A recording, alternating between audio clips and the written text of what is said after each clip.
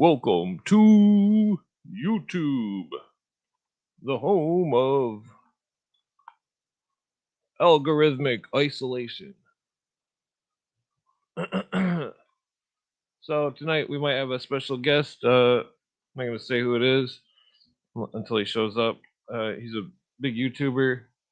Uh, he's a debate king. Well, he doctored in debate. Basically, he goes into a lot of debates. But so, uh, well, basically, Uh, okay, so I did have a some other stuff to talk about until the guest comes on. Let's see, share screen. What is this right there? Yep. Okay, so this. Yep. Okay. Oh, didn't come on. Okay, so I wanted to discuss Oklahoma City a little bit because well, I guess let me give the backstory first. Uh, so this whole this is back goes back to the Oklahoma City thing, the conspiracy. There's so many anomalies with Timothy McVeigh and all these other clowns and fucking. Well, they. Well, so I suspect foul play of all sorts of natures, and that the. So it was interesting. Cooper pointed out this kind of led from Cooper pointing this out. He was talking about this Hoppy Heidelberg, one of the jurors of the Timothy McVeigh case, and that the John Doe number two, which was Cooper says there was 9 John Does, and that the but so John Doe number two seen discrepancies in the case as a juror, and that it seemed like the courts were uh, doing something shady to try to keep his points from making it to the courtroom. So see the title fired grand jury complains John Doe number two evidence withheld. So why would the John Doe number two evidence be withheld? Well, I guess first of all, the fuck is that dude's name? Here it is. Yeah, so Breshna Michael Breshna was John Doe number two, and that the whole Aryan race conspiracy is a lot more complex than what people would think. And that so this guy right here was there's other I got this sketch drawing of him as well, but he was John Doe number two. Cooper says that Michael Brezhnev was an FBI informant. I speculate he was something more. Uh, the reason for the speculation is because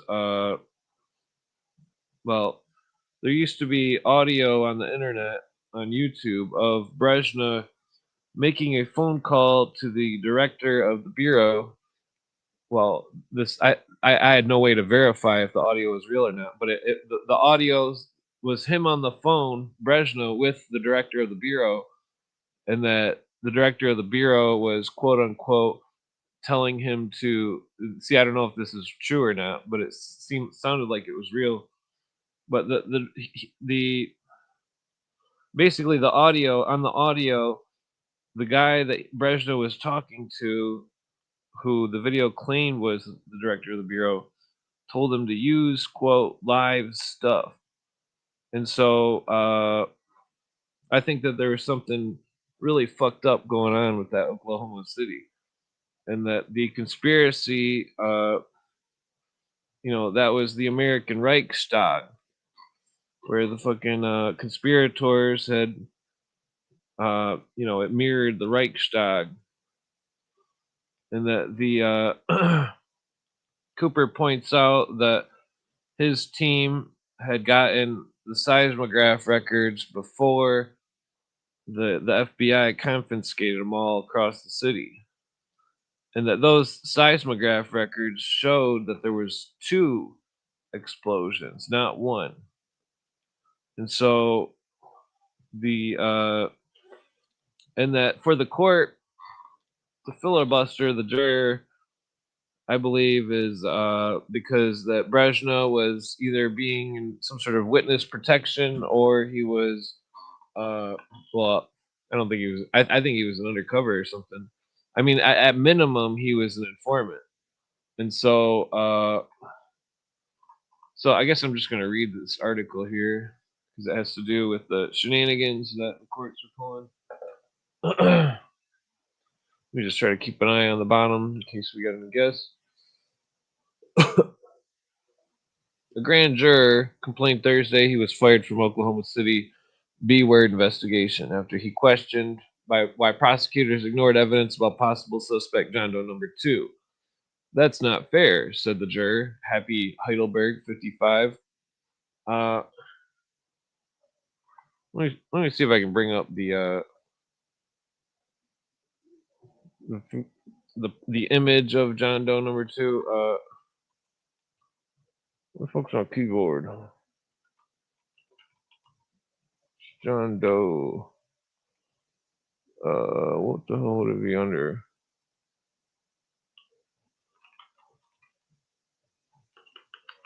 Hold on, I think I might be able to Google it quicker than finding the picture. Number 2, Michael Breshka. Okay, so yeah, okay, here it is. Okay, so I'll bring this on the thing so you can see. Oops, wrong one. Wait, what the fuck? Okay, wrong button. There is also a bigger picture.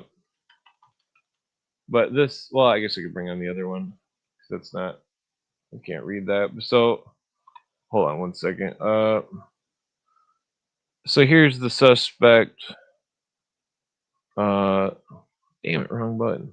Okay, excuse me. Let's see here. There it is. God damn it, look bigger on the other screen. Okay. There we go. Okay, so this was the drawing made by the police. And Cooper says that these drawings, see, it's like they weren't just drawn, that the people had he says that they were duplicates, that somebody had taken paper and drawn over a photograph, and that he had the photographs of McVeigh and this guy that they had drawn over to make these sketches. So I don't know if somebody was working against them or if it was against the conspiracy is so elaborate. Uh, but so the juror, I guess, let me just read this fucking thing here. You don't have to fire a man for trying to do his job. You fire him because he's not doing his job. This is the exact opposite of what needs to be done. That's backward. But that's typically the way whistleblowers are treated. And you know that as well as I do. This is a quote, by the way. Nobody likes a whistleblower. End quote. Heidelberg, a horse breeder, was notified by mail Thursday of his dismissal from the grand jury, which in August indicted suspects McVeigh and Terry Nichols on 11 felony counts of B-word. He was one of the 23 jurors. His dismissal will not prevent the grand jury from meeting again. Prosecutors want to present further evidence. What was it? The dismissal comes almost 2 weeks after McVeigh's defense attorney disclosed the juror had spoken with the right-wing magazine. Media bypass. Defense attorneys contend the indictment should be dismissed on the grounds of prosecutor misconduct and violation of grand jury secrecy. Quote, effective immediately, you are dismissed from grand jury, end quote. U.S. District Judge David L. Russell wrote to Heiberg, quote, your obligation to secrecy continues. Any disclosure of matters that occurred before the grand jury constitutes a contempt of court. Each violation of the obligation of secrecy may be punished cumulatively, end quote. The judge's letter was dated Tuesday. The judge Thursday declined to comment on his action. Contempt of court can be punished up to 6 months, blah, blah, $1,000 fine. Heidelberg had complained to the judge in a letter earlier this month. The Bureau agents had mounted a massive search for John Doe number 2 for weeks after the April 19th B word, and the sketch of the suspect was released worldwide. Agents contended the sketch was of a second man who helped McVeigh rent a truck used to carry the B word from Kansas to Oklahoma City. Authorities later said the sketch resembled an innocent Army private who had helped a friend rent a similar truck at the same Kansas shop the other day. In his letter, Heidelberg complained that the authorities were perpetrating a hoax when they contended John Doe number 2 was an Army private who rented a truck on a different day. He contended the private does not, quote, remotely resemble the police sketch, end quote, of John Doe number 2. Heidelberg also complained jurors were not allowed to hear the potential witnesses who knew about John Doe 2. Other witnesses were not shown the sketch. So I don't remember if it was this incident or both the incidents, because there was another thing that happened in New York around that time, and that but on the news it said they identified the rental truck based off from the VIN number on the axle of the truck that they found. Now you can look up those trucks, and you can look up the parts, the axles on eBay, and you can see with your own eyes that there's no VIN number on those axles.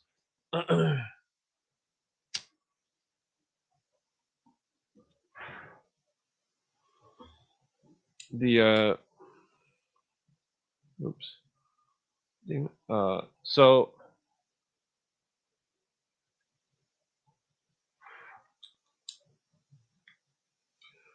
let's see, where was I at? Blah blah. Heidelberg complained.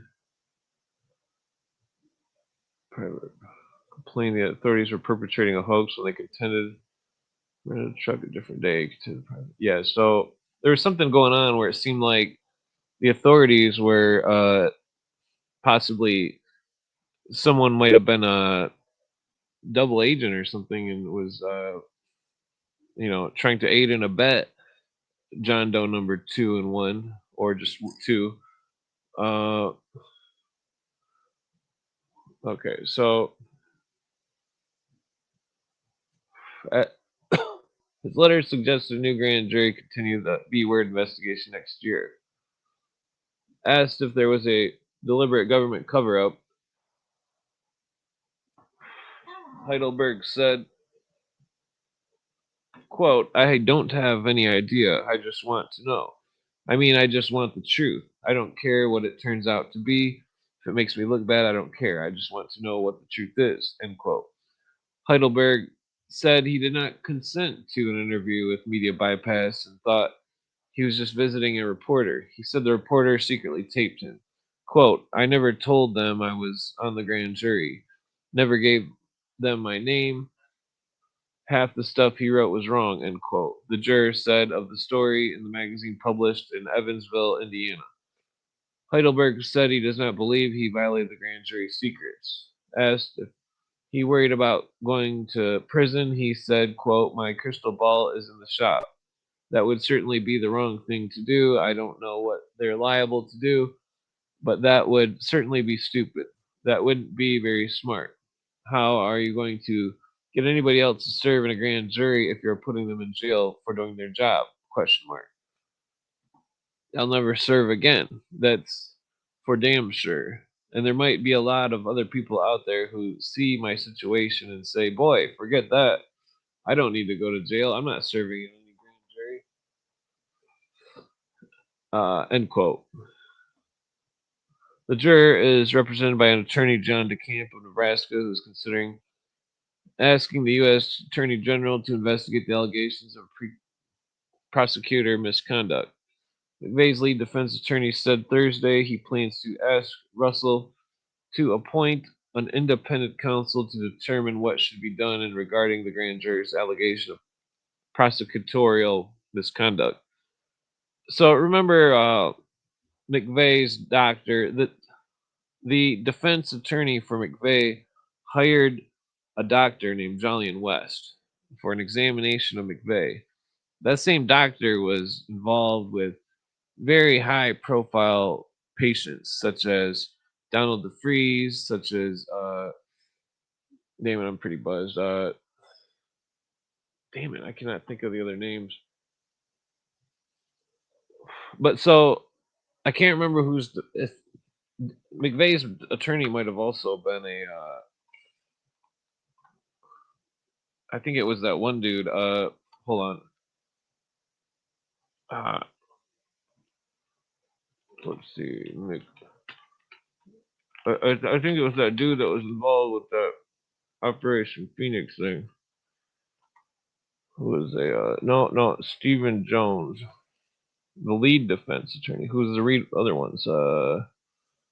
Let's see, Jones. Well, so what was bizarre about the case is that McVeigh.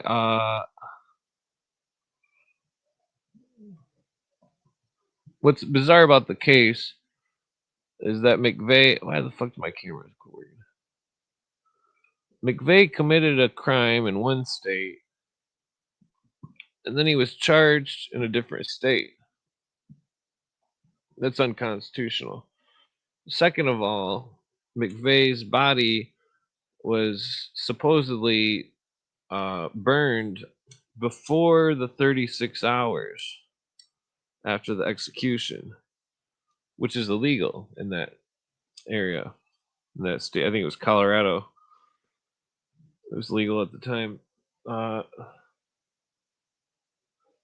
so it seemed, and then one reporter on top of that said when she witnessed the execution of McVeigh, she said that she's seen McVeigh breathing, and she said she didn't know that dead people could breathe, and so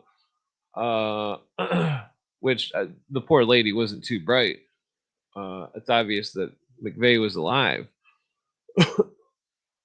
and so this is why this juror making a big deal about what was being said is important and relevant because it seems as though people were aiding and abetting McVeigh. They may not have got him out of the we don't know what happened exactly. We don't know. Was he undercover? Was his death falsified? Did they give him some kind of fake lethal injection? Why were they protecting him? What was he? Some sort of McVeigh claimed that he had a microchip in his buttocks, and that the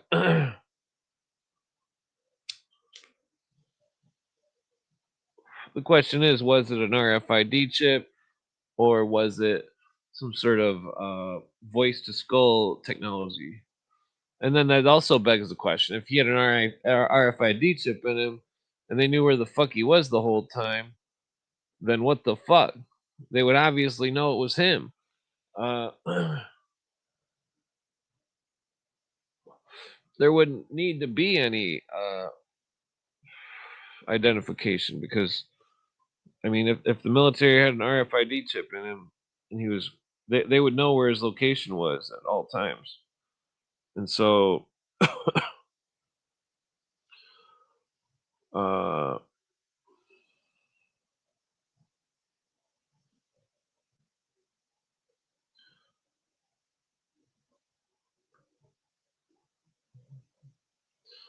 let's see.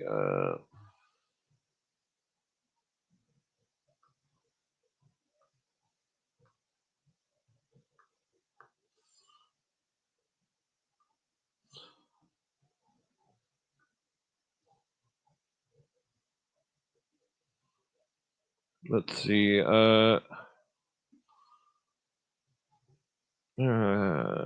Just seeing if any guests wish to come on. I'm not sure if let's see here. I got 2 replies. Darn it. Let's see. Just gonna send him a link on his thing.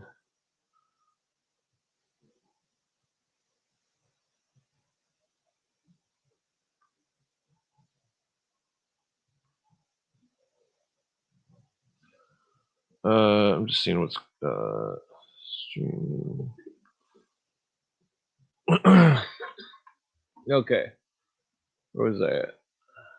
Russell appoint independent counsel to determine on what should be done regarding the grand jury's allegations of prosecutorial misconduct. Quote, I'm not interested in seeing the grand jury held in contempt because I think he only went public because of his concerns about the way the grand jury was proceeding were not being addressed by prosecutors. Remember, they were ignoring suspect number 2, John Doe number 2. Jones said he would like an independent counsel to investigate whether prosecutors overstepped by refusing to allow jurors to subpoena the witnesses they wanted. If it's true that the government, quote, if it's true that the government in effect muzzled the grand jury, that runs counter to our constitutional belief that a grand jury is an independent body, Jones said, end quote, Jones said. Jones said he would probably make his request for an independent counsel on Monday. Staff writers Diana Baldwin and John Parker and the Associated Press contributed to this report. Bio G name. I'm not sure what that means. But so what was I going after?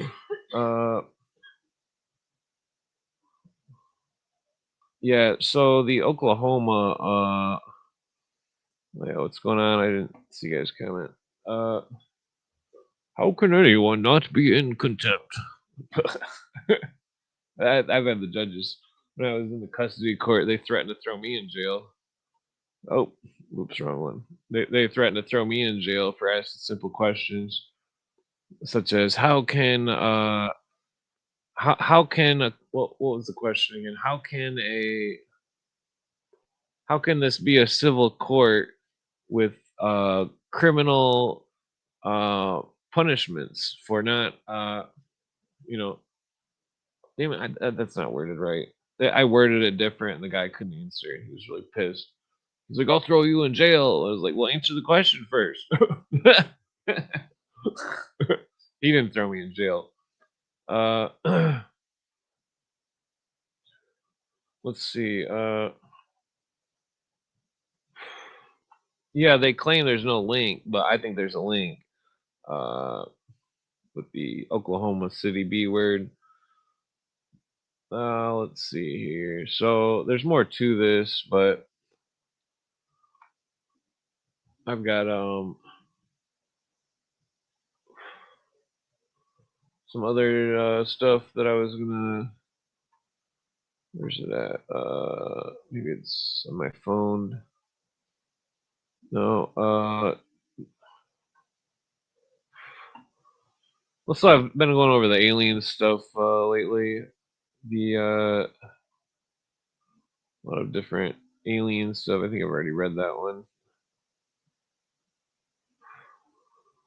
Oh well, here's okay. So this is relevant. Damn it! Why is this so long? This is Let's see if I can get this on the screen here. Oops, wrong button. Ah, son of a bitch. How do I make it go back?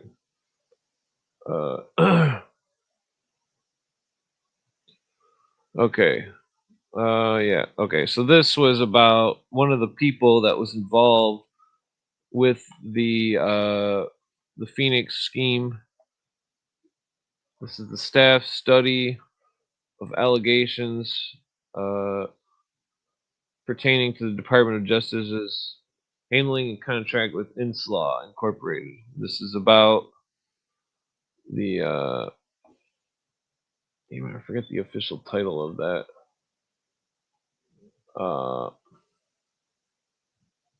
Hold on here.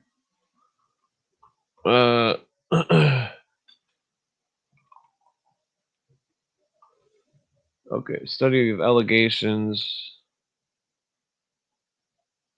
Damn, why isn't that saying the whole title here? Okay, hold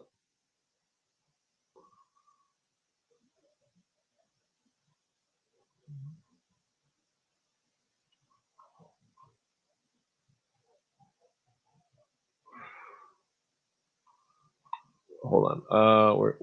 Where did I open it? Here it is. Pertaining to Earl O'Brien, promise, info. So it's about that software. Oh fuck! I just closed the thing on accident. Okay, share screen. Staff study. Okay, so there was some stuff on Earl Bryan that we were. Here we go.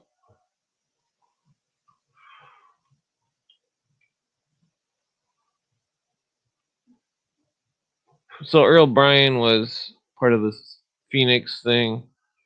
He was also part of some kind of psychological shit, and then he was also one of Reagan's lackeys. And everybody thinks Reagan was some sort of conservative, and that's not true. Otherwise, he wouldn't have inflated the budget a million times and fucking real conservatives wouldn't borrow all that money and fuck everybody over. They would conserve, not fucking spend under the guise of fucking recovery. Not to mention Reagan, if the alien stuff is real, that Reagan was part of regardless of whether it was real, he said in a speech that if there's extraterrestrial life, we're gonna have to join together in a one world government. Side note: the Mark Carney guy from Canada just spewed some New World Order bullshit recently in a speech. The New World Order doesn't stop, can't stop, won't stop. Rockefeller. Nobody gets what I'm saying. Okay, so that that's a joke. Yeah. So what was that going on? Okay, so the Earl Bryant. Let me see if there's 15 times. Okay, let's see here. It's Law's problem. Where's it at?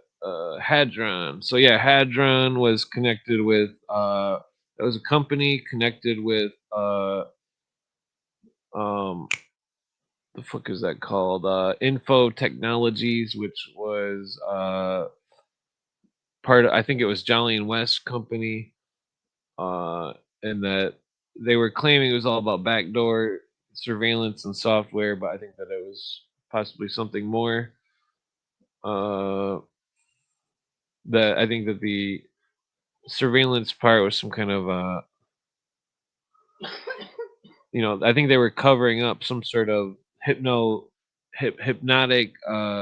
psychological operation, and that perhaps the software contained records of patients or something that were under there, that they were I mean, basically I speculate, and I can't say it's a fact, but I speculate that they were all involved in some kind of hypnotic operation where they were brainwashing people and turning people into terrorists, and that I think their operation has never stopped. Maybe it continued into different hands, but I think the psychopath murders that you see in the news so often, that are some sort of maniacs, that I think they're under hypnosis. I think they're brainwashed. I think that Jolly and West having all those patients, I think he was some kind of cleanup where he was making sure they didn't talk, putting them in hypnosis, and that if they're in hypnosis, they can't talk. Because everybody says, "Oh, the killer looks like he's on drugs or something." I don't think they're on drugs. I think they're under hypnosis. I used to think they were on drugs or something, but I think it's straight up hypnosis. No exaggeration, none. That the power of hypnosis was a powerful tool of the Illuminati. It's a powerful tool of the consciousness cults. It's a powerful tool to control the masses, and that the power of hypnotism is not to be underestimated. Let's see, Hamilton. I mean, all these consciousness cults and shit, they all work with hypnotism. So do many religions, many different things, and the people, when they're confronted about these brainwashed beliefs, they tend to get very angry and violent. The Oh, it's, yeah, language was suppressed. Yeah, the Irish myth about Xerxes was a metaphor of the church brainwashing people. I mean, it was Xerxes, because it's like the modern churches and so. I mean, say I was to take a Christian perspective, Jesus didn't have no church. He hung out on the side of the road and talked to a bunch of fucking criminals and shit, trying to help the criminals, trying to help bad people to be good, not people that are. He wasn't, there was no. That is, if he's real or not. It doesn't matter if he is or isn't. The story still exists. But so yeah, that in the info technologies and the Hadron Incorporated, I think that they were involved with some kind of microchips.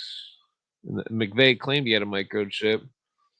Uh, that I think that they were using the microchips as some kind of precursor, RFID chips, also some sort of mind to voice technology or surveillance equipment that was implanted in the skull.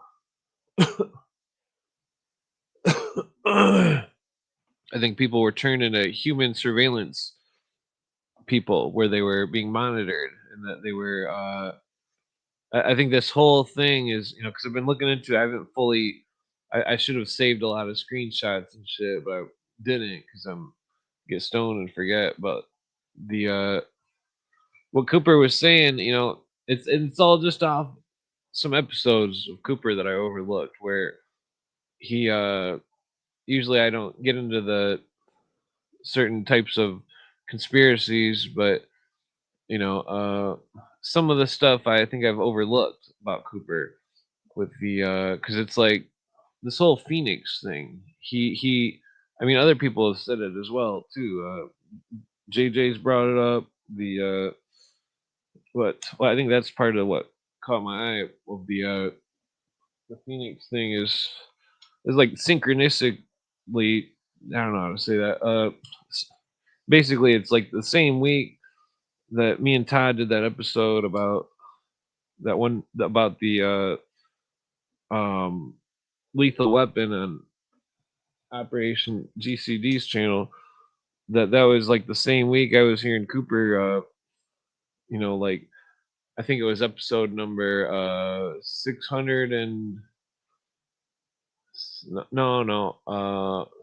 There's quite a few episodes that he discusses. I'm on like episode number 733 or 734 right now, but I think it was like 720 something. I don't remember. There's so many episodes.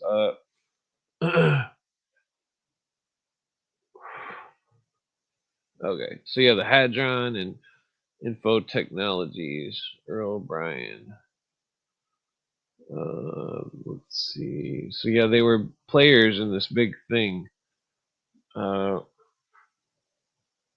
was that Biotech? Where'd that go? Biotech Capital Corporation. Let me look that up real quick.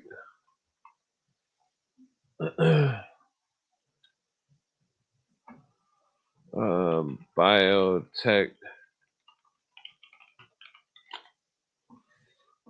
Capital Corporation, based in Chicago, Illinois, provides specialized financial advisory and research services to the biotechnology sector, including regulatory assistance and investor relations. The firm consists on company reviews and industry analysis, assisting with ventures such as Viscerides Inc.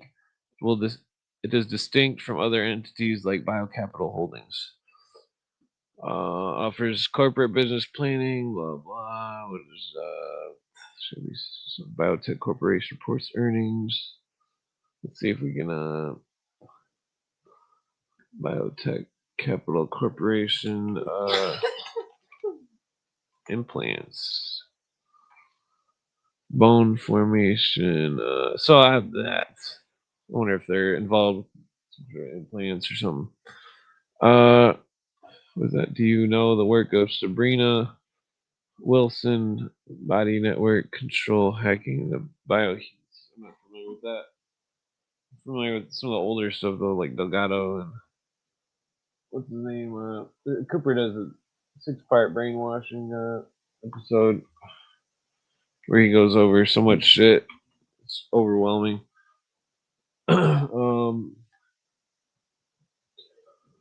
Let's see. Let's go to the next one. See if we can fish something up here to. Let's see. So, Earl O'Brien, was it the first? So I also speculate there's something kooky going on with the whole thing. It's like, okay, so if Donald DeFreeze was a communist and he was black, and that and if the CIA made him, if the intelligence networks made him, and made that thing, and it was maybe it backfired somehow or something, or maybe it did exactly what they wanted it to. Nobody knows, but like, because his body was supposedly burned, Mr. DeFreeze, and so if they're going around making communist radicals, keep in mind the speculation. What are they doing going around making Nazi radicals? See, there's some that's speculation. I don't know for sure if they are in fact making or not making Nazi and commie radicals that are terrorists, and that because it's like Cooper talks about the Operation Delta Force and the stuff where they were basically classifying Americans as domestic terror threats, and that they needed reasons to push their legislature, or they were, there's the types of shit that's going on is like it's so much fucking it's so complex, and that there's so much lies that are told to all of us, lies about everything. Everybody wants me to talk about newer stuff, but it's like there's old stuff that still matters. That the old stuff matters because we can't understand the current situation if we don't start from the beginning. But so let's see here. What was I getting at? I'm gonna roll a cigarette. Excuse me. But yeah, so Earl Bryan. So this is interesting. The bizarre web of coincidences and connections, including AT&T, had contract with Inslaw during bankruptcy proceedings, declared itself a major creditor. Hamilton alleges AT&T's attorney began to behave less like someone representing a creditor, interested in salvaging the company, than like an attorney for the Justice Department bent on liquidating it. More coincidences, AT&T's outside counsel, Ken Rosen, was with an obscure New Jersey firm, but formerly had been a member of the Deputy Attorney General Burns' New York law firm. Rosen's counsel, Shea and Guild, is not AT&T's usual outside counsel either, though it is the firm used by Earl Bryan.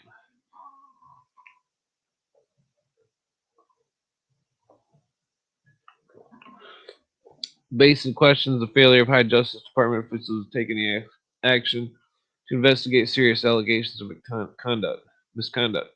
Both Hamilton and his Otto Rennie, Elliot Richardson, complained about Brewer's handling of the contract and requested an investigation. Quote, there's such a contract between the total inaction of the part of the Justice Department regarding Mr. Brewer the hammer and tongs approach they're using with Mr.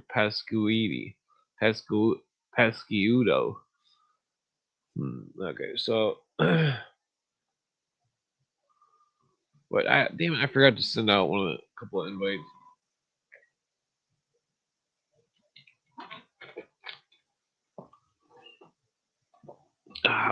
Yeah, I meant to send out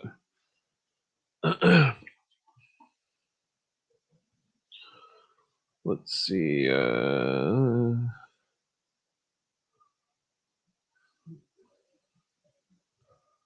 Okay. Let's see. Let me just send this invite out real quick. So I also wanted to ask some discovery questions about another podcaster's research.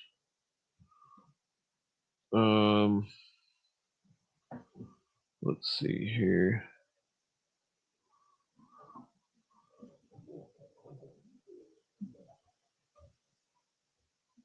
Okay, there we go.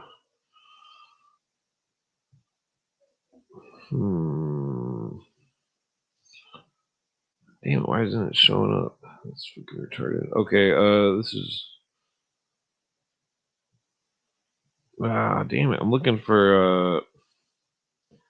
Hate it when you type somebody's name in on Twitter, it doesn't show up.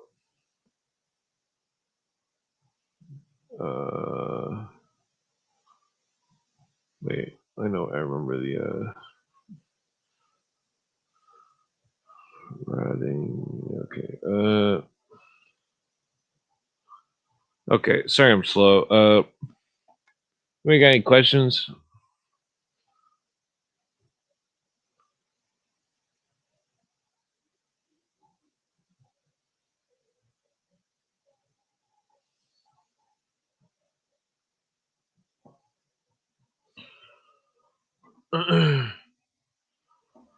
Okay. So,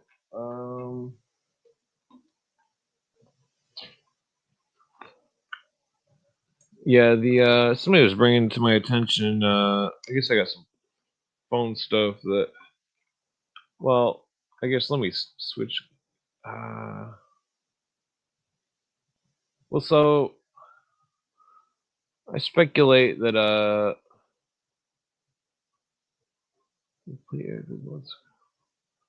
I speculate that the oh, this is interesting. IBM has become Inslaw's savior, rescuing the company from an auction block and vindicating the worth of its product.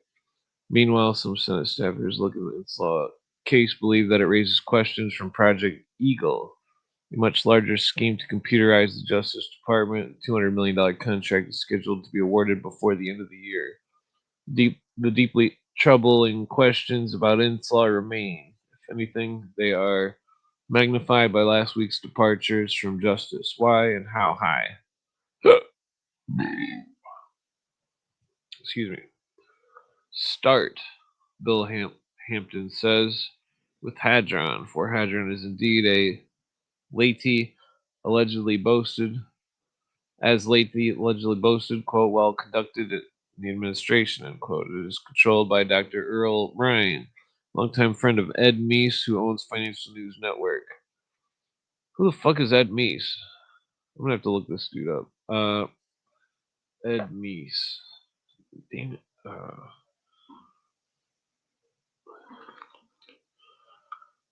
Ed Meese. Yeah, so if the special guest does show up,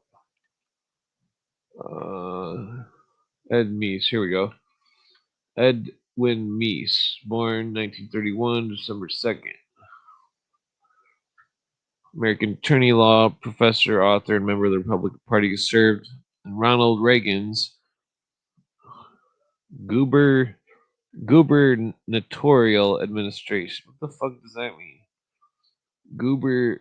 The Reagan presidential transition team, 1980 through 81, blah blah, 81 through 85. Following the 1980 election, Reagan considered him the White House chief of staff position, but James Baker was chosen instead. Meese eventually appointed and confirmed the 75th United States Attorney General. position he held until resigning in 1998 amidst the WedTech scandal. Whoa, looks like we found a big fish. Let's see.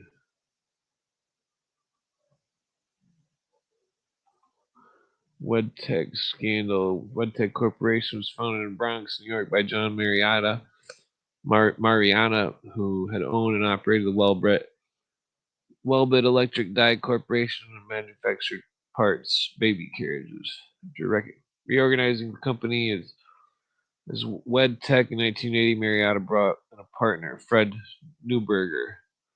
That sounds German, and began focusing on winning small business set-aside contracts from the Department of Defense. It's a major employer of the depressed part of New York City. WedTech employed a strong. Well, where's the meat of the matter here? Charges tax evasion. Let's see. Utilizing Reagan's secretary Lynn Nutziger, who contact public liaisons officer Elizabeth Dole. Through Dole, WedTech won a $32 million contract to produce small engines for the United States Army. What is that? So I'm assuming I'm gonna have to dig into that later because there's got to be something shady going on there that it's more to do than fucking small engines. Alright, let's see what we got here. Zonix, Hadron's parent.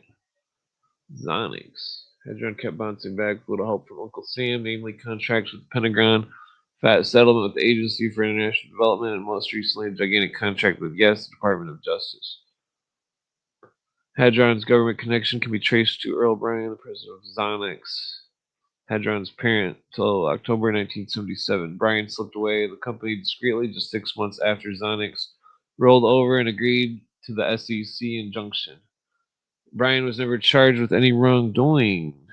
I wonder why. I need to smoke a cigarette. Fucking shit. Let me send out some more fucking shit. I asked Andrew Wilson if he'd come on. He said okay, but I don't think he's coming on. So I'm just gonna send out some more invites, see who's all awake. Let's see here. How the fuck do I? Where the fuck's it at? Okay. Technical. Okay, I still got the link.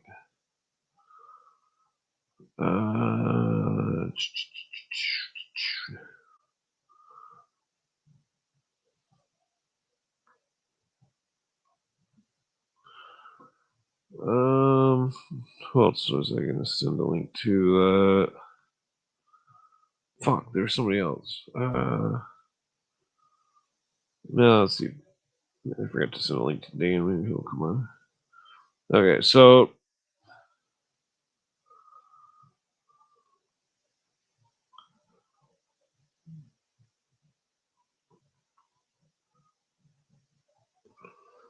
what was so Zonix sounds like a shady company. Well, maybe not. No, I don't know. Let me just roll a cigarette here.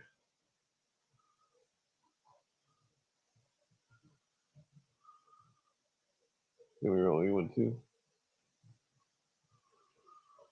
Okay.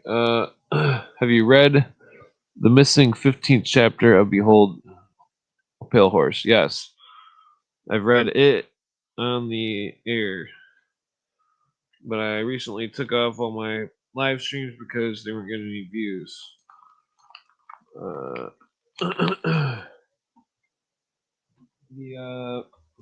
I've also been meaning to continue the Nasta Webster book, World Revolution, where it discusses that same topic.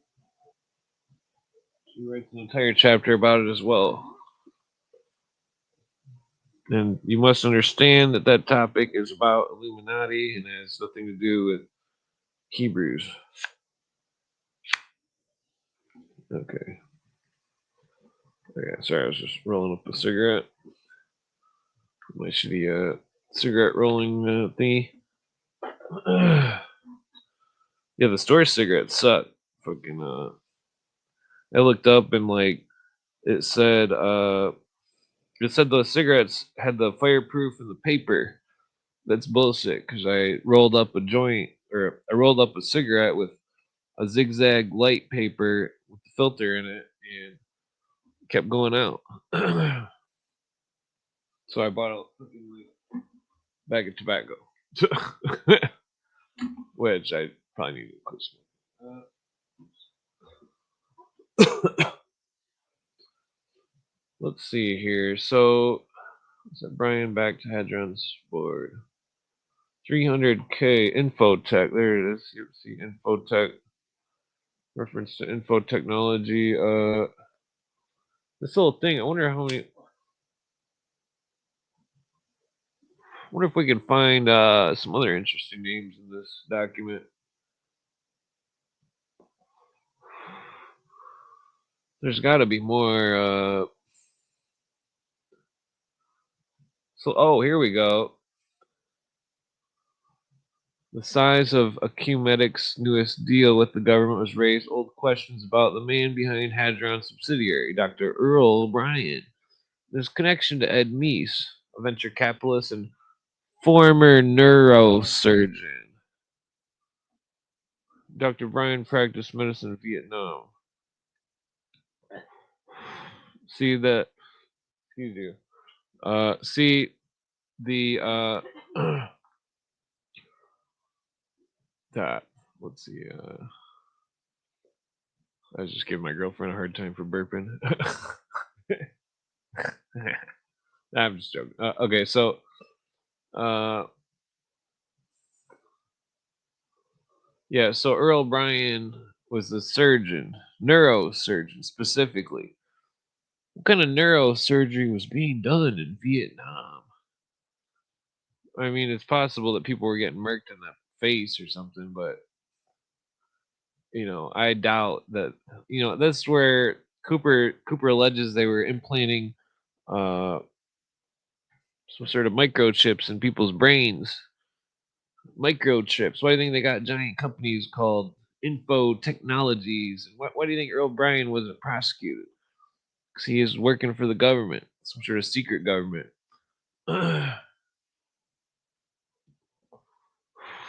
Not something our founding fathers would have envisioned.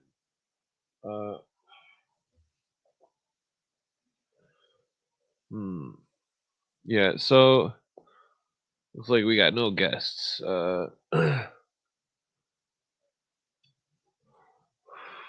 So Reagan, Info Technologies. Yeah, I was gonna try to get JJ and Dana on, but either I still wanted to ask Discovery questions about the whole process thing because I think I need to understand more of it too, because I think it's connected with this Illuminati and the mesmerism and the brainwashing. I mean, I have. Well, I guess before I get sidetracked here, neurosurgeon. Maybe I should. Maybe I wonder if the word microchip is in here. Hamilton believes the Justice Department mounted its attack 90 days after a phone call with the apparent objection to forcing Inslaw either to agree or to be acquired or into bankruptcy. Hamilton is convinced. Earl Bryan Hamilton is convinced be been happy to pick up Inslaw cheaply and liquid. I don't think that's relevant. Hmm. What is this? Bryan connection became an embarrassment during Ed Meese's confirmation hearings when Meese acknowledged that his wife Ursula borrowed $15,000 from Meese advisor Edwin Thomas in order to buy stock in Bryan's company. Coincidentally, 6 months later, Bryan lent $100,000 to Thomas, who by then needed money himself and had become a member of the staff. Neither Meese nor Thomas listed the loans on the financial disclosure statements. Meese paid no interest and Thomas only partial interest. Following the 6 months investigation, independent counsel concluded that there was no basis for criminal charges against Meese. While inferences might be drawn from Mr. Thomas's contact with Dr. Bryan, whether Mr. Thomas or Dr. Bryan committed a violation of law is not within our jurisdiction. Not within the jurisdiction. That reminds me of what Cooper says, where there's a thing about the NSA and the NSC where unless the law specifically states their name, what's going on? Unless the law specifically states their name, that that they're not subject to that law because they have diplomatic immunity. That's why Mr. Earl Bryan wasn't charged with anything. They don't want to say it. That's why suspect number 2 was not looked after, was not investigated, because he probably was an undercover and was probably had diplomatic immunity also.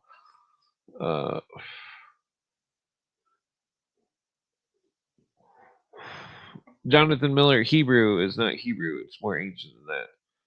You understand that there's the Templars had Noahide laws as well, and that they're talking about, they're not talking about something evil. They're that what the document if you read chapter 15 of Cooper's book, he explains it. Then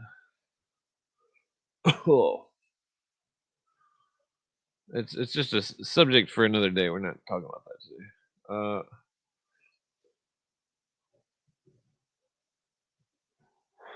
Okay, so that's the last quote. So there was some other stuff to bring to the table. Let's see here. I'm going to close out of this document. Oh, excuse me. Oops. Okay, so where is it at? Is this it? No, I don't think this is it. What is this? 2011. Closed documents revealed the Freedom of Information Act. Okay, so I think this is about UFOs. This is the right one. Let me scroll. 600 pages. Jesus Christ, I forgot to say why I saved the document. Son of a bitch.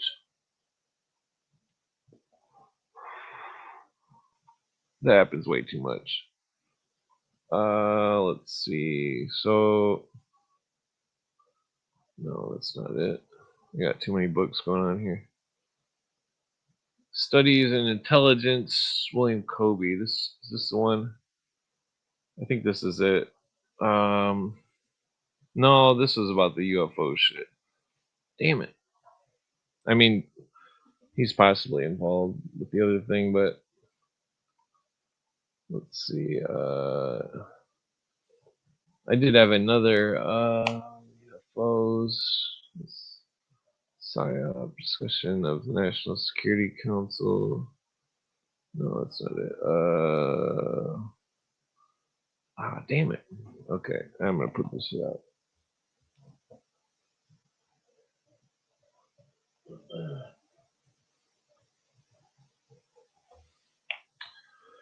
So let's see here. Let me see if any guests are actually possibly gonna show up. Let's see. I've been on an hour. So we could bring up. Let's see. John Doe number. Biotech dental. Well, that's interesting. Dental implant. Shit. Oh, here we go. That's funny. Okay, well, I got some. Okay, so that biotech was in that document that we were just reading, and that the where's it at? Biotech. Here we go.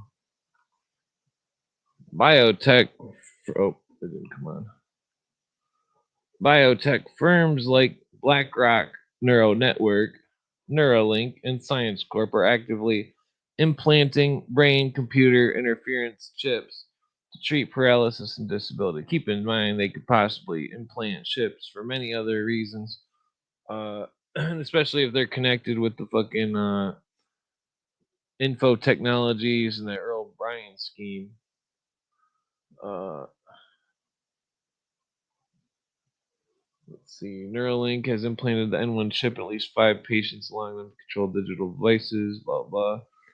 BlackRock Network, Neurotech. BlackRock Neurotech has pioneered the use of brain-machine interfaces since 2004. I'm sure it's been going on longer than that. I mean, I've seen stuff from the In Search of show, which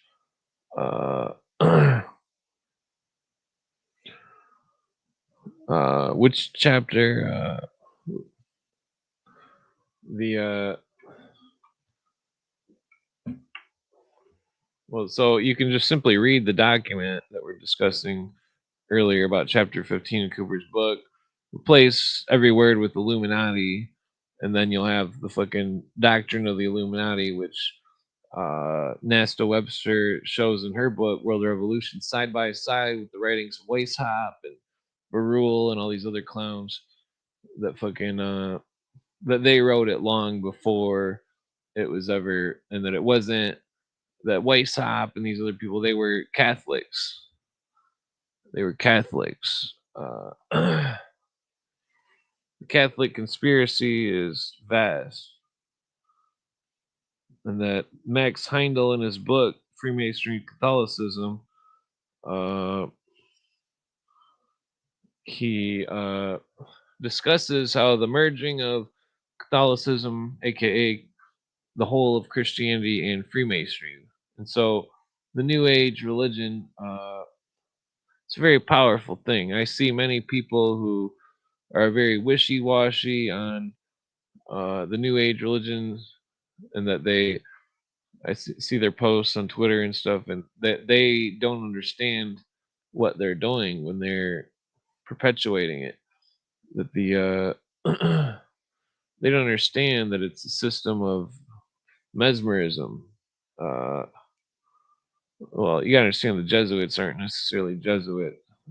They're alumbrados. That the I think that the faction that started the Fabian Society was part of Ignatius Loyola's family bloodline, and that the what was that? I need to smoke another joint. Let's see here. So what were we getting at here? Go back to that Waldeck scheme. Maybe there's something on there that we find. Let's see. Waldeck's crimes have been too. Wadtek's crimes have been too numerous to hide.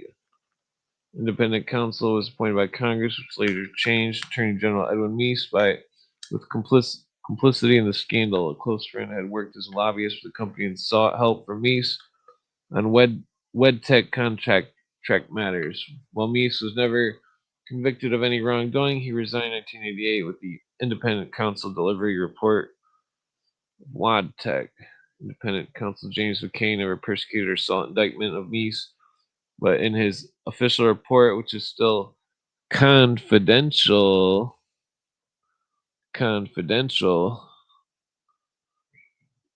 where's that?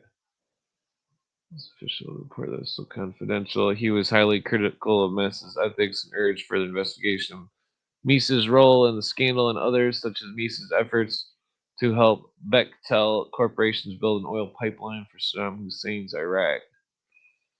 In all the 20 states, local and government officials were convicted of crimes in connection with the scandal. Some of these convictions, however, reversed on appeal in 1991 when it was found that Anthony Guaraglia, former WadTech president and star governmental witness, had committed perjury, and that the prosecutors had reason to know he was committing perjury.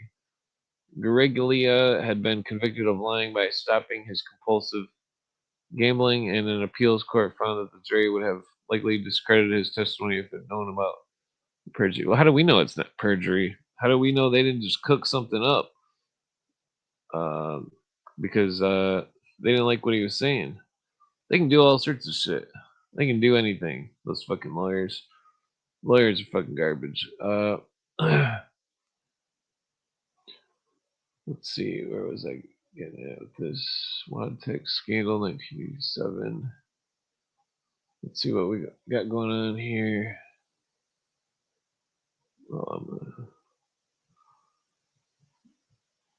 Okay, who's who?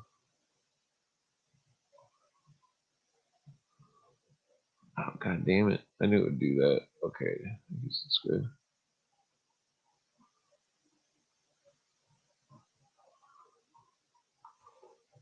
Okay. Here are some of the key figures in the scandal involving the WADTech Corp. 32 million no bid contract, 1982, build small engines for the Army and focus on independent counsel's investigation.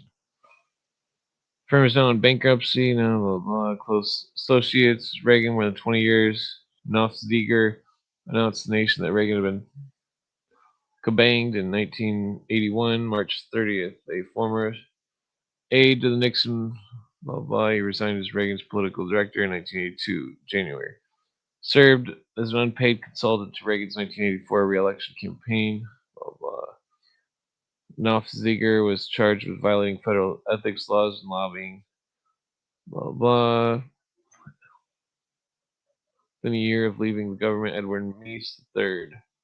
1982, while serving as blah, blah, Meese interceded with the Pentagon to help assure WADTech a fair hearing. Meese was responding in a letter from Nofziger and a series of memos from an old friend, E. Bob Wallach. 1985, Meese invested more than $50,000 with Franklin Chin, a WADTech consultant, later director, and turned a profit nearly $40,000 in 19 months through a series of highly speculative one-day stock trades. The Office of Government Ethics says that Meese failed to comply with federal ethics rules in setting up a limited blind partnership with Chin. WADTech probe was brought in to include Meese and May E. Bob Wallach. San Francisco lawyer and old friend of Meese, Wallach sent about dozens of memos on WADTech to Meese, 1981 through 82. WADTech later paid Wallach more than $1 million in cash and stock. Louis Franklin Chin. Let's see. Former head of small business, Mark Bragg. Along with Richard, longtime law partner Bernard Ehrlich. Former Bronx Bureau President Stanley Simon.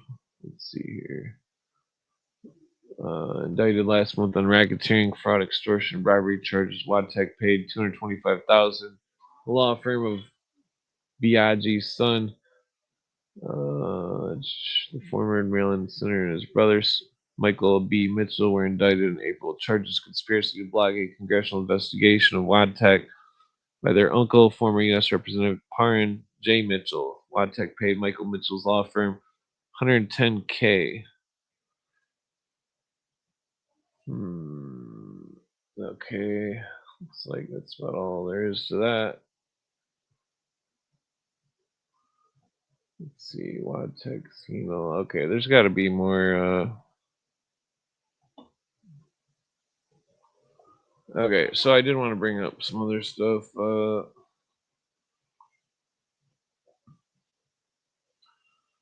Yeah, since I can't.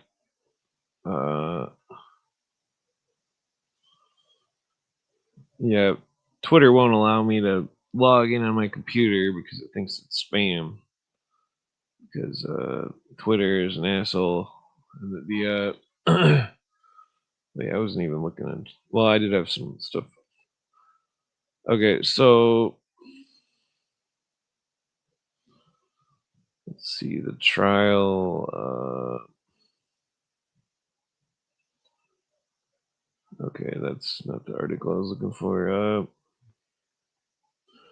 Okay, so it's Stephen Flowers. That's who I was looking for. Stephen Flowers. Let's see if I can dig that up real quick. I'll leave that Edwin Meese open. Oh, God damn it. Stephen Flowers. Stephen Flowers. Okay, so this was brought. Oh, God damn it.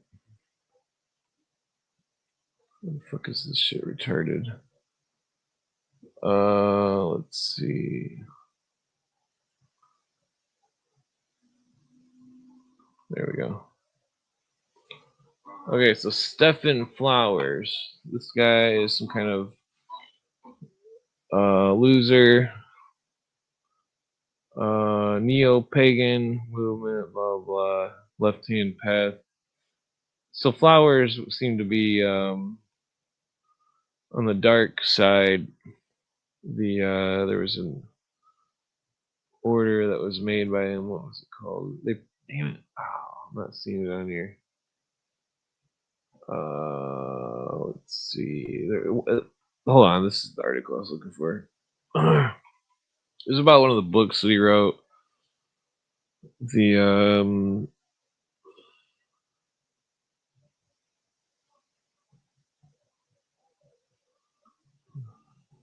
Okay, here it is.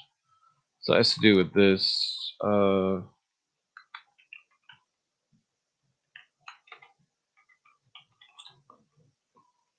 Okay, here we go. Fraternatus Saturni, or the Brotherhood of Saturn, founded in 1926. Eugene Gross. Whoa, excuse me. So, notice they have 33rd. It's their highest degree. So when discussing the Illuminati, one must understand that they're not always called Illuminati. You know, Adam Weishaupt forbid the use of the word. That the the orders had made new orders. That they some of their agents, such as Cagliostro, which Mr. Aleister Crowley, the fucking weirdo, that he claimed he was a reincarnation of Cagliostro. So remember, these consciousness cults believe in reincarnation. That the you know, as far as we know, they're doing something way beyond that, such as some kind of being John Malkovich type shit, finding new bodies, quote unquote. You'll notice that the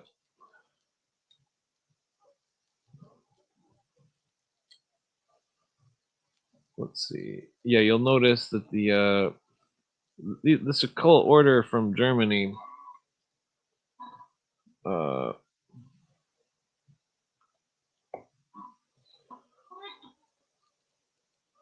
that they are OTOists. That the OTO is basically Illuminati. They claim to be Illuminati. Book of the Law, blah blah. Okay, so Dusseldorf, Hamburg, Frankfurt, Grand Lodge in Berlin. So Gregor Gregorius from the these must all be nicknames here. List of grandmasters. Okay, so the degrees, that's interesting. They start out at 0. Does it go up to 22? Nope. Maybe 3. Okay, so there's a lot of copycat orders. Let's see what their 7th degree is. Service Rightus. What the 15th? Sanctus Elementorium. 18th. Yeah, none of these seem to be. It's not the same as Masonry. It's some sort of cheap imitation. Hey, what's going on? Hey, how are you? Not bad. Just chilling. Chilling. I'm not trying to steal your mojo. I don't know what you're covering right now. Oh, well, I was running out of things to talk about, anyways. Yeah. Yeah, I kind of covered a bunch of stuff. The what's going on? What have you been up to? I don't think any of the guests are showing up. So Yeah, and when they show up, I will split. oh yeah, No, I've just been working, and I haven't had too much time to follow up on what's been going on in Davos, which is just a lot of theater. I think I read, and maybe you know more about this, that I don't know if this is true or I dreamed it, that what's her name? Marina Abramovic, the witch. oh yeah. Did you see that video of her and Jay Z? No, no. But she was in Davos, and she did some kind of an opening ceremony. I mean, I could be wrong. It wouldn't surprise me. Um, but Davos is smoke and mirrors to me. I'm It's not all familiar with. theater. I'm I'm not impressed by Trump. well, I'm not familiar with Davos. Oh, it's the World Economic Forum. Oh, okay. It's one of those global steering committees. It's like, but it's a little more public facing than the CFR or the trilaterals. Bilderberg has become extremely secretive. Oh yeah. I don't think they even publish their agendas anymore. I could be wrong. You always had some rogue independent podcaster, or there was a guy in the United Kingdom who would cover Bilderberg every year, but he's gone silent. I haven't heard from him in the last couple of years. Oh But yeah. I mean, this is what they want the public to see, Yeah. obviously. Did you see the thing I think it was the WHO admitted publicly that what they were doing was some kind of test on public obedience or some shit. Oh yeah. I mean, if people don't understand that now, I don't know what to say. Yeah, Um, it's definitely I remember Alex Jones several years ago, and I never was an Alex Jones follower or fan, but he's in that truther um, universe, and this is maybe five yeah. years ago or so, and I remember Alex Jones kept talking about lockstep, lockstep. And I had no idea what he was talking Hmm. about. I remember going to his website, and he had documentation about lockstep, and it wasn't good enough for me. I don't know what he was talking about. Well, back then I finally found what he was referring to. And it took me a while to find it. I don't know if I could find it today. I did print portions of this. So in 2010, the Rockefeller Foundation published a document called Scenario for the Future of Technology and Hmm. International Development. And it's a real document, and it presents multiple scenarios for the future. They're always coming up, these think tanks, which the Rockefeller Research Institute is just another one of. And Yeah. so, yeah, I mean, it was very real. And so Jones was saying that it predicted the whole corona issue, Hmm. which it does. It presents four different scenarios. One is lockstep, one is clever together, one is hack attack, one was smart scramble. Like, these are all different triggers they could pull at different times, because I don't even know if they know exactly what they're going to do from time to time, but they've got all these levers that they can pull. And yeah, lockstep was definitely one of them. But I wasn't willing to take his word for it. And I think personalities like Jones, a lot of these guys, and Clint, you know this, they tell a lot of truths. There is some truth to what they say, and then they jump the cliff multiple times. Hmm. But I think that's how they get you, right? That's how there are Yeah. people who absolutely I don't idolize anybody. We're all fallible. And I think you might have said something on X lately about if somebody has more than 1 million followers, forget it, forget it. That Block was them. kind of my litmus test too. I tend to I will softly agree with you. I'm mostly suspicious as well. By that time, attempts to co-opt you have already been made because you're just too powerful, Yeah. and you can't have that. Yeah. Well, that's why I think they shut Donut's channel down, because it was like he said he was talking about UFOs. That's why his channel got taken down. It was like, what the fuck? Like, But yet others get away with saying the same stuff. So what is going on? Right? They're I noticed inconsistent. they're allowing a ton of racism going on. That's for Yeah, sure. they are. Yep. That's crazy. Mm-hmm. It's like the it just blows my mind. Like, fucking, some people, they can't see that there's like this is the whole scenario that I see with the whole Middle East stuff. It's like Israel's getting bullied. They throw a punch back, and then the whole spotlight of every media is on the world, just saying, "Oh, look at them do this," but they're not saying about what the other people did before. It's like, Yeah. Yeah, that's true. I mean, it's clear that it's Israel is a tool in the globalist toolbox. yeah, So, I find it interesting that there are a lot of Italian sources who are globalists, right? You think of the Borgias, and Bank of America was founded by an Italian immigrant, but somehow hmm, they escape getting vilified as an entire ethnic group. The same with the British. They also escape, yeah. but You heard not about? but not Jewish people.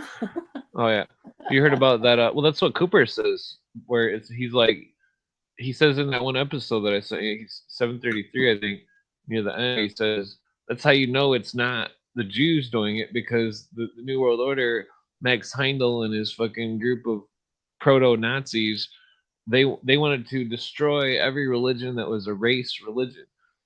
So, Yeah. so any religion where the race and the religion are considered connected, they wanted to get rid of them. So that's so if those religions aren't allowed in the New Age, according to the New Age authors, then obviously they're not part of the New Age conspiracy. But what I find interesting is, does it really matter? Because one of their strategies is to co-opt from the inside, right? I mean, Hmm. you just start infiltrating those organizations and institutions, Yeah, well, that's where I and think. it Oh, sorry. rots from within. Yeah, well, that's why I think that I think that many of the world's religions have already been infiltrated by So do I. Yeah. secular humanism. Uh, Yeah. that it's like there's this whole surrealism and this thing that comes over people when they think that they're God, and it like I think it's all part of the brainwashing. It's like there's many steps to it, and that's the first step is to admit you're God. I just hit the microphone. Well, I remember reading that when I was a kid. It's somewhere in the New Testament about they will declare themselves gods. And I remember thinking how Yeah, radical that was. Who would do that? How is this possible? It's possible. yeah, it's exactly what it's It's what crazy, they've because done. like they warned about it way back then. This group of the Magi, quote unquote. I mean, that's what Cooper calls them. Yeah, Yeah, they consider themselves the anointed ones. And I understand, I think also in the past, one of the things you said was maybe, let me know if I don't remember this correctly. I think you objected to the use of the word Christ because yeah. Christ just means anointed one. Well, the anointed one to these Gnostics and occultists is Lucifer, Prometheus, not Well, it's like Jesus. the idea of the devil trying to be like God. Jesus, the word Christ originally was supposedly meant fire, and so it was like that thing about the Kabbalah and Hebrew stuff. It's like the one God was air, which was the Old Testament God. The new God, who is the old God reborn as the sun, was the fire. The two higher elements, and then the how did it go? There's more to it than that, but it's like there's that verse in the New Testament where it's like it says, and Jesus had a second baptism, and it's talking about two baptisms, and that so I think there's lost aspects to Christianity that the I think it's I don't know where it comes from, but I definitely I've when you read the book, there's like so many things that aren't adding up, and that Well, the and that's why, I mean, Christianity is not being just, it's nothing new. It's nothing for you and me to discover. well, It's there. no, I mean I think that it existed prior to Judaism, and that it was and then it had been kind of like stuffed under the rug, and then it reemerged in Jerusalem by some sort of traveling priesthood or something, that they brought it back or something, or maybe it was simply rediscovered through the some sort of ancient archaeology. Because Yeah, like the, that's too speculative for me. It's like well, no, I mean this is based on a lot of. I just dropped that rose. no, it. Well, I'd have to bring up the Bible verses and stuff, but that's where that stuff about the chief cornerstone. The Oh, well, so one of the things I know we talked briefly in text about, um, I think the Egyptian pyramids are much older than we're being told. yeah, But just because, so I do question, and talking about the Egyptian pyramids, and you can give me your opinion of this. Everything I look into, most everything, I can't think of anything that hasn't become suspicious. But it becomes suspicious where I no longer believe the official narrative, but that doesn't mean that I believe the people who are coming to conclusions to speculate on what really happened. And I'm referring to the 19th century. Man, let me tell you, this Tartaria mud flood thing excuse is me. just absolutely flooded Oh yeah, a lot of the truther movement. I mean, it's right up there with flat Earth, which I don't believe. We know that the Earth's surface is curved without leaving the yeah. planet. Is it a ball, spinning, and the sun is the center of our galaxy? I don't know if I believe that, Well, I think it's definitely legit. but the surface of the Earth is definitely curved.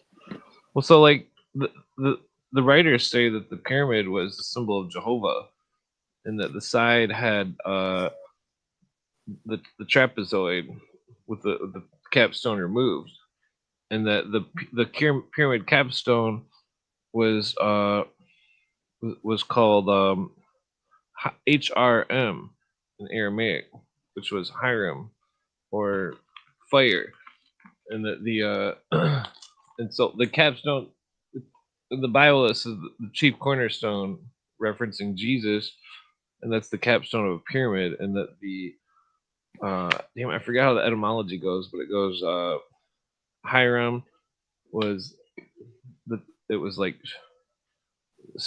damn, how does it go? It's something with Shar Salom, and then Shalmaneser, and then I forget the other two words, but it's like Shar Salom means Prince of Peace, and that the like the Legend of Nazareth, Nazir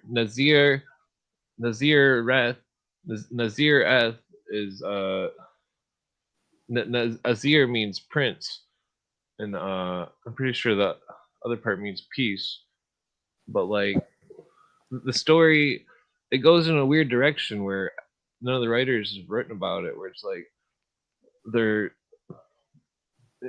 they have signs, and it's like when they talk in the Bible, like those who have eyes to see and ears to hear, they're talking about that they hid stuff, and that those who can see will see, and those who cannot, will not. And that it's like how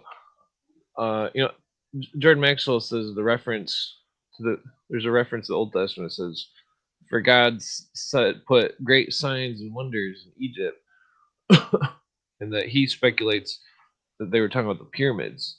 That's why the pyramids didn't have any marks on them, because the proto Christians did not put any marks on something. They were making an idol to God, and it wasn't to be an idol. Well, no, they were making a monument to God. It wasn't to be an idol, and that that the people that built it were extreme mathematicians, and that well, it's just crazy, because it's like people underestimate the education of ancient man. That I think they were highly educated, and that we don't even have like a percentage of the type of stuff they were doing without calculators, without any of this stuff that we have. Like, I mean, it's Yeah. it's interesting. I mean, Oh, well, think about it like this: with the Kabbalah and the gematria and stuff, it's like I don't understand Kabbalah. well, it's a very complex system of all sorts of stuff. But so if someone was to imagine you seeing an angel or something, and the angel said, "I'm going to give you a story. You write it down." And then the person says, "Well, how if I tell somebody that an angel gave me this story? How can I prove to them that that it's a story that is, from an actual angel?" And so, so then the angel's like, "Oh, well, easy. I'll just put a little gematria in there and make sure that it's all very complex." It's like Mhm. it's like in the story of it. The best way to point it's like part of the I don't remember which system is it, Tamir or the other one, but the 72 letters of Exodus were the Shem Ham Pharesh, and that they add up 72 times three parts of God adds up to 216, which then was the gematria of there was a sentence or a word that was it's like all the phrases were like mathematically connected. Like, those books where it's like, turn to page blah blah blah if you want to go this way, or turn to page blah blah blah if you want to go that way. Mhm. And it's like the book has these tricks about it. It's like it's like a game, but it's like it's hard to explain. It's like I've been trying to study it for like 17 years, and like I mean, it's just a whole rabbit. Like that's what I used to talk to that Canadian chick about, who is from Israel or whatever. That we would discuss the Kabbalah, and that the but it wasn't the modern Kabbalah. That there was an older one, and it was lost, and that I think that it's in the New Testament, and that it's this very complex story, and that the Everything is complex. well, I mean, Anything like, related to trying to make sense of, I'm trying to thread together. Do you remember when I said, what is Rosicrucianism? I don't understand Rosicrucianism. And yeah. somehow I know all of this is, it's part of the same web. I Well, think they're remember that all interrelated. I don't know if you're listening that night. I think Dan came on and I was talking about that book, reading it. Oh, that was last weekend? Yeah, but so they mentioned about what the rose and the cross was, and that it was a symbol to those who were supposedly, uh, well, that whole thing about the sons of Seth versus the sons of Cain. Uh, the sons of Cain were carrying on, and they were the children of the god. Well, the sons or excuse me, Seth, and that the sons of Mhm. Cain were the children of the devil, and that they Mhm. needed works to quench the fire spirits, and that it's it's a weird thing because it's like, say for example, like Catholicism and the Babylonian religion connection, they go into the church, they wipe the water on their forehead, and that the water was to quench the thirst of the fire spirits of the. I don't know if the spirits are real or anything, but the symbols they use are not the symbols of. Uh, I mean, it's weird. There's a weird. See, it's like it's like the Old Testament God was the male god, and that the newer stuff was the female gods.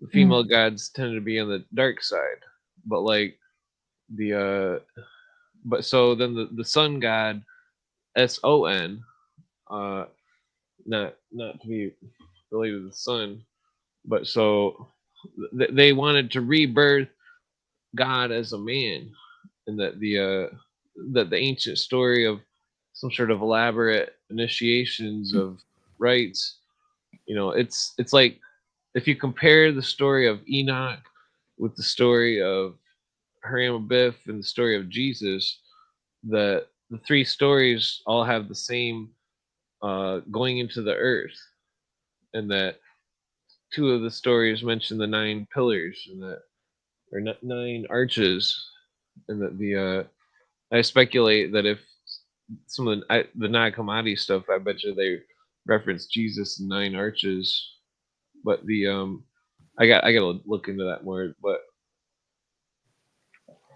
because like Enoch, it says he walked with God. That's what his name meant, and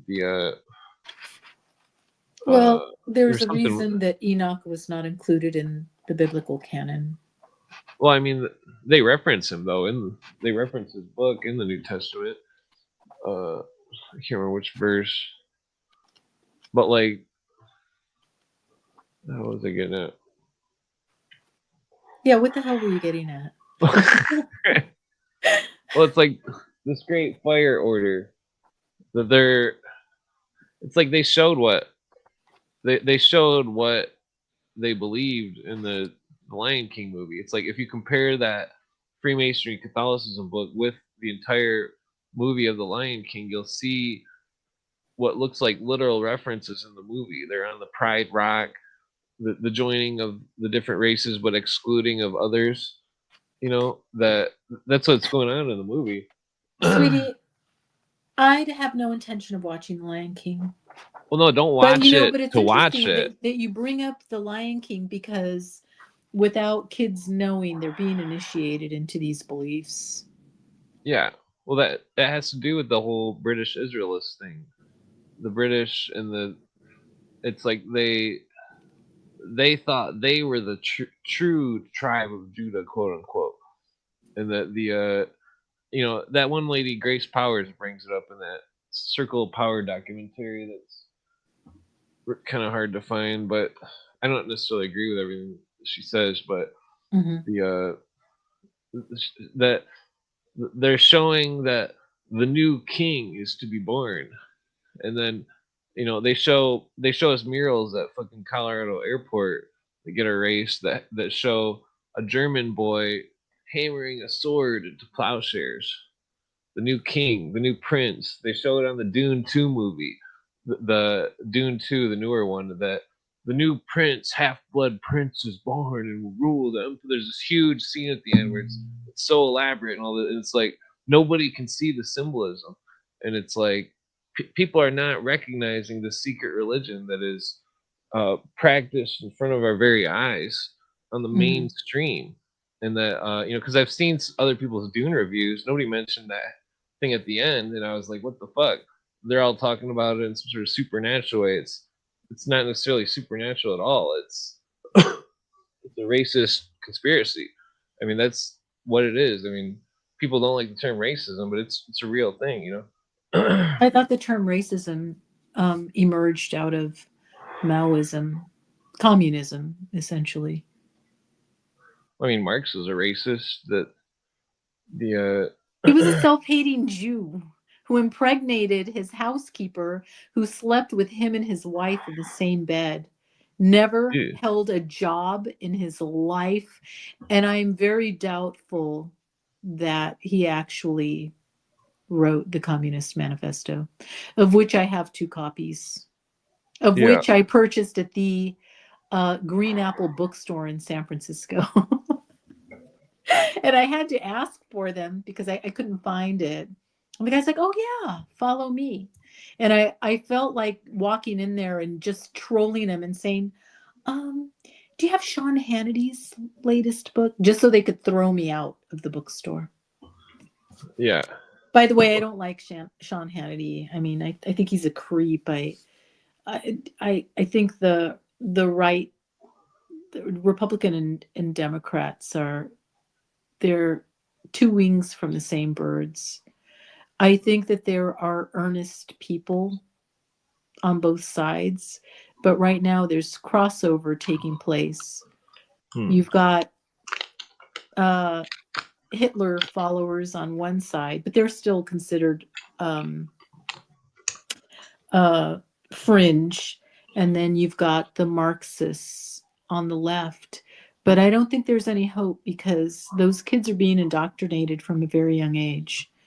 Obviously, the powers that be have succeeded in separating women from their children, and women are leading the charge, as George Orwell predicted. Yeah. I mean, It's really heartbreaking. It just absolutely devastates me. he We're might have been just not aware of. inquisitive. Oh yeah. Well, he might have been aware of the female Illuminati that was written about. Yeah, maybe. I mean, when did Orwell die? Late 40s, 1950, right around there. Well, plus he was related to one of the other writers that was.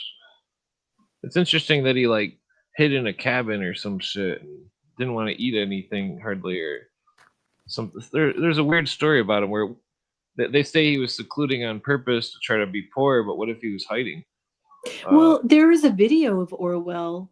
I mean, that is purported to be from his deathbed, where he's trying to warn humanity. I mean, it was out there 10 years ago. I haven't tried to look for it recently.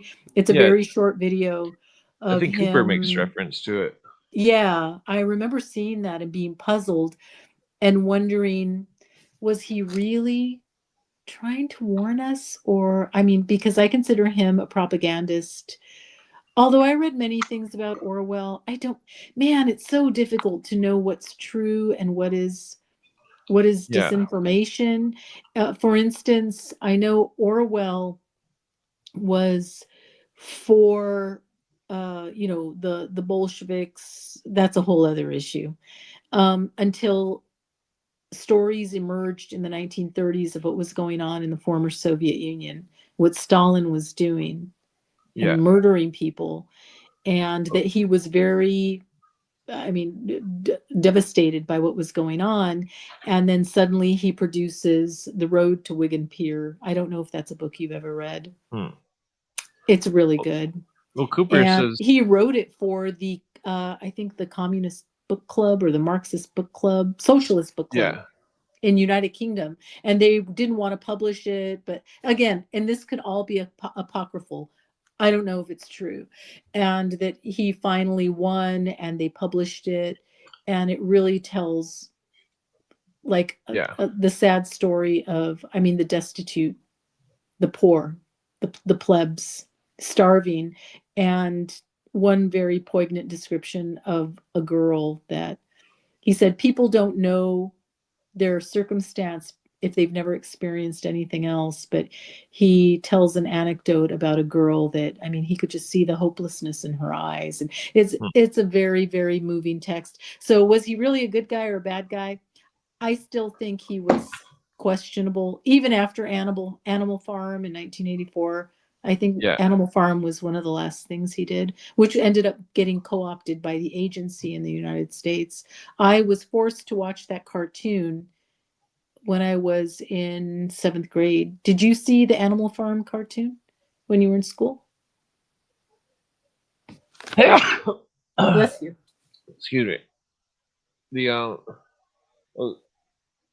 but I think I know, I think I read the book.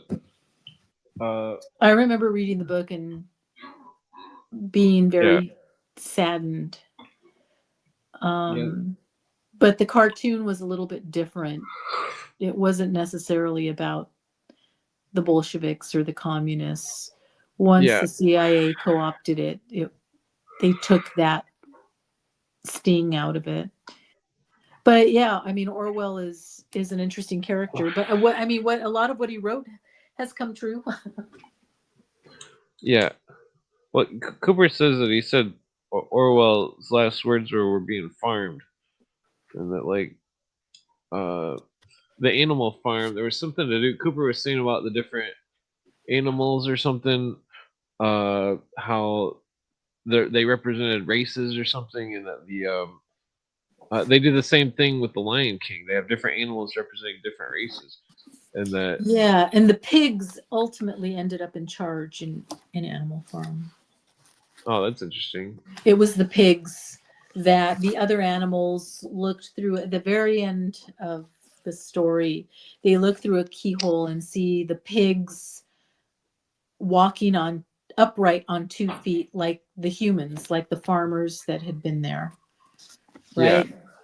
Um so yeah. And I just remember when I was a kid, I remember I was so upset about Boxer, the horse that believed in the cause. And ultimately, when he worked himself he couldn't do any more, they carted him off to the glue farm. Jesus. And I remember this story. I mean, that traumatized me as a kid. And for everything that he had given to them, they discarded him like garbage. I mean, I don't think kids are required to read Animal Farm anymore. I had to read it when I was a kid in school. Yeah. It was required reading. Did you read the what was that called? Lord of the Flies. Yes. Yes. Yeah, I had that's to a. read Lord of the Flies too. They teach the Luciferian stuff in it. The whole, well, not necessarily Luciferian. They teach the whole balance thing. It's because remember the tribe, the people went into two tribes. One was intellectuals. The other were, one was eating moss or something. The other was Mm-hmm. eating meat. And this is the symbols. Lord of the Flies is Beelzebub. Yeah. I'm trying to think. Okay, now you're making me think about middle school required reading. So yes, Lord of the Flies. Oh yeah. I had to read Animal Farm. What's another I one? The re- lawyer. which one? The lawyer and the Boo Jasper or something was he was defending some kind of uh they're damn I forgot how they don't I think they banned the book these days. Uh fuck, what the hell was that called? It had the lawyer and there's some kind of case. Wait, you're not talking about To Kill a Mockingbird by Harper Lee, Yeah, are you? I think that's it. Yeah. Takes place in like Macon, Georgia, 1930s. Yeah. I And he forget. was a defense attorney, and he was a widower taking care of his 2 kids. Yeah, I think he was defending Boo Radley, I think was the name, wasn't it? No, he was defending Or Tom Robinson. Tom Robinson. Yeah, Boo Radley was a neighbor who, in Was the book, disabled. had killed someone. And it was one of those houses in the neighborhood that, the kids whispered about, and you never saw anybody. Yeah. But Boo Radley lived there with his father, I think. Um, if if you have never seen the movie with Gregory Peck, I highly recommend reading that book because there's so much Yeah. that the film left out. It had to. It made sense that it had to leave out a lot of stuff, like the backstory of Miss Dubose. But the film is magnificent. In fact, thank you for reminding me about that because I want to recommend that to a girlfriend. Her son is 11. He's going to be 12 this year, and he's becoming of age where he's getting more aware. And the movie with Gregory Peck is so wonderful. And I saw Gregory Peck in person many years ago, and I was starstruck. Oh yeah. Even though he was old, I was absolutely starstruck. But okay, so yes. So Harper Lee, I'm trying to think, what else was I forced to Oh read? yeah. Oh, I know. Did you have to read any John Steinbeck? Of Mice and Men? I had to read Of Mice and Men. Maybe. I Of remember Mice and Men is great. we'd always read the book, then watch the movie. I remember the Odyssey, reading that one. Or I don't know if it was like a shortened version or uh, yeah, I'm trying to think of another book that was. They always had all these books. Did you have to learn about the UN and stuff and civics? About who? The UN, were they pushing that on you guys? No, I don't know what that is. The United Nations, UN. No. Oh, the UN. The UN. Yeah, No. yeah, No, I yeah. mean, we touched lightly on it. I don't even recall even reaching the Vietnam War. Oh wow. I Well, think we only got as far as the Korean conflict, and the rest was just no. And when I I listen, always believed the official narrative of everything oh yeah. because I didn't Well, know any better. Nobody when did. I listen to Cooper's episodes of the planned education of your child, it's like a 4-part series or 3-part. Hmm. I was blown away because he was talking about the situational ethics, and that he was talking about them, and like when he was talking about it, I remember the specific moment when fucking I think it was the civics teacher, some stupid track lady, she was she but she was pushing it, and that I remember because they were asking us about stealing and stuff or something like, and that what if it would be okay to steal under certain circumstances, and it like and it never. And I remember being a kid like thinking like, oh yeah, that's true. If you were starving, you should steal, and it's like, and like since I covered that in 11th grade psych class. oh, interesting. Hmm. Yeah. On the Yeah. virtue of breaking, you know, the law to save a life. Yeah. Yeah, I I remember that. Yeah. Um, did you ever read Flowers for Algernon? Hmm. Sounds familiar. About, well, Algernon is a mouse, and it's a lab mouse, and these doctors are running experiments, and they administer a drug that makes the mouse smarter, and they Hmm. ultimately give it to a man who is on the, back then these are the words, like a mildly retarded man, and he becomes a genius. Yeah. Hmm. That's a really good story, but ultimately Algernon, okay, no spoilers. It That is sounds a familiar. great story worth reading. And they made a movie about it, and they made us watch it in class. I think the movie was made in the late 60s, early 70s, called Charlie. And it was the story of Flowers for Algernon. Hmm. I don't know why I remembered that. You got me to thinking about, yeah. Or I got myself to thinking about middle school mandatory reading. I don't think Yeah. I never had to read Catcher in the Rye. My Yeah. I don't sister remember reading did. that one either.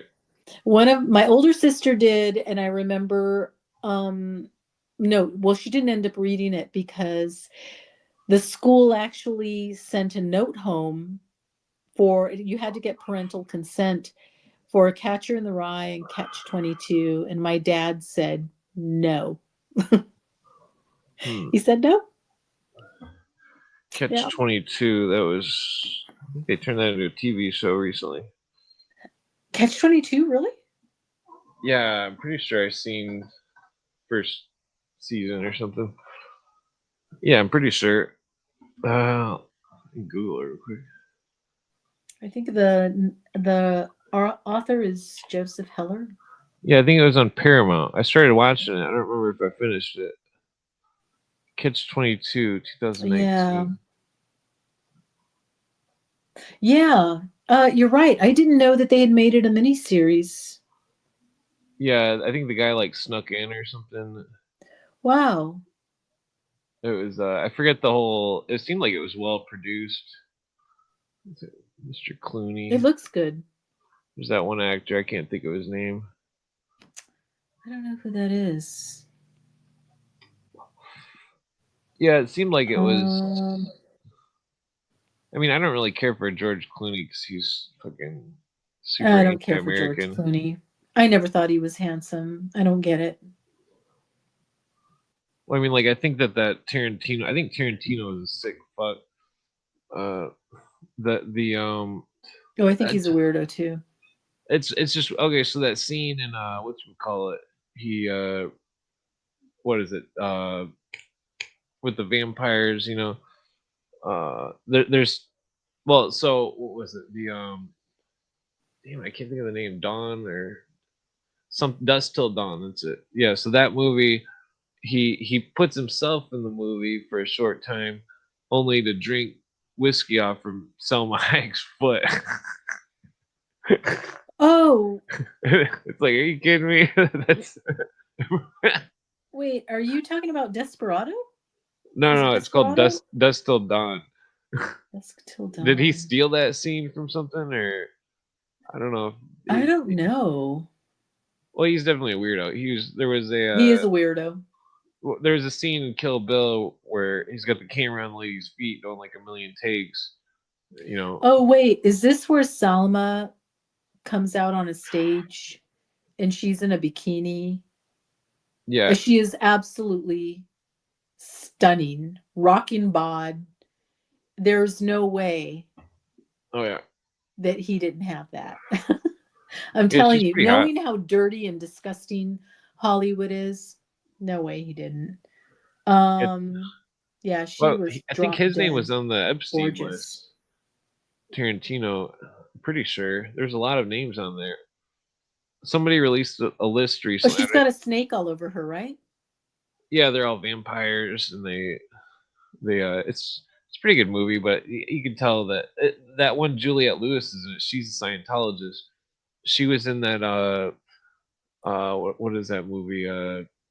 New Year's or something. Oh fuck, what is that movie called? It was about 1999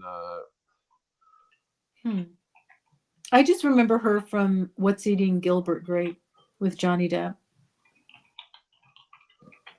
Oh yeah, well, yeah. Which was Leonardo DiCaprio's breakout role.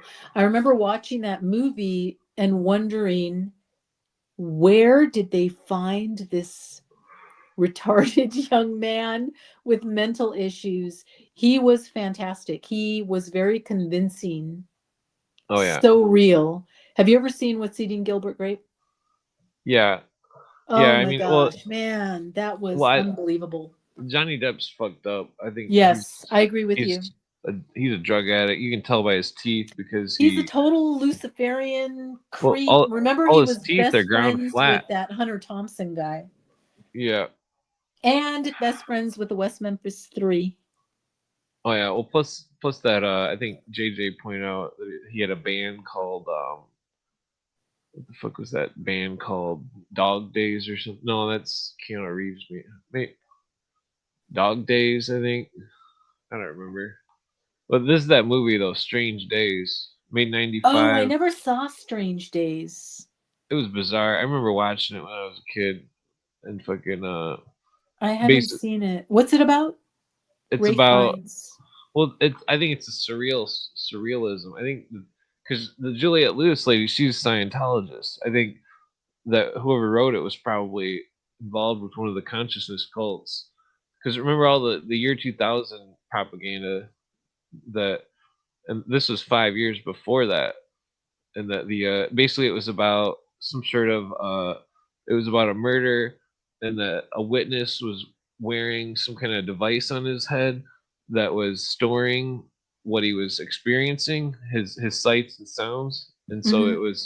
it was evidence against a murder, and that that he like somehow got rid of it or something, or I forget what exactly happened, but then he got killed or something, and then the dude in the center, he's trying to get the evidence. So he's some kind of the dude in the center is some kind of does some sort of illegal activity where he's illegally selling these brain uh memory recorders, and that Hmm.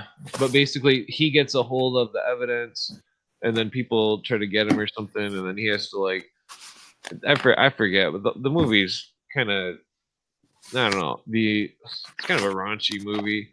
It's I don't like raunchy movies anymore. Yeah, I mean it's the whole the Oh, whole like, it's a James Cameron. oh, is it?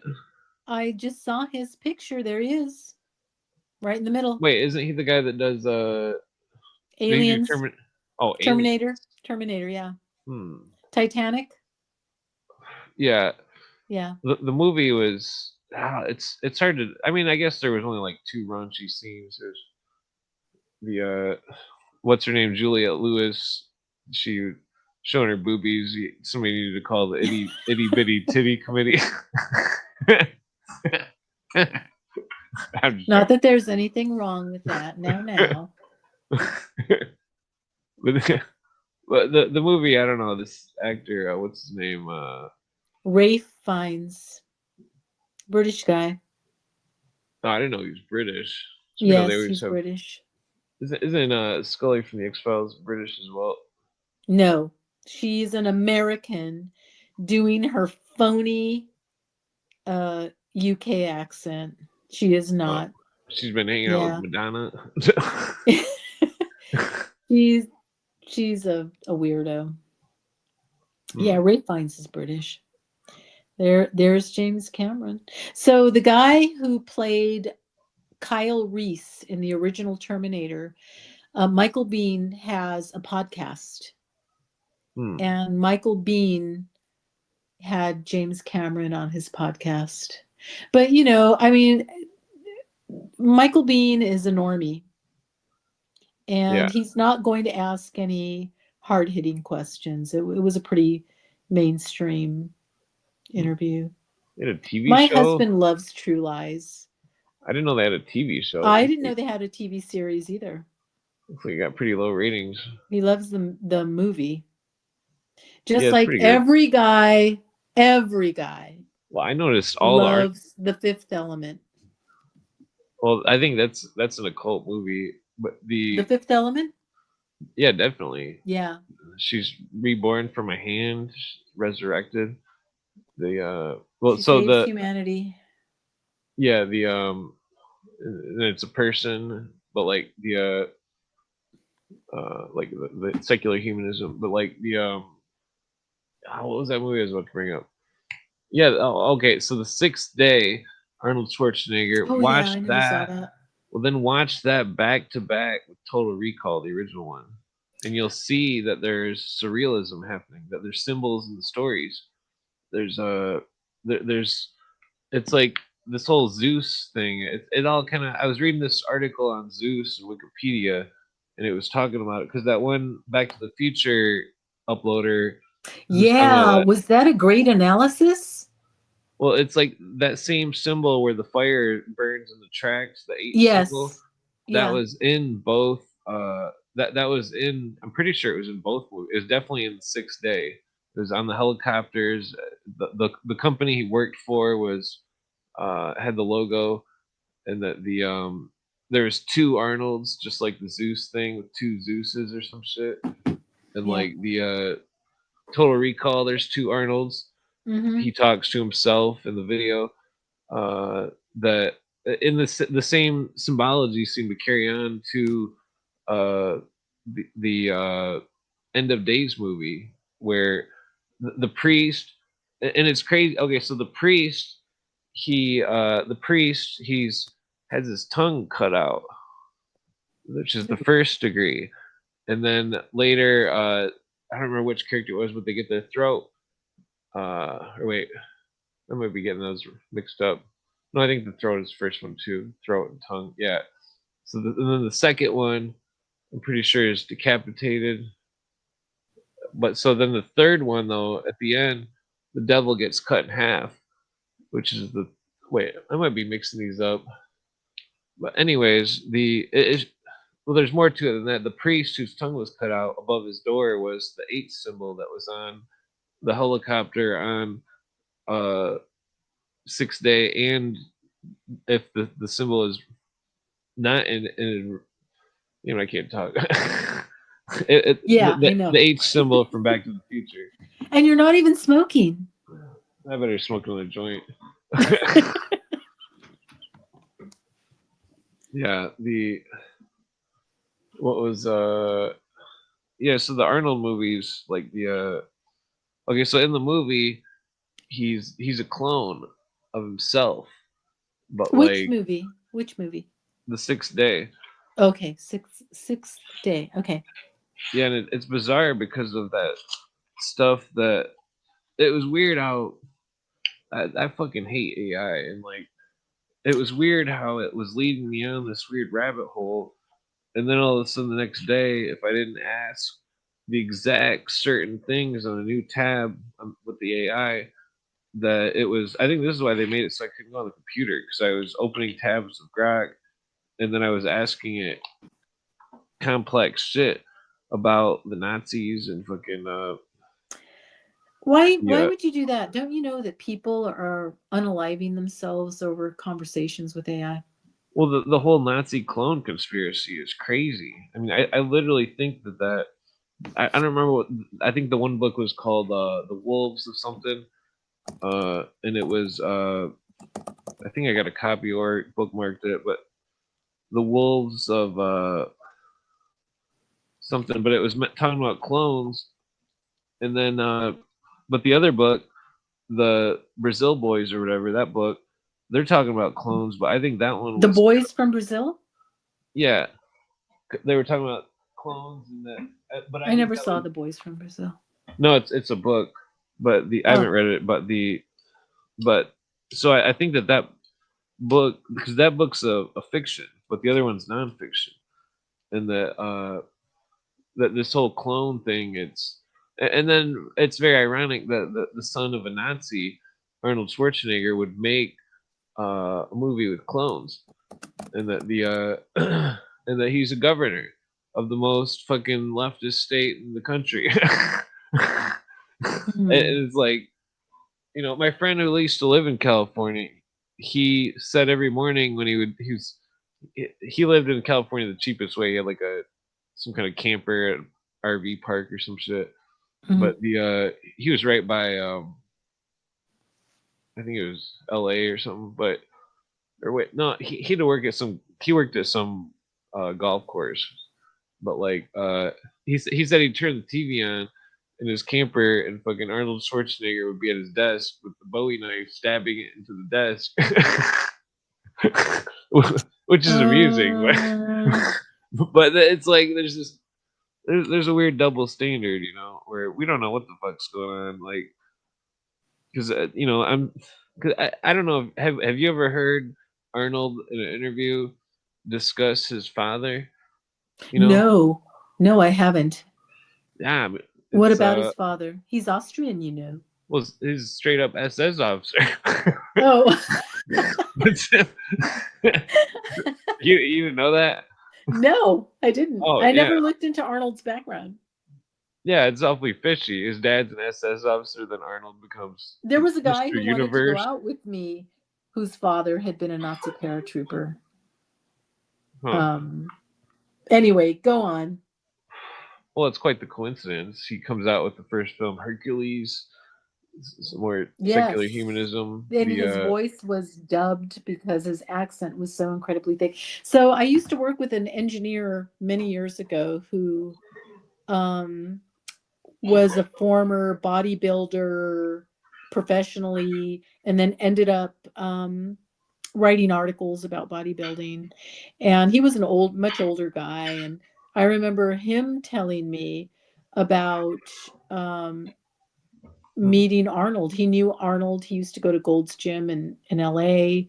And he came out, my coworker came out against using steroids for bodybuilding. But he said, so, I mean, he eventually got told where to stick his head so many times that he just retreated from writing. But he said he knew Arnold, and he said that he said everybody loved him. Everybody loved Arnold. Arnold just, he would show up, everybody would, light up. And he said that Arnold had said, George, I'm going to be a movie star. I'm going to be a movie star. And what's interesting is back then, bodybuilders, the Mr. Olympia was, people like that were considered freaks, right? I mean, the only work you could get in Hollywood, I think in the 50s and 60s, if you were a bodybuilder, was Hercules movies. But Arnold said he was going to break out. Knowing what we know now about Hollywood, man, who knows? And I remember my coworker saying that he would sleep with anything, and we know that's true. Well, But there was Arnold, me and my friends the used to make this housekeeper. joke. We used Yeah. to make this joke about the Conan the Barbarian 2 with the actress, but so the joke was because one of the scenes, the lady does some kind of kick, and you can see her whole birth canal. Oh, and we were making the joke that Arnold was, on the set, and he's like, "I will not do the scene unless blah blah blah." I don't know. It could just be a editor's mistake. have you ever seen Pumping Iron? Have you ever seen Pumping Iron? Maybe like a long time ago. It's a mid-70s documentary, and it's about the preparation for a Mr. Olympia contest. And you see Lou Ferrigno. This is his pre-Hulk days.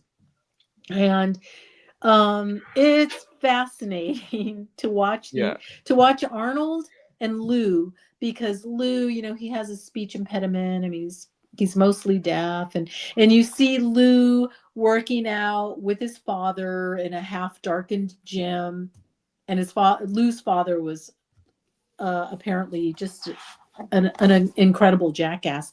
But then you see Arnold on the flip side, on Venice Beach with a girl on each arm, and he's doing yeah. his weightlifting, and the We see that. psychology that Arnold would use on Lou when he'd walk in. Hey, Lou, you're looking a little flabby. Yeah, you're not. I mean, it was just incredible. It's fascinating to watch, and you get insight into Arnold. But I definitely think that I Oh, don't think that these A-listers are coincidences anymore. I don't believe that. yeah. Wonder how many other actors are. Tons of them. Damn it. I mean, when you think about what Marilyn had to do, Marilyn Monroe, do we honestly believe that contemporary actors and actresses don't have to do the same and then some? Well, I think Marilyn Monroe is a secret agent, possibly. I don't think she was a secret agent. I think she was definitely kitten programmed. And I did not know until recently that Marilyn was with Anton LaVey for a short while. Oh, They that's lived bizarre. together. I find that incredibly bizarre. Well, I think he might Yeah. have been a secret agent too. Yeah, he may have been as well. Because the whole time that the government was promoting the satanic panic and trying to ridicule people, there was really stuff going on sanctioned by the government. Yeah. Wait. So did you notice the skull and bones on his hat? No. Oh, let me see this. Right below the bird. Oh yeah. But wait, isn't that standard for them? No, only certain officers got to have that. Is this Arnold's father? Yeah, this is from the New Yorker. There's another picture. Let me see if I can zoom Oh, I in. want to see his dad. Oops. Wow. Yeah, Yeah, it does kind of look like him. yeah. You There's know, quite a. Arnold has an illegitimate son with a housekeeper who looks very much like Arnold. Mexican Arnold. Yeah, Wow. yeah. So Arnold, he should definitely publicly state. I'm pretty sure I've confronted him on Twitter before You about what? how I confronted Arnold Schwarzenegger in a comment or something. I said, "Oh, you say screw our freedoms. Your dad's a Nazi. Why don't you fucking?" Yeah, I mean, when I think about, I have to wonder about, I read a book, and actually I heard this author, I went to go see him. When we lived in San Francisco, we had access to a lot of people. And this well, guy's name was Ronan Bergman. He wrote a book titled uh, Stand Up and Kill First, which is a book about Israeli um, assassinations. And oh, it includes going after, who was the Nazi that they got, that they knocked him out and got him on a plane to Israel and tried him for Nazi war crimes. Um, that sounds familiar. Damn. Yeah, I can't. Eichmann? Was it Eichmann Like that when, they did that? So anyway, he details a lot of this stuff. But Clint, a lot of the Nazis came here. So a lot of them were yeah. taken by the Russians. A lot of them came here. Well, And in Russia, they were treated like, they just wanted their knowledge, information. But Nazis in the US were treated like rock stars. well, they also went to Mexico. So did the OTO. So I think the OTO were connected with Mexico, Latin America. Yeah. yeah. So I think we knew exactly where all of the Nazis were. The So I call OTO. BS. Well, even Crowley went to the Mexico. Uh, that there's some major shit going on with that OTO shit in Mexico. Let me see if I can find out. There's grand lodges there of the OTO. Wow. I think it was in Mexico OTO, is City. that That's Aquino? Was Kino Aquino it's OTO? pre-Aquino. It's the dark side. Ordo. Every time I think about living in San Francisco and living in the Presidio, Well, so okay, so think of that blows my mind. well, so think of uh okay, so think of like Freemasonry. They're trying to have the knowledge, knowledge and light, quote Mm. unquote. But in OTO and stuff, they're doing the opposite. Where instead of because Masonry is very similar to Christianity, where it's like to be clean, to not steal, to not lie, and to not, but like, But that's not necessarily all true, well, because hold on. doesn't Freemasonry, they have the duality. So you take the Well, dark with the light, right? let me get to that. So they believe through, just like Christianity, through how does that go? Purification through, I can't think of the word. Um, basically the idea of exercising, uh, purity, like to Mhm. not lie and stuff, to not cheat. But like, so then, which that's a long story for Masonry, but that's like the old stuff. But Yeah. so in the OTO and the true satanic cults, they're finding their inner peace or purity, not through uh not through you know, being good, but through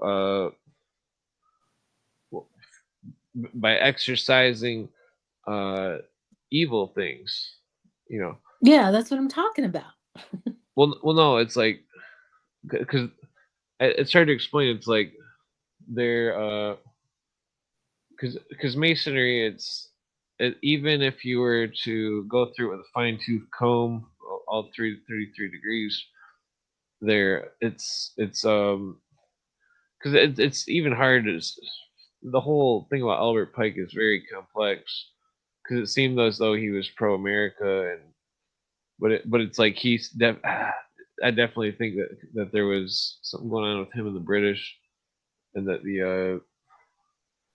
but like the what was I getting at, the but so that they, well, just take away like modern masonry. Old masonry was, they believed in being having the purity through abstinence and stuff. But with the dark side of the occult, they believe in purity with non-abstinence, and so that's why their degrees were sex degrees and stuff, because they were like making the if like there was this one lodge that was talking about in Europe where there was, see, this is where the dark side of masonry, where it's like the Illuminati took control of it. They were having the initiates go to brothels and stuff, and that they were, but they were lodge brothels, and that they were, the initiates were having so much intercourse that they were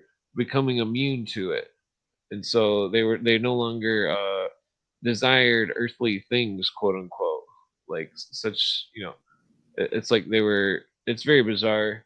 But well, the OTO though is very they're practicing straight up ceremonial magic, but it's, I think it's just all pure hypnosis. I mean, like literally hypnosis, and that the Hmm. Well, did you know that was it Thomas Edison was a theosophist? oh yeah, I wouldn't doubt it. Yeah, he was. Yeah, it's like Not Templars too. invented theosophy, but theirs was different than the modern.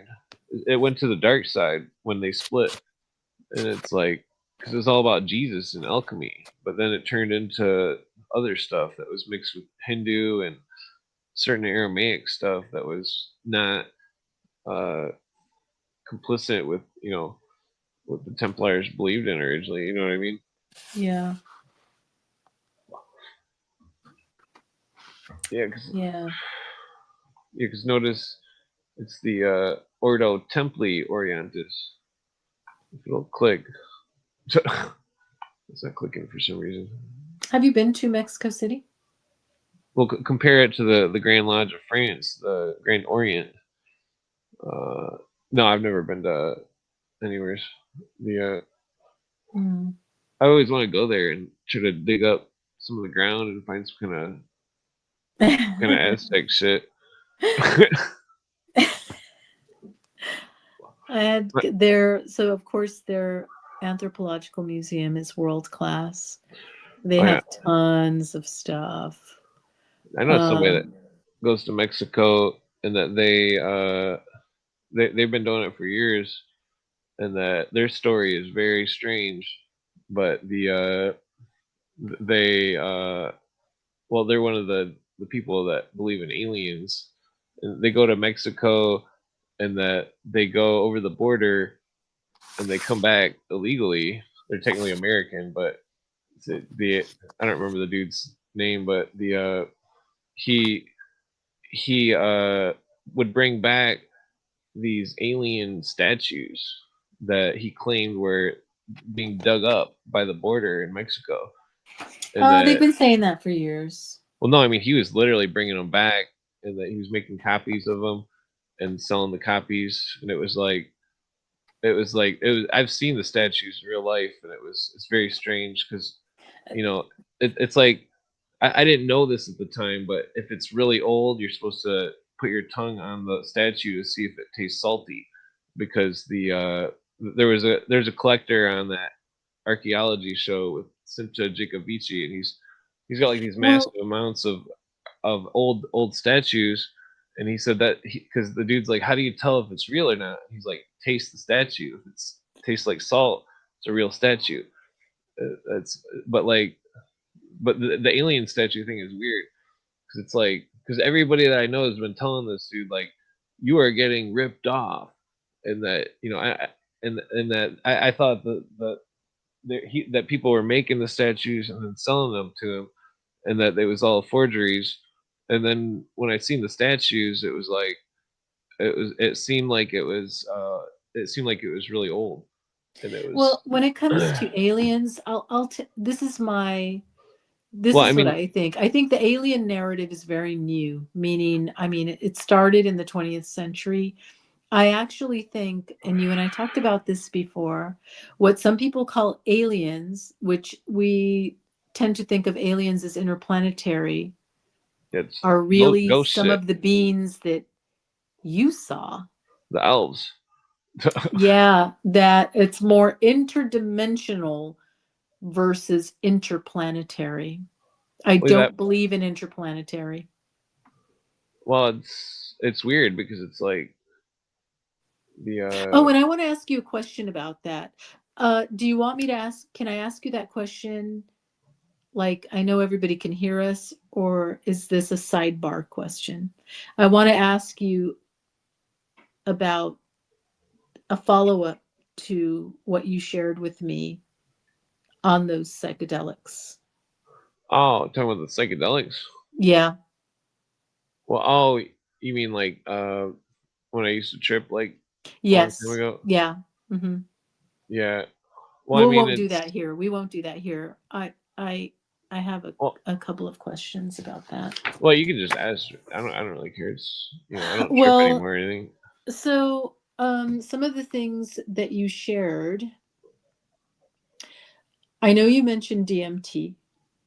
Yeah. So when you said that you had the shared experience when it was not just you, but there were multiple people seeing the same things. My question is, was it only on DMT, or did the same thing happen with any other psychedelic?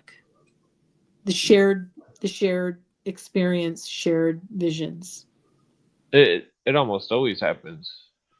The So it could be LSD, it could be DMT or something else.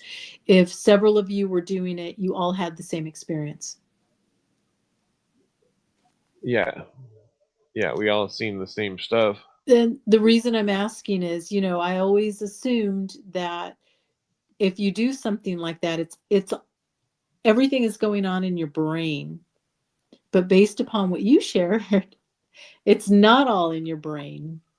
Yeah, that's the secret of the shamans of the Amazon, is that this thing is So you're seeing real things, yeah, they're not real ghosts. hallucinations. Yeah, the I wouldn't call them ghosts, well, there's some kind of entities, ghost things. I don't know what they're. stuff, beings. Do you have that experience on cannabis? No, weed just like a cigarette, which I'm gonna smoke a cigarette, I guess. Mm. The well, weeds. I mean, it's not just like cigarettes. Very close. Technically, nicotine's very close to psychedelic molecule. The well, the thing about the tripping is, I first noticed it in 1998. That's how I was at my friends, and we are all sitting there, and fucking we I could see this thing on the wall. It looked like a language or something. I could see it, and it was on the blank wall. And then everybody else is like looking at the same spot, and they're like, "Oh, you noticed that too?" And it's like, Mhm. and then we all started looking at it, and fucking my friend's girlfriend, she didn't take as much as we did, and that she couldn't see it, and it was very strange. It was because it looked like it was fucking like this is before the Matrix came out too.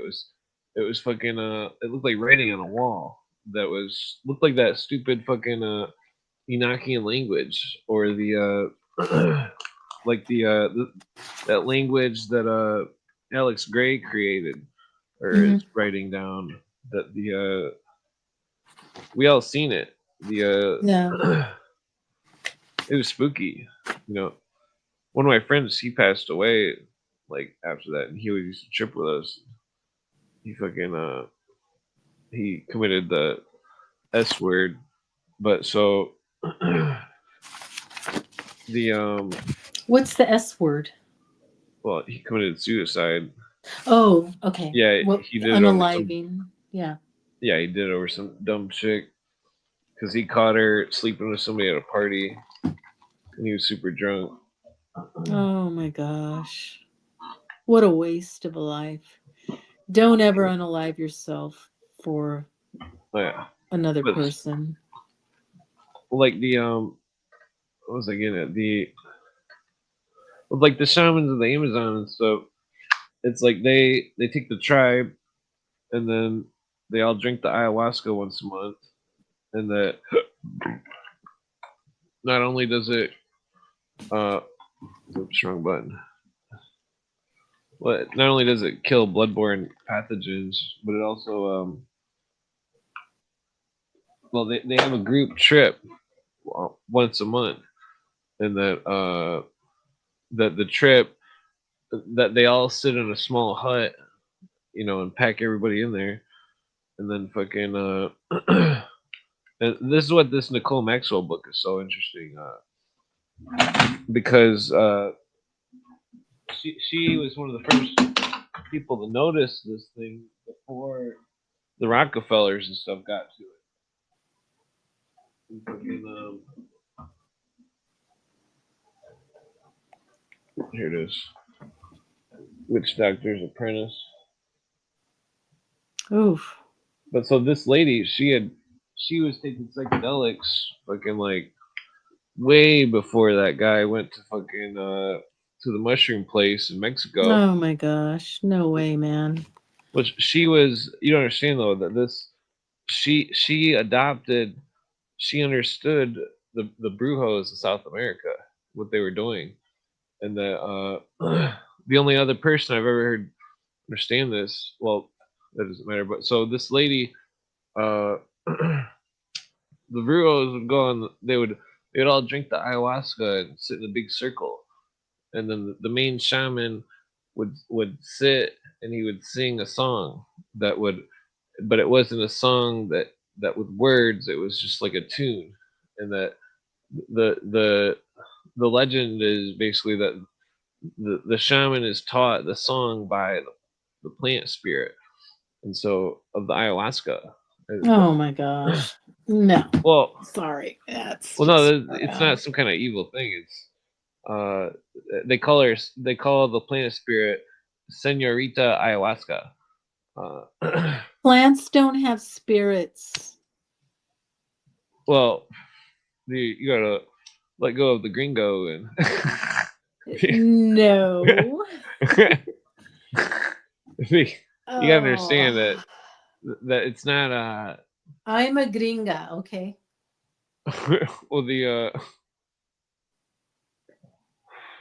plant spirit they call it Senorita Ayahuasca, and so it's a female, and that they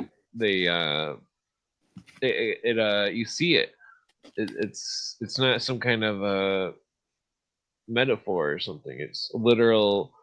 You drink the drink, puke your brains out, and then fucking everybody sees something. When the shaman sings the song, a story happens in the air. Everybody can see it in 3D, and that it's some kind of Everybody doing the ayahuasca sees it. yeah. There's strange stories about the ayahuasca and the ceremonies. The people, I mean, that's real magic where stuff can happen, and it's not it's hard to explain. It's like one time I was talking to a friend. I think I told you the story vaguely. I was talking to a friend about this one dude that I knew that used to be a big psychedelics dude that died. He died a long time ago, but like he um he thought he was gonna go to Sirius or Orion or some shit, and like my drunken roommate, I was telling the story about this dude because it was crazy, and that my my drunken roommate was like, "Where's that star?"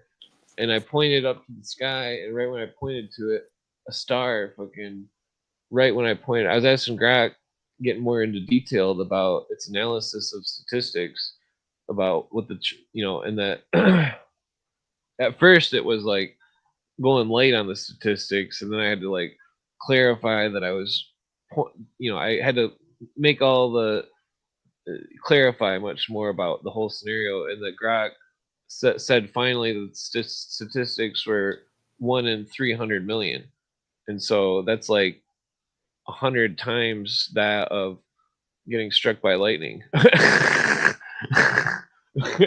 Hmm. So that and I'm not saying that that's magic, but I'm saying that there's stuff that is I don't know, it's hard to explain. It's like with the ayahuasqueros and stuff that they're sometimes in the ceremonies the whole group will see some kind of spirit.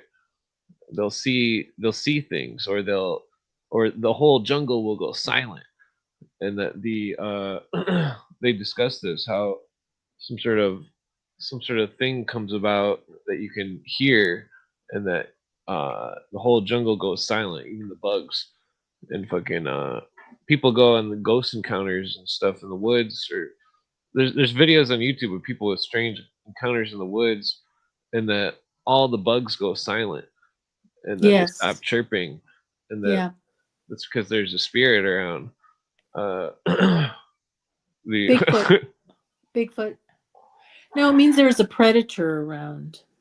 well, I mean, there's all sorts of weird reports of people that see spirits in the trees, and that one of my friends back in the '90s, he took a bunch of mushrooms, and he said that he's seen spirits in the trees, and they were like shadows, and fucking that I've seen the shadows sober once. I've never seen the shadows besides that or anything, but like I've heard crazy people talk about shadow people and all sorts of, like Yeah. uh like look at one of the oldest. I mean, the oldest story is the Egyptian Ka, but a more recent variation is Peter Pan. He's got a shadow, and it's fucking Oh, yeah. But well, Peter Pan is straight up demonic. it's I think very J.M. cool. J.M. Barrie admitted that. I mean, Pan, hello. Well, yeah, they want to keep Um, people young forever. yeah, and he would, you start to age out, you get killed. I think it's possible that his nemesis, Captain Hook, was a survivor of Peter Pan. Think about how scary I that think is. I think Hook would have been Mars, the planet. I think it's very scary to think of, Pan flying to your window and carrying you off and taking you away. And there was a lot of darkness there. And like I said, I think J.M. Barrie did admit that Pan was a demon. And by the way, there is a statue. I didn't know it was there maybe the time before last when we were in London. And this is over on one side of Hyde Park. There is a statue of Pan, huge, huge, outside this hotel, and he has his flute, and he is running. Pan, the god Pan, is running behind a mom, a dad, a child, and a dog. Are you aware of that? Well, isn't It's that a a Peter Pan freaky statue? statue, man. It was a freakier statue where the goat's banging somebody or something. So I'm not gonna put Ew. that on the screen. It's in Europe Hold on. somewhere. I'll be Hi, right back. Danny. Oh, where'd he go? Yeah, there's a Pan Ah, statue outside of that New York religion. The one that I talked about where Cooper talks about George Bush's grandpa going there. Uh, the religion he's it's the place with the lady on the cross instead of a guy. Uh, ew. well, right outside the church is a giant bronze statue of Pan. Uh, in the traditional sense. Ouch! Oh, hey, Clint, pull up, Jesus! search for in images the rush of green. Ouch! Hold on, I just roll over my toe with the chair. All It's right. okay, you've got nine What's up? more. Hey, Danny. Hello. Looking at some divine feminine stuff. No, We're talking about the we're OTO. talking about OTO, and I just brought up the god Pan. Yeah. I was gonna say And because that symbol is a divine femme symbol. Sorry, what were you saying? Ouch! just there's a statue in London. It's called the Rush of Green, and it freaked me out when I saw it. Whoa. Damn it! You already got like.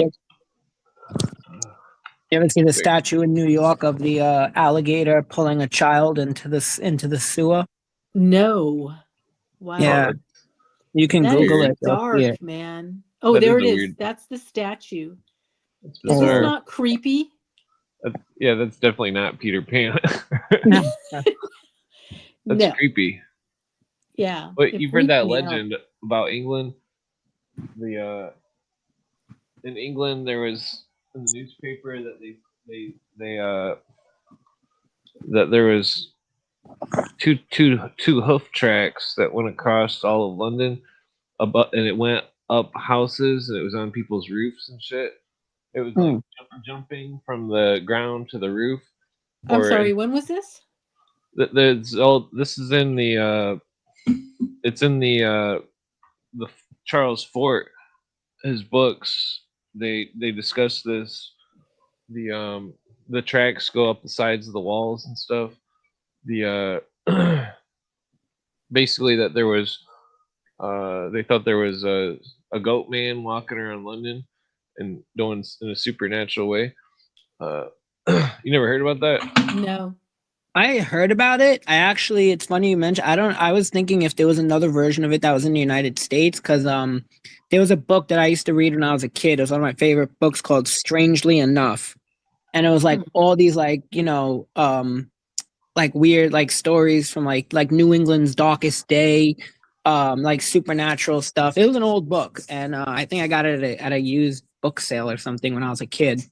And I used to read that book over and over because it was so fascinating. And I remember hearing about that. One of the stories it talks about is like when the devil came through, and it was like how all his track marks were left in the snow, like these Yeah. weird track marks. And like you said, they went up the side of a building, over the roof, back down again, and they just went on. And but I was wondering, I don't remember if it was in London that he meant, or if there was actually something like that happened in the United States too. Wow. I have never heard of either one of those. Yeah. Looks like we only have the snippet view. No, damn it, that's not relevant. Yeah, it's definitely weird. Where is it at? I'm pretty sure it was Charles Fort. I read it. Nah, it's out there. Yeah, this was a book. Who's the name of CB Colby.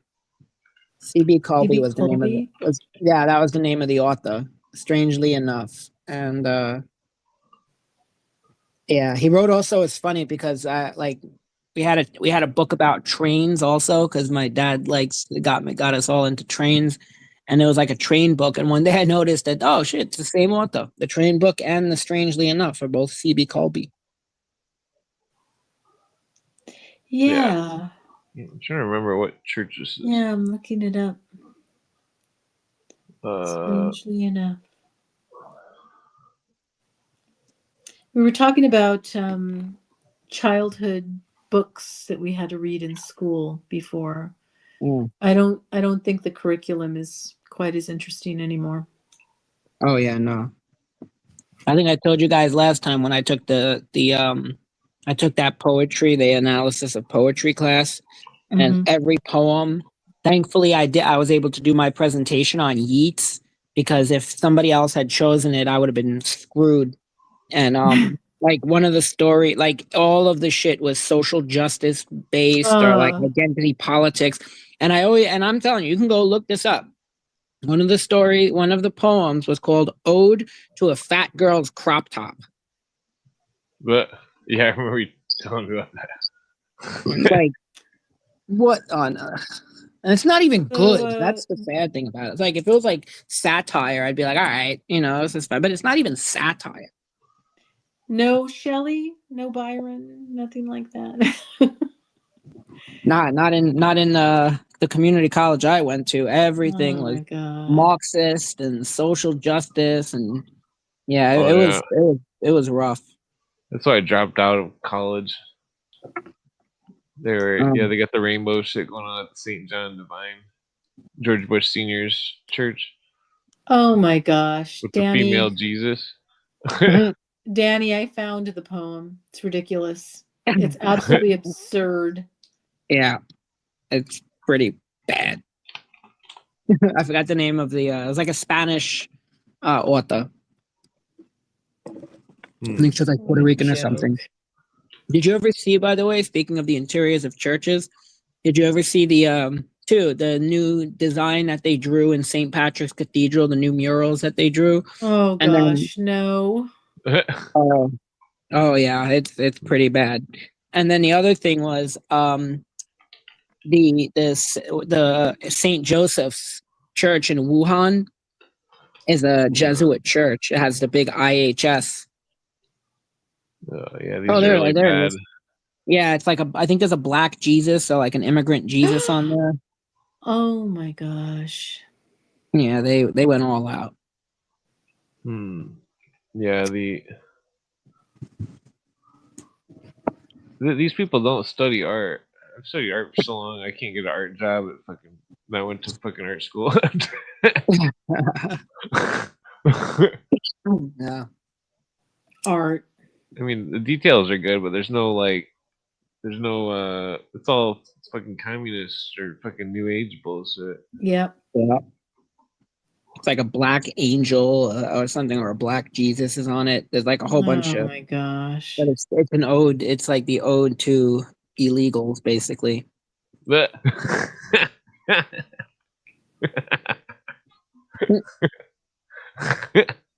Wow. yeah, that definitely sums it up. Yeah, sacrament of welfare fraud. Yeah, especially they don't have in honor of immigrants. Wow, it is really common. What? I'm looking at the murals Oh, in St. Patrick's. Yeah, Yeah. there's a lot of bad art. Like that was that lady that destroyed the Jesus painting. oh yeah, I can't that remember. was The last in time I Spain. went to St. Paul's in London, they removed The Light of the World, a very famous pre-Raphaelite painting, from view. I don't know why. It doesn't need any more restoration. They won't let you see it anymore. They took it away. I went to the. Can you bring up The Light of the World painting, Yeah. Clint? Yeah. Well, there was some painting discovered behind some wall or something in some cathedral recently. The world painting. It's a painting of Jesus at a door with thorns all over. I love that painting. It's beautiful. They took it away because St. Paul's is secular now. Oh, that's weird. Yeah, you can't see it anymore. It's a pre-Raphaelite painting. I can make a copy of it if you want. Pre-Raphaelite is my favorite era, so that's essentially 19th century. It's a beautiful painting. If you want a replica painting, me and my mom do paintings. Yeah. Well, I bought a print, and I matted it and framed it. Oh, nice. Oh, yeah. Yeah, it's beautiful. It's a beautiful painting. But yeah, I mean, they've secularized the church. You know, it's an absolute farce that the King of England is the head of the Church of England. That goes along with Because that whole British Israelism. What is how they think that they're the tribe of Judah and all this stuff? yeah, What was the I name of think it? I think the Queen of England stops. She doesn't like, well, not the Queen, but the King of England. When they take the oath of, Mhm. they get the swearing in ceremony or whatnot. They Mhm. don't profess to be the protector of the of Protestantism anymore. Yeah. Yeah. So the British, you know, they think they rule in the Holy Land, and then Mormons think they're going to be in charge. You know that, right? Mormons think that Yeah, yeah. they're cult There's a Mormons. bunch of people. A bunch of people talking about that on because they're calling out a bunch of the JQers and they're like, yo, they're all Scientologists and Mormons. Hmm. Oh Yeah. yeah, yeah. I think the Mormons and Scientology go hand in hand. Hmm. The Scientology technically allows they only allow one religion to use their e-meter, and that's Islam. Wait, what? Say that again? Yeah, there's a thing in Scientology where they have to sit at a table and they have to hold into two metal rods or something, and then it reads if they're getting upset, and the person sits there and yells at them and says mean stuff, and then they have to be able to not get upset and to tolerate all of it. And so the Islams are doing the same thing. Uh, Islam does. they wouldn't be using those meters. I mean, remember that thing about the whatchamacallit, the E-meter. what is that? I forget the name of that entity or whatever. Yaqub, the alien cult side of Islam. And then there's also the that other side where it's like, I mean, right in their books, their first angel is Malak, which is Everything likes Islam.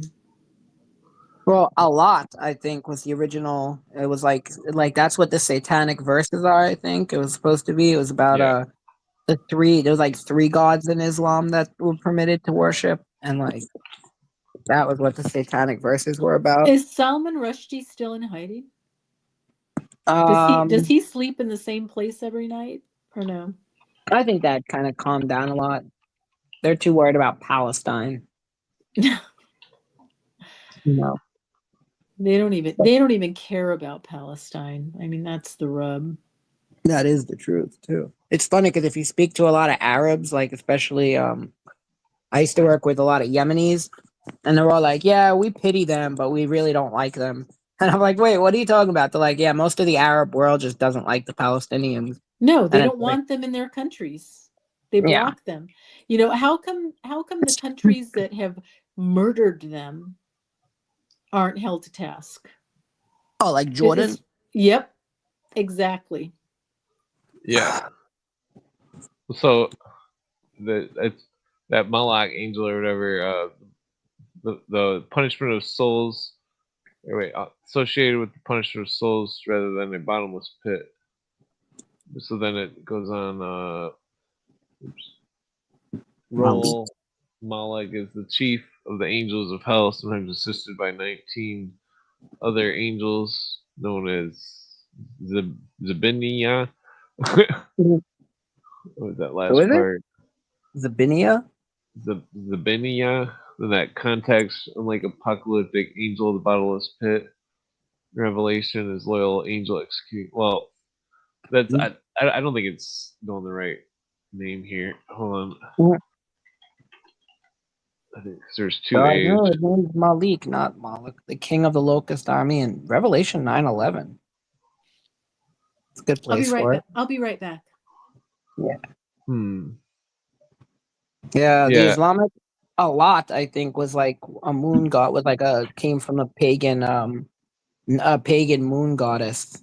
I think it was actually supposed to be, she was like a female. I mean, I traced the Malak thing to the Moloch and then to the Well, I mean, from my understanding of the symbols, that it's like the red bull that the scripture was warning about was a symbol of the god of Islam. Uh, they were warning about Islam, I think. The the angel of Islam. That's what I was getting at. The Damon, I had the exact Korean reference somewhere. I don't know. I had it on my other phone. I'm gonna have to dig it up just to yeah, Yeah. like because I mean like the let's see. Yeah, I'm gonna have to ask Grok because Google's being not giving me the right spelling. Beating around the bush. Yeah. That's what the Kaaba was. The Kaaba was like the center for all of like Arabian paganism. And I think it used to, they said like, we don't know too much about it because, Islam is the Quran is the only, written word we have that kind of talks about what was going on in the ancient Arabia. But Yeah, supposedly it was like filled with idols. It was like absolutely just filled with idols. yeah. And then the Mohammedans Well, it's like smashed them that all. dome. They're goddess worshippers. Basically, it's in a way. I mean, not. I mean, the symbols, the black cube, to them, they say it's one thing, but in some of the books, it says the black cube was a symbol of the goddess, Mm. and but and the mysteries of the cathedral that mentioned that as well with the Black Madonna. I was just gonna say that makes sense with the Black Madonna. Yeah. Yeah, like, but it's like the Babylonian that whole that book was making me think the other night. The Mhm. Freemasonry and Catholicism, where it's like this battle of different cultures with male gods versus female gods, and that it was Yeah. like it seemed like the male god cultures were always trying to be crushed by the other culture, and that the like that's why they want to do away with Jesus and Jehovah worship, that type of thing. It's like Mm. uh, the cycling, but I don't know. That book was weird because it's like preaching new age shit, but at the same time, it's like saying like either humanity, uh, either people integrate into other cultures or that there's like a doomed type of essence. I guess Mhm. Yeah, Earth worship, female divine. I mean, divine female worship is going to be, it's going to be more nurture. It's not going to be disciplined. It's like if you have like a kind of a male, like a Yahweh, a male god, you have a warrior god. Because that's what I think Yahweh was originally. He was a warrior or a storm god, and he was isolated by the God of by the Jews, by the Israelites, and then they picked him up and created the religion out off of him. But I think he was originally like, and I don't know if it was the Sumerians or who it was who had him um as like a war god. oh yeah, like the wrath of God.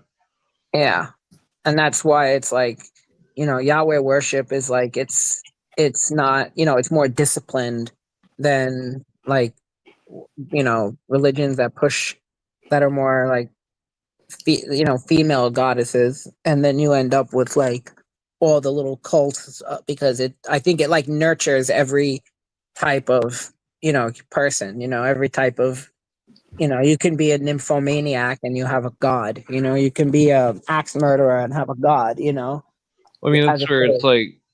it's like Crowley rebirthing the goddess worship, where Yeah.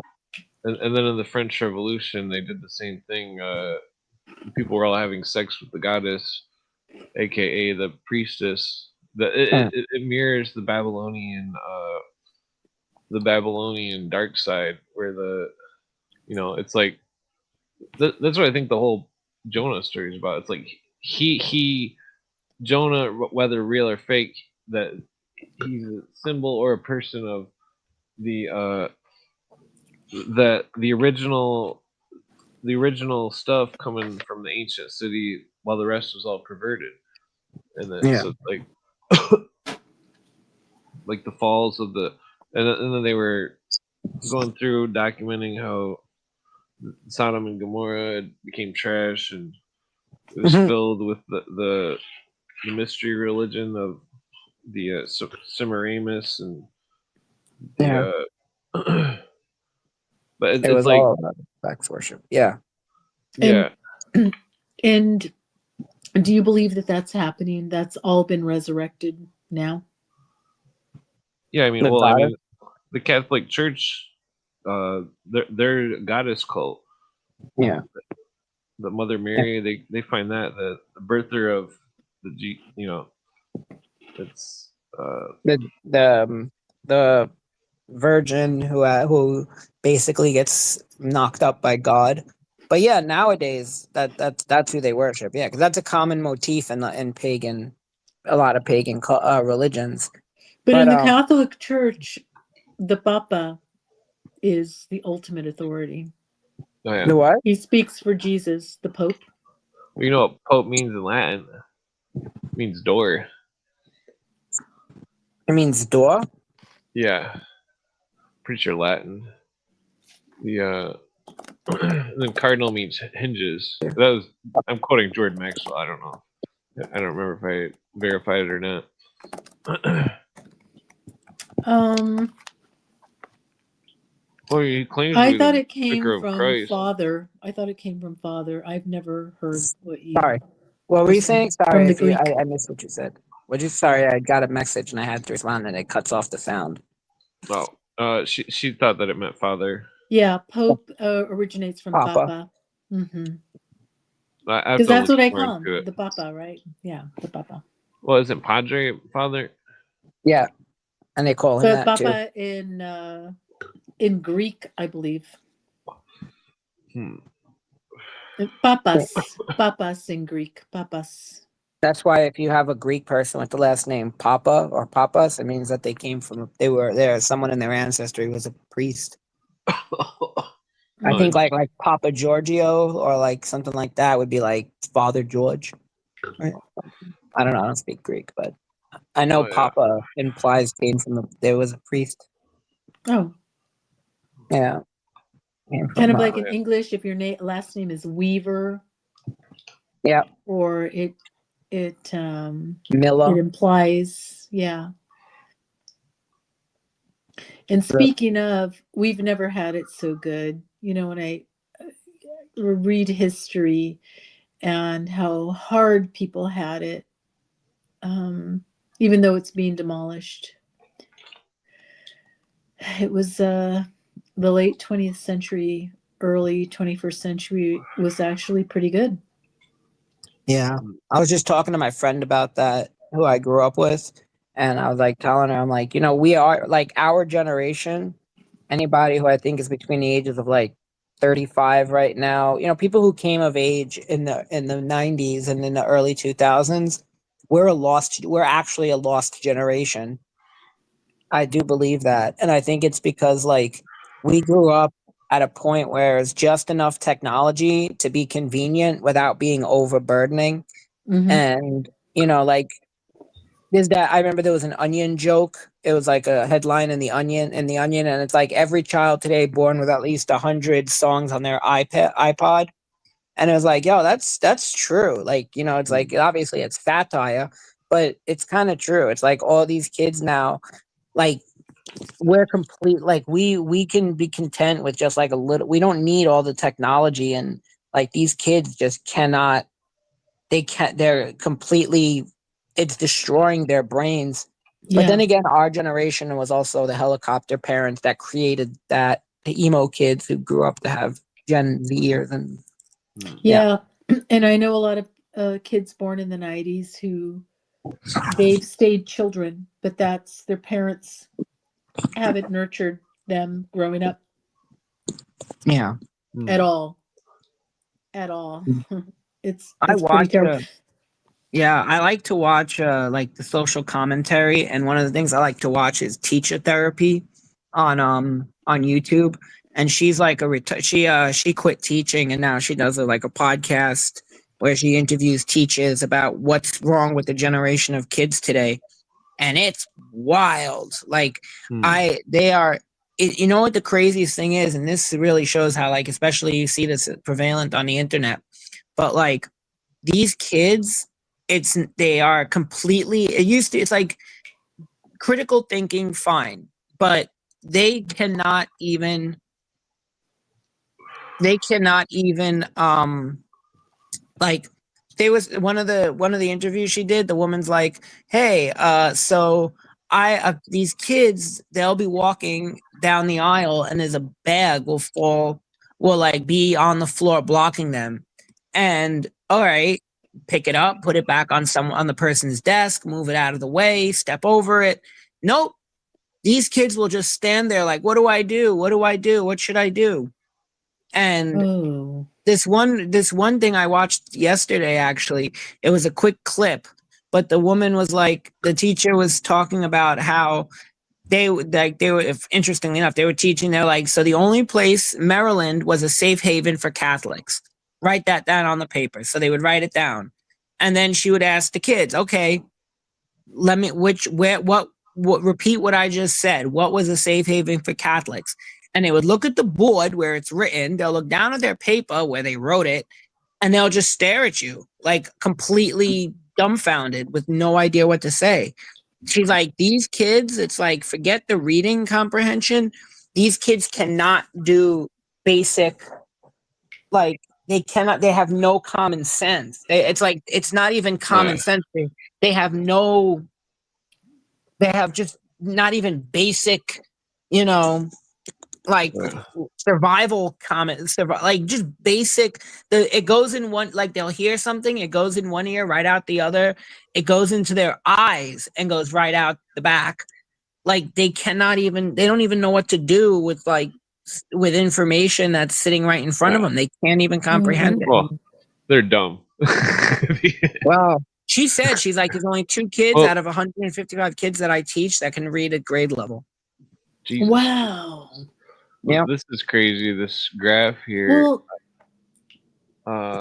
This is from the Pearson Accelerated. Look at what they're calling the generation after Gen Z. Yeah, Gen Alpha. Yeah, we're definitely ran by a bunch of eugenicists. Oh yeah.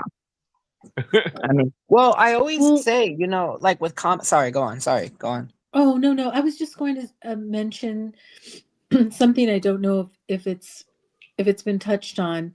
So you know how when you look back in history, and let's just use the 20th century, so we can look at the Great War, we can look at the 20s, the 30s, the 40s, the 50s, and you can essentially look at a photograph and oh yeah, that's the 50s, that's the 60s, that's the 70s. Yeah. Have you noticed how we can't do that in the 21st century? Yeah. I mean, I think since the 90s, each decade prior to the 90s, every decade had its own zeitgeist. It was very identifiable, it was visual. Yeah. You could see it in pictures, right? Oh yeah, that's the 70s. Not anymore. Am I wrong? Can you tell the difference between 2005, 2015, and 2025? No. Just those stupid haircuts that these kids do where the top of their head they keep it long, and like in the bottom and everything, like the idiot, but like the idiot mushroom cut. I don't know how to explain. That's like the only thing now that I see that kids do that's a little different than before.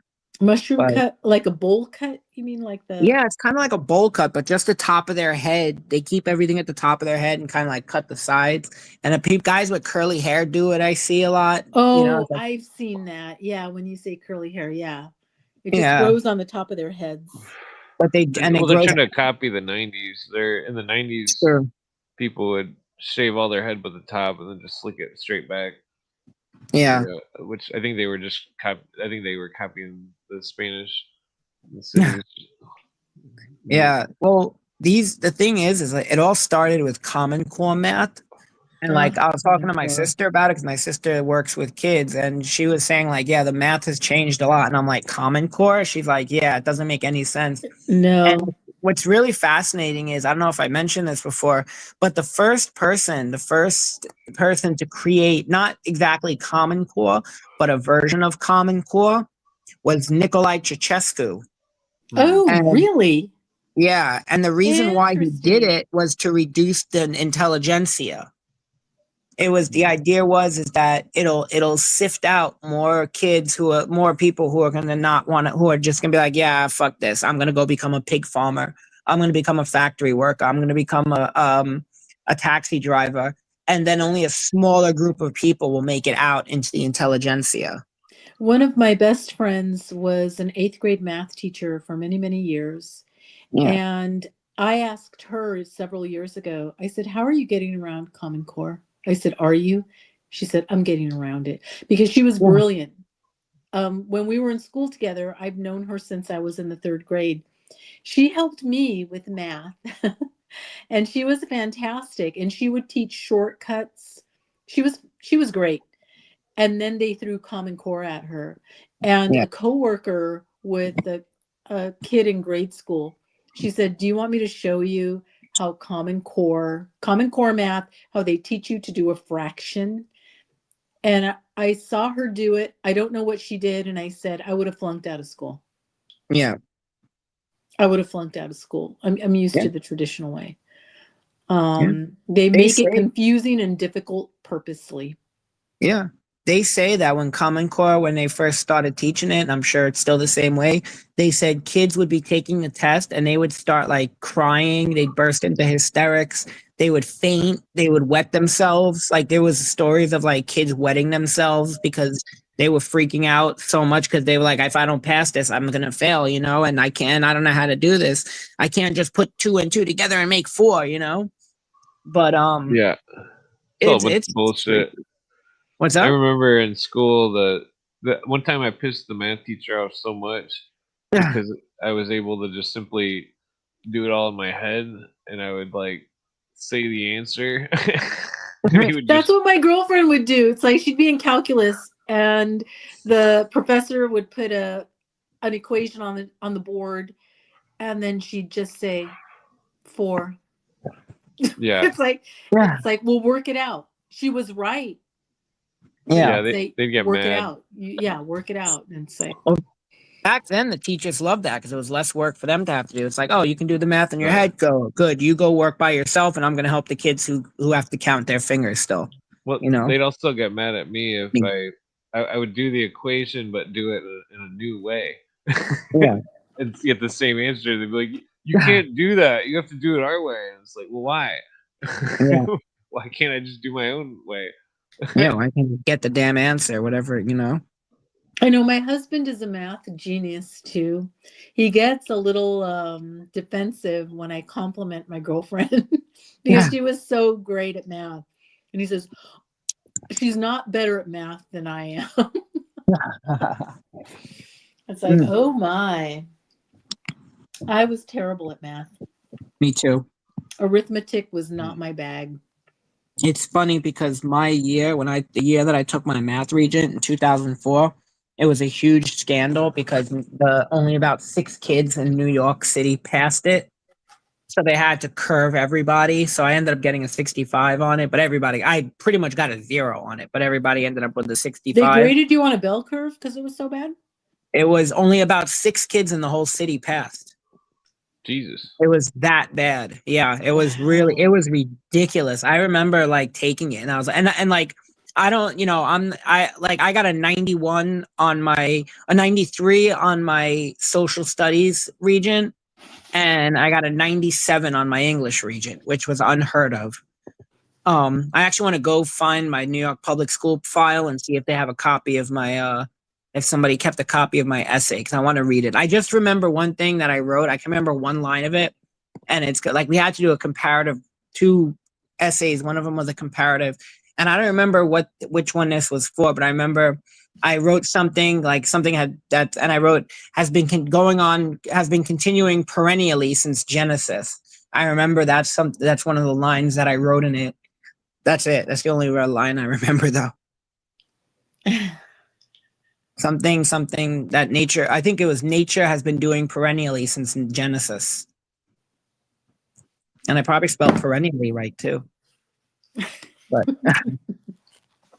but yeah, they've destroyed like schooling now. It's Oh sad, yeah. Yeah. you know. I mean, and it was never great, but I think what I've read is the 50s were like, you know, the the best time. But again, even though the kids were being fed, these a lot of false narratives. I got a lot of false narratives.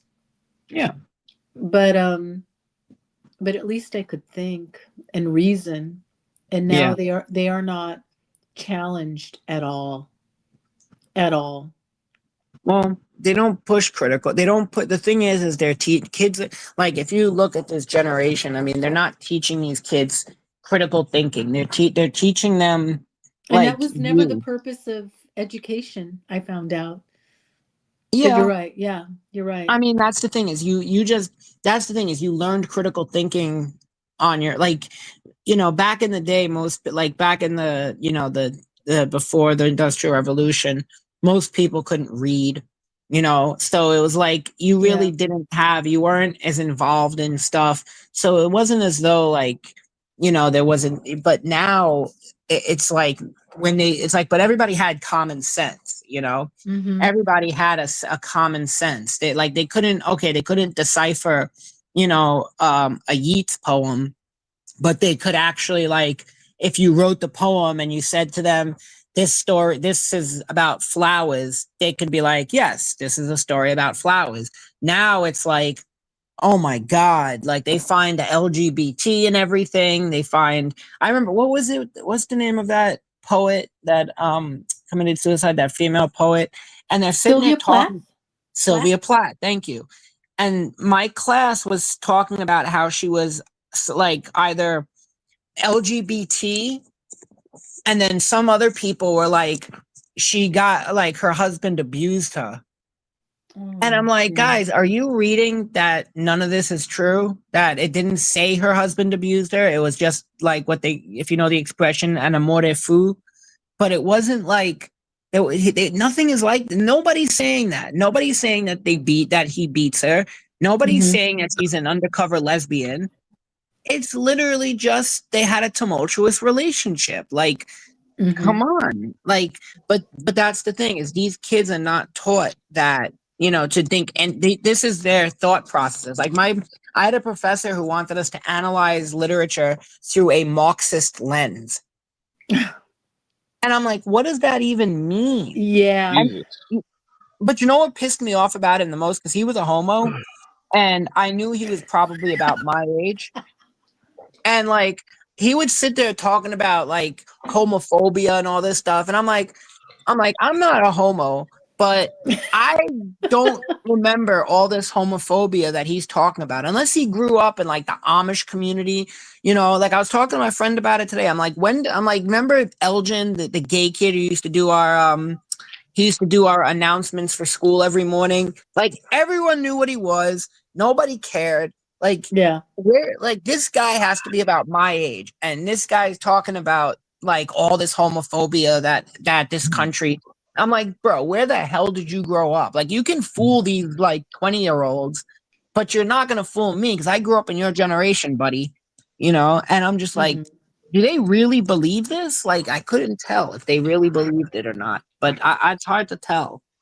It's very hard to tell. Yeah, and what's interesting about the homosexuals is, and I remember Milo before he lost his mind, Yiannopoulos, years ago, he used to talk about homosexual men and what would they do 60, 70 years ago. You got married and you had Yeah. kids, and he would talk about, but then they'd go out on their own, which is horrible, Yeah. and do their thing. But I remember Milo saying, well, on average, homosexual males as a group have higher IQs than the average. And so he would say, what, you want less geniuses? I mean, Yeah. because you could not be openly homosexual, they got wives. You got married and you had children, but Yeah. you had high IQ children. So now they're not doing that anymore. They're not having kids since, I mean, it's over, and it's been Yeah. over for a while. I don't ever, now I do remember, and actually this happened 20 years ago. A neighbor, she had 3 sons, and one of her boys came out as gay, Yeah. and she couldn't deal with it. She rejected him. So my mom said, well, you can come and spend Thanksgiving with us. Okay. But eventually it got to him enough that he ended up unaliving himself. Jesus. Oh, Yeah. Lord. Yeah. I mean, it was just too much for him. He was very sensitive. Yeah. And it felt weird because he was my neighbor and I was in the hospital ER. I was having a stomach issue and they took me back and they'd already stripped me and hooked me up to an IV. And then I see him and he came over to me and he said, Sabrina, what's going on? Why are you here? And I told him, I said, it's Stefan. I didn't care at that point. I was so Yeah. sick. And All right. he was an absolute love, but the stigma. So Danny, I mean, I know definitely it doesn't happen anymore. Generally, for the most part, it's in our culture. It's everywhere. Well, one of my friends used to It's work at a real everywhere. fancy So restaurant, and that he was him and his brothers were his brothers worked at the same restaurant. They were sexually harassed by some dude, and that their boss wouldn't fire him, and that they I think they got fired instead, and it was like, and everybody at the workplace knew that it was going on, and it was like, it was like the dude who was sexually harassing people was immune from any sort of persecution, Yeah. regardless of whether it happened or not. And it was like it was fucked up because it was like they made a new.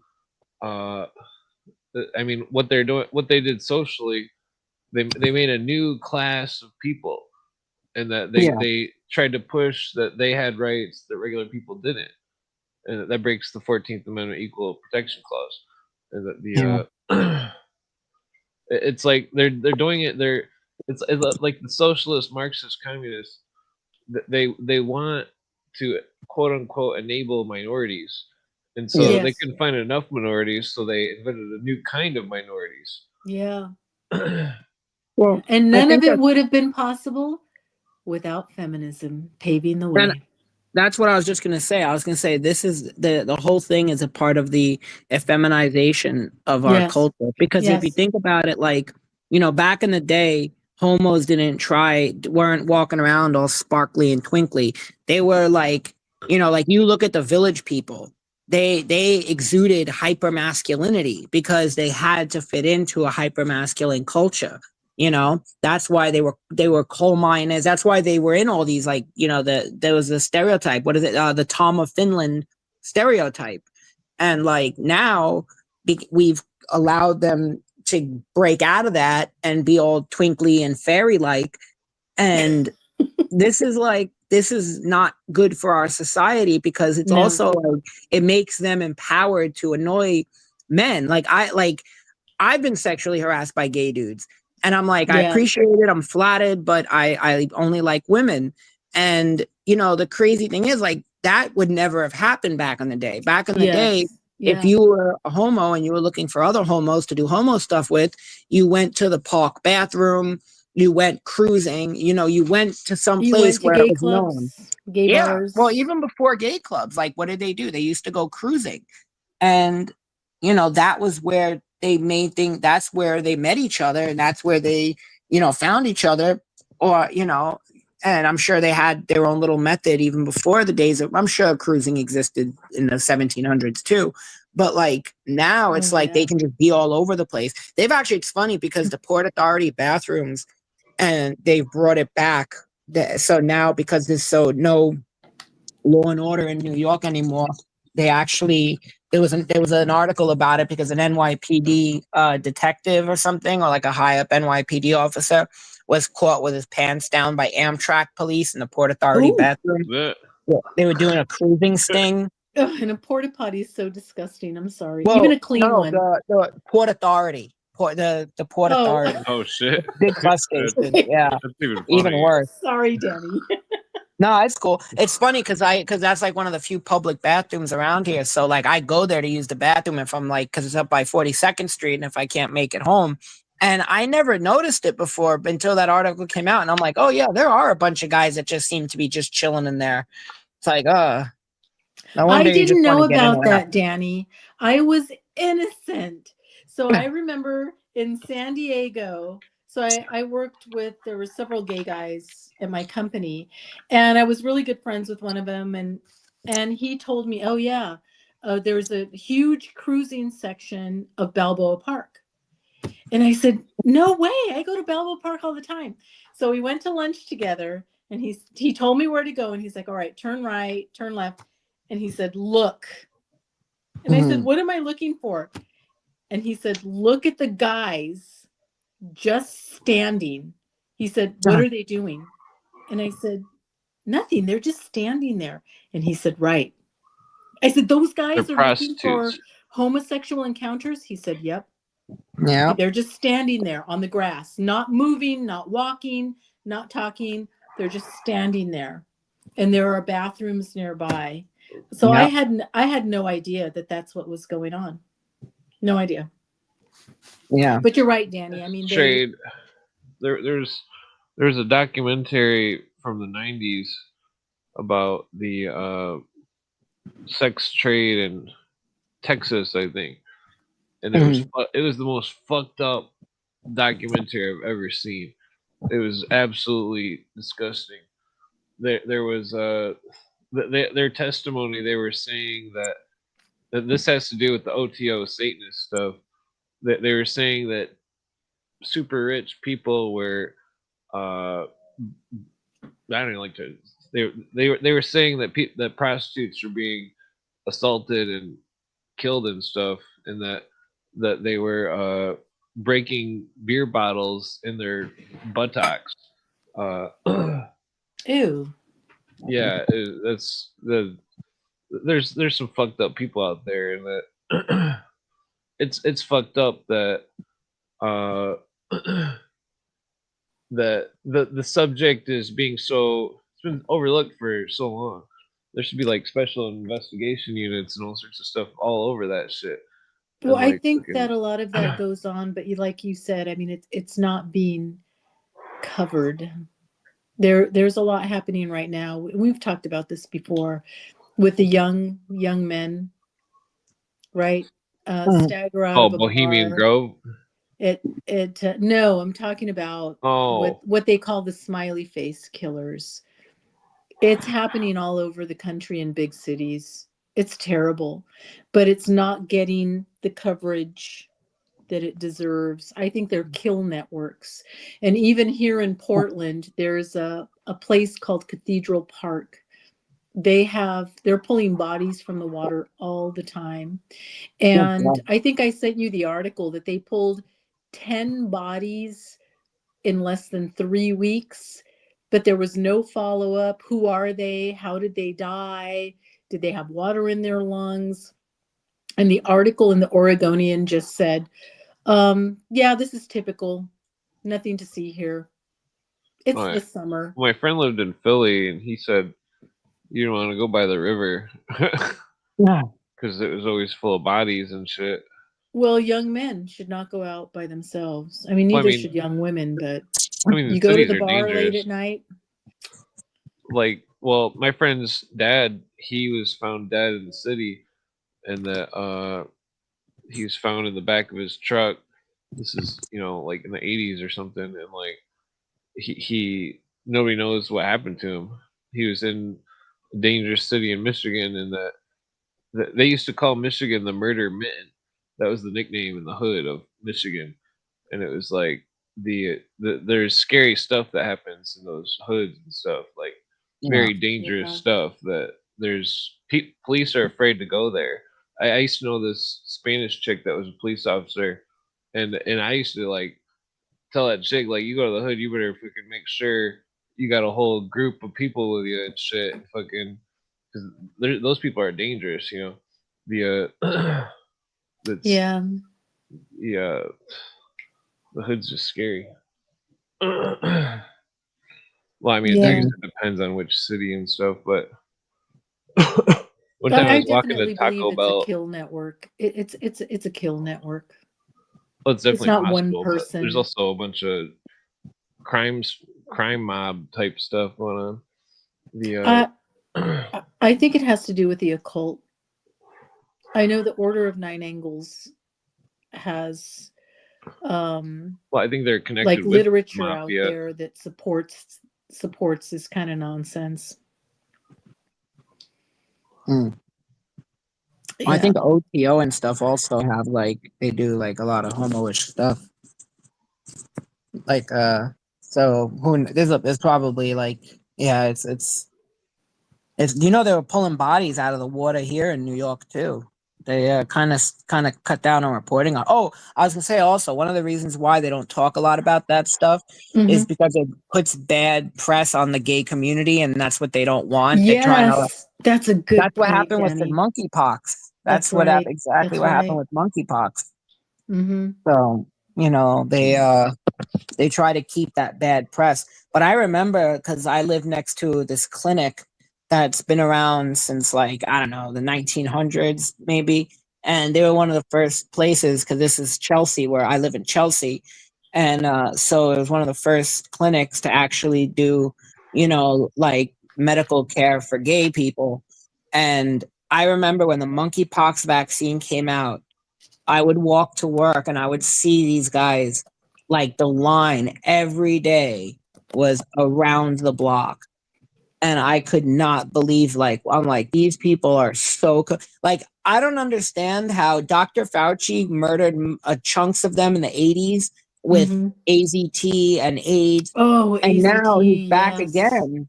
And there was a guy, there's a photo of a guy protesting with a sign that says, Fauci, you're killing us. And yet they just ate right up the whole freaking thing about monkeypox and COVID and all this other nonsense. And I'm like, it's like they say the siege of Stalingrad, the first people to die were the ones who didn't want to eat each other. And the ones who lived were the people who were willing to like do what they had to do to survive. It's like all the homos with brains were killed off in the 80s, and now everybody since has just forgotten like all about AZT and all about all the crap that was pulled on them back Oh, yeah, then. well, And the blood transfusions as well. yeah, There's blood transfusions that were tainted with AIDS. Greg Scarpa, the mobster Greg Scarpa, who was working for the FBI. If you ever, like, he was like a psycho mass murderer, and he was also snitching for the FBI while doing that. And they had actually sent him down um to Alabama, or I think it was Alabama or Louisiana, to find the bodies of 3 northern civil rights activists that were murdered by the KKK down there. And since the FBI couldn't just go in and start beating him up, they brought down Greg Scarpa to do the work for them. And he grabbed the first guy that they had and he beat the shit out of him. And he threatened them. And then finally he revealed where the bodies were buried and they were able to recover them. But he actually, back in the 80s, when I think he was shot or something happened and he had to have a blood transfusion and he got AIDS from that. He got AIDS and Jesus. yeah. Like, you ever heard about Easy E? Oh yeah, but I think Easy E was on the DL. Well, one of the guys from Bone Thugs said that Easy E claimed that he was shot with a dart, and that he thinks that's where the AIDS came from. And Oh, he was shot with a dart, all right. Well, Cooper says something interesting where he says that he was shot with a dart in the chest by some sort of secret agent or some shit, and that same spot developed cancer, and that he treated it with all sorts of minerals and shit, and somehow got rid of it. But like that this whole like you know, they've been doing stuff like that for the Russians had a small pellet that was that had a wax that would melt at the temperature of the human body, and that the pellet had a small hole drilled in it, or they put Yeah. some sort of something evil in it, and that when it entered the body, it would then not be effective until the wax melted, and so the person would think it was like a bee sting or something or mosquito Yeah. bite, and that but the Russians were killing people like that. And Well, that go ahead, Clint. I'll let you finish your thought. well, I mean, there's crazy fucking excuse me, there's crazy hood rat shit like fucking and that's the term JJ uses. That seems like a good term. It's like that video of the CIA gun with the fucking The heart attack gun. no Yeah. it was an air powered weapon that had it had some kind of pellet with pufferfish toxin in it, and that they disclosed it in a hearing in like 1982 or something. And Well, I like know the heart attack gun wasn't that disclosed in was that church committee or was it church Well, committee 74? Cooper claims that weapon was used by Greer on JFK, the driver. He says that, and that in the original William footage, Greer looks like he definitely shot the president twice. but Greer was also at JFK's brother's thing, and that Wait, William Greer was at Bobby Kennedy's event at the Ambassador Hotel? where Sirhan was the patsy on that one. Even RFK Jr. doesn't believe that. Well, well, I think that it was a cover to cover up whatever is going on. It's like the JFK thing. It's like Cooper shows the video, and that it's been edited in a way to where literally it's William Greer. Well, it's been scraped off from the video. The president twice. Well, That's the modern. Well, try not to say that on YouTube. Zapruder tape. What? Oh, you're trying to say certain words on YouTube. Oh, sorry. Oh, I didn't. Jesus. Sorry. Yeah, we're talking about JFK here, just for clarification. But so Cooper brings up how the film, how the emulsion was scraped off from it, so it was white in the spot where Greer's hand was, and that when they redid the film, they modernized it. They didn't have those white blank areas. Same with JFK's head, and the head and the face part it's scraped off, but you can see the blood on the car of JFK's Lincoln, and that Cooper believed that whoever was trying to get JFK was either in front of him or behind him, and that they were missing, and so that the driver. Cooper believes that the driver turned around and used the pufferfish venom thing, and that does not make any sense based upon the pellet that I saw on Bill Cooper's own resurrected website. The pellet, though, they say explodes, and that it would have went into JFK's head or whatever, and but he was shot from 3 different directions. Well, but you know how it's like the original sketches of JFK's.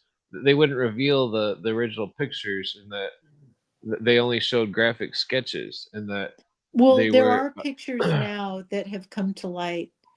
By the way, doctor's testimony that JFK's face was like surgically manipulated before the pictures, and that makes sense why they showed the autopsy pictures.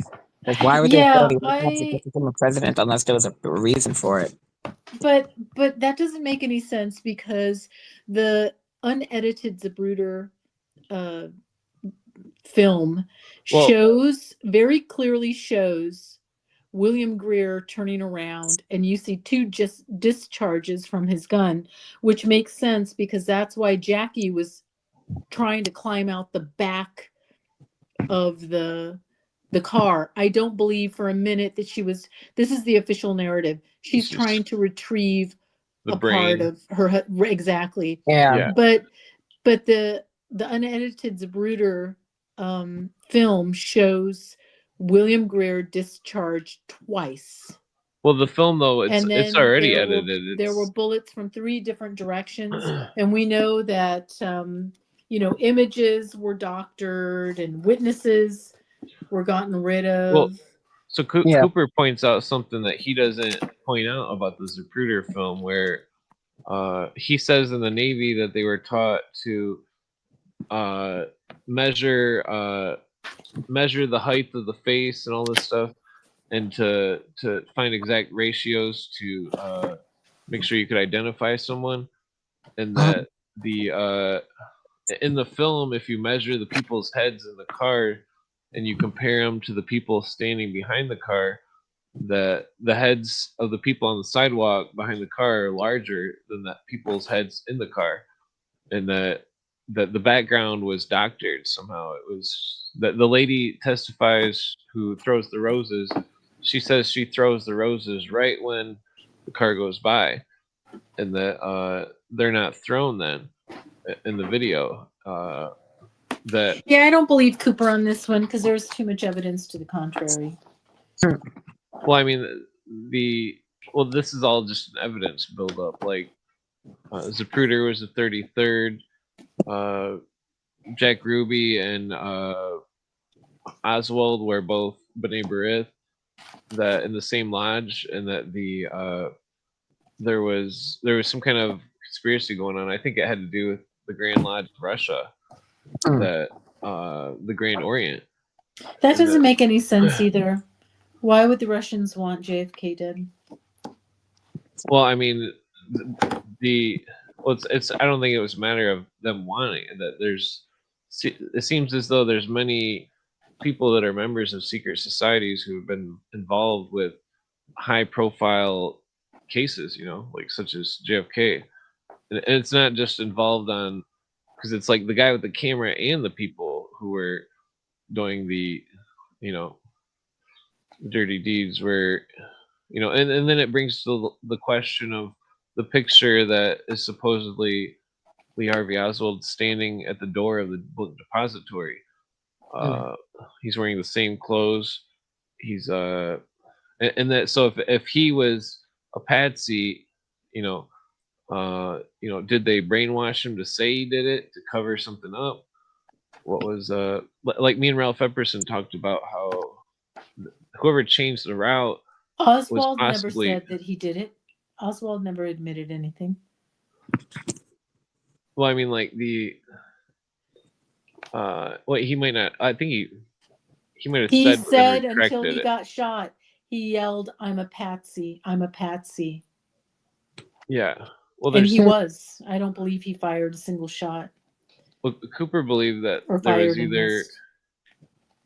Oh, yeah. Well, Cooper says that he went up in the building before they sealed it off or whatever, and that you couldn't see the you couldn't see the location from that window, and that's why they put a big plexiglass box around it so you couldn't look directly out of it, and that they even made a video game about it, and it was like back like 20 years ago. It was like, what the fuck is this shit? Like fucking some kind of propaganda. It was well, Cooper says that he makes 2 statements about JFK. He says that he was either killed for trying to disclose the alien conspiracy. Oh, I don't believe that. No, regardless No. regardless of aliens existing, the conspiracy still exists. No. Yeah. The alien abduction phenomena, the people that are or that it was because JFK was possibly trying to make a new bank and get out of the Federal Reserve. There were other reasons to get rid of That, JFK. and also because of the that, and also because he refused to go to war with Vietnam. He didn't want to go into Vietnam. Oh yeah, he was He withdrawing was killed by our Cardinal Spellman. advisors. Yeah, Yeah, I've heard Cardinal that Spellman one did. too. I mean, one other theory I've heard is that he was zeroing in on like the Rockefellers and these millionaire billionaires that were using nonprofits to shield their funds, right? So they look not as wealthy as they are because they're using these NGOs, and I think is it 501(c)s? 501(c)s as tax havens, and he was going to start dismantling that. So I mean, it could be a lot of reasons. There were a lot of people who wanted him dead, but it couldn't have happened without inside cooperation. And William Greer was a Secret Service agent. Yeah. Yeah, that's what I So, believe too. I believe he was shot by a Secret Service agent. yeah, I mean, Yeah, at I think it least was he for Georgetown sure educated. fired 2 shots. Where the other couple of shots came from, the whole Probably the shot. grassy knoll theory. Yeah, I mean, he got hit from 3 different sides. So That's also Reagan was also, I think, shot by his yeah, so Secret Service guy. Ronald Reagan, so he's an interesting one too. And I was trying to speculate why they shot Reagan, and I don't know if it was because he was being very vocal about the CFR. Do you I have think any theories it on was that, Danny?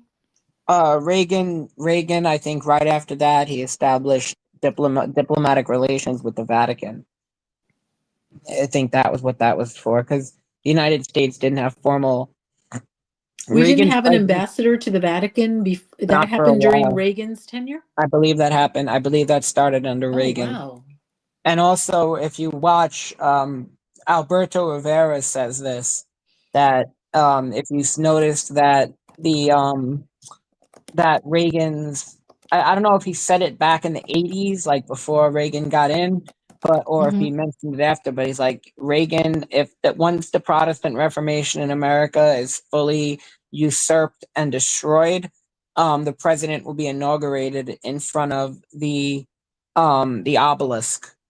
Ooh, in Vatican City? Sure enough, Reagan was the only, I think he was so far the only president or to get his inauguration right in front of with the background of the obelisk. Danny, you're right. I didn't realize the USA did not have an ambassador to the Vatican until April 9th, 1984. Yeah. Wow. I never thought about when we started doing that. Yep, that was when it was all completely, when the United States when the last of the Protestant Reformation was destroyed in America, was under Reagan. So why do you why do you think Reagan was shot? Probably because he was pushing back against it. He was probably pushing back, if I'm not mistaken, but I don't have my timeline all the way down. But if I'm not mistaken, it was because of the fact that he objected to it and needed to be warned. And why do you think that President Ford was shot? Gerald Ford? Yes. Was he shot at? Or it was attempted, Squeaky Fromm. Oh, I never looked into that. Yeah, but they got her before I think she was able to shoot him. Squeaky Fromm, yeah. In fact, it may have been. That was from Manson. Squeaky was from Manson's crew, right? She was, she was involved with the family, I believe. Yeah. Well, Manson was a total COINTELPRO, CONTELPRO. Oh, yeah. Yeah. Everybody related to him or in his group was definitely, yeah. That's true. Wow. And I just ordered a new book. I don't know who recommended it to me. Maybe it was Clint. I just got it in the mail, and sometimes when I order used books, it takes a long time for them to get to me. And I got this book, and I thought, who the heck recommended this to me? It's called The Daedalus Book of the 1960s. Have you heard of it? The what? The Daedalus book of the 1960s No, by I never heard Gary of it. Lockman. Yeah, it's about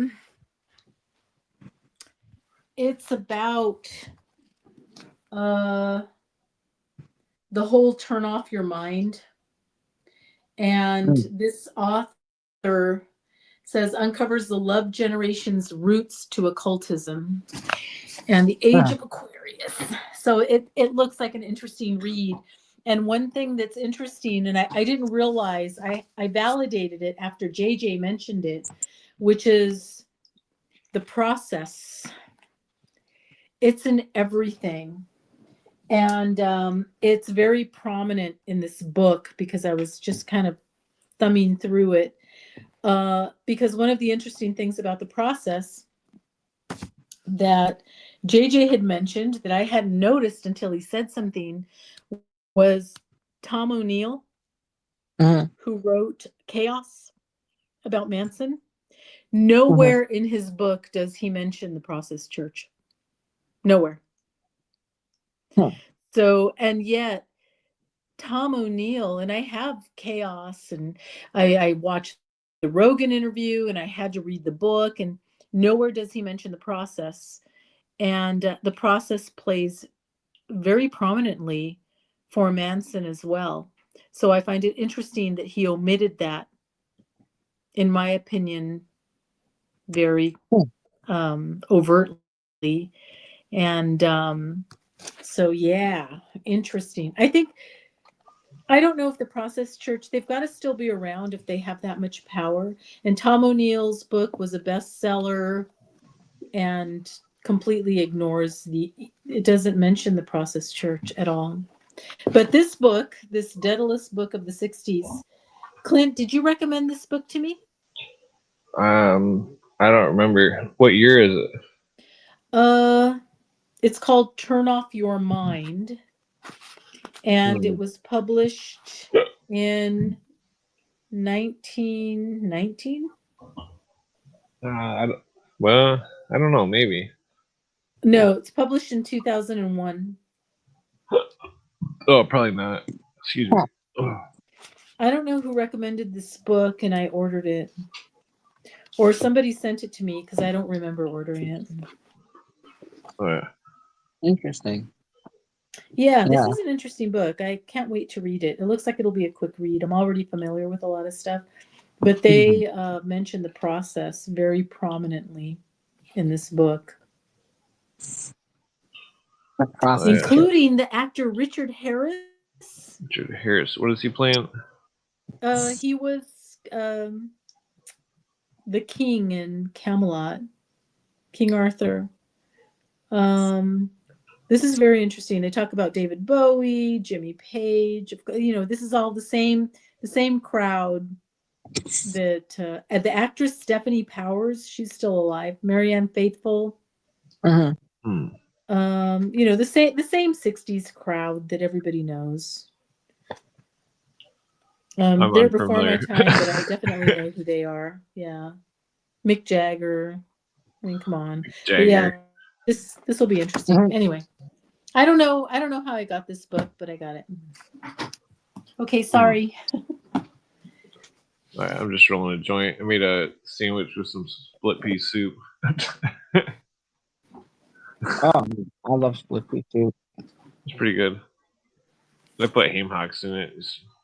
I don't usually eat pork, but I mean, I gotta admit, like split pea soup with ham is good. But we don't usually do that because most of the split pea soup comes from Jewish cuisine, so they don't put the ham in it. But yeah, I've seen it in other places. I wasn't used to that. When you leave New York and you order split pea soup and you get chunks of pig in it, and I'm just like, ugh. Oh yeah, well they don't put the right kind. The pig's feet are my friend came over. I'm like, he's like starving because I know you ain't got no food. You put a pig's foot in it? Well, it's the ham hock. It's not the foot part. The ankle. Yeah, the ankle. It's Well, my friend was like, "Oh, you're eating peasant food." I'm like, that is peasant food, but Mexicans it's good. eat menudo, And you can't make menudo without a pig's foot. Mm. Yeah, the meat It on doesn't it's taste the got like same. a. Doesn't taste the same. It's good. It's like the dark meat is way. It's way better than the rest of the pig. It's Good. funny. That's the last pig that I ate was in Tunica, Mississippi. The last time I ate pig was in Tunica, Mississippi.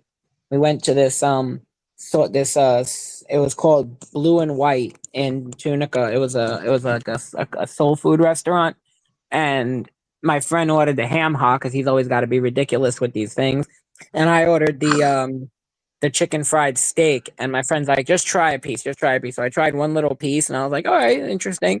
But yeah, I haven't eaten pork since. So, I mean, I don't eat meat anymore anyway, and I was never a big fan of pork to begin with. It's always gross, Yeah. but it always grossed me out. But yeah, he got it from them, and like in the deep south, and he said it was really good. Pork Yeah. is delicious. The Greeks traditionally they when they cook it they burn it. Well, I don't know about all the Greeks, but my half sister's grandpa, who's not blood related to me, was half Greek or whatever, and the guy he had Windex and he would put it on his hand where there was no hand. Mm.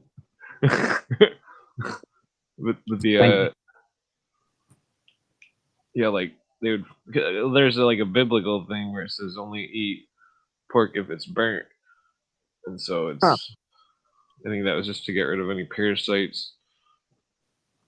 Yeah. Well, I think the biblical prohibition against eating pork has to do with the fact that it's very close to human. Danny, I didn't want to mention that because I thought everybody would think I was a freak. Uh, No, that's Yes. And I've read, so, I'm like, sweeties, a lot of women are into serial killers and true crime. yeah. Guilty as charged. And one of the things I've read about a couple of these cannibals is they say that people, I know this is really dark subject, that we taste like, actually I've heard veal and pork. I think veal's overrated. Well, Oh, you real haven't tried veal is human veal. unborn calf. Real veal is unborn calf, which I imagine Oh would be yeah, extremely Spanish tender. or Spain. In France. Or yeah, they put the milk in it or whatever. Yeah. Yeah. No, that's So- like the thing. I mean, they use pig skin for skin grafts.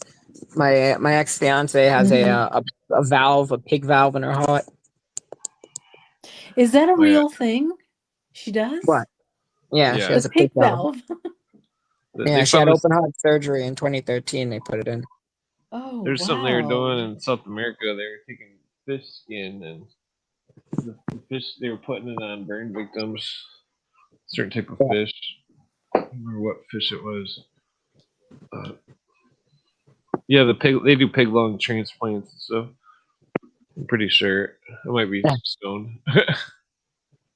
Wow. My teacher once brought in a pair of pig lungs into our biology class, and she pulled it out of the thing, and it smelled so awful that like we thought we were gonna faint. We're like, "Yo, you really got to put that away!" Like the class was freaking out, and she's just staring at, like, "What? What's wrong?" I'm gonna try, like, just put that away. That shit stinks, and open a window. Oh yeah, the formaldehyde. Oh, that's probably what it was, wasn't it? That's the only thing I wouldn't be able to stand. I can watch an autopsy, but I think if I had to smell, I couldn't handle it.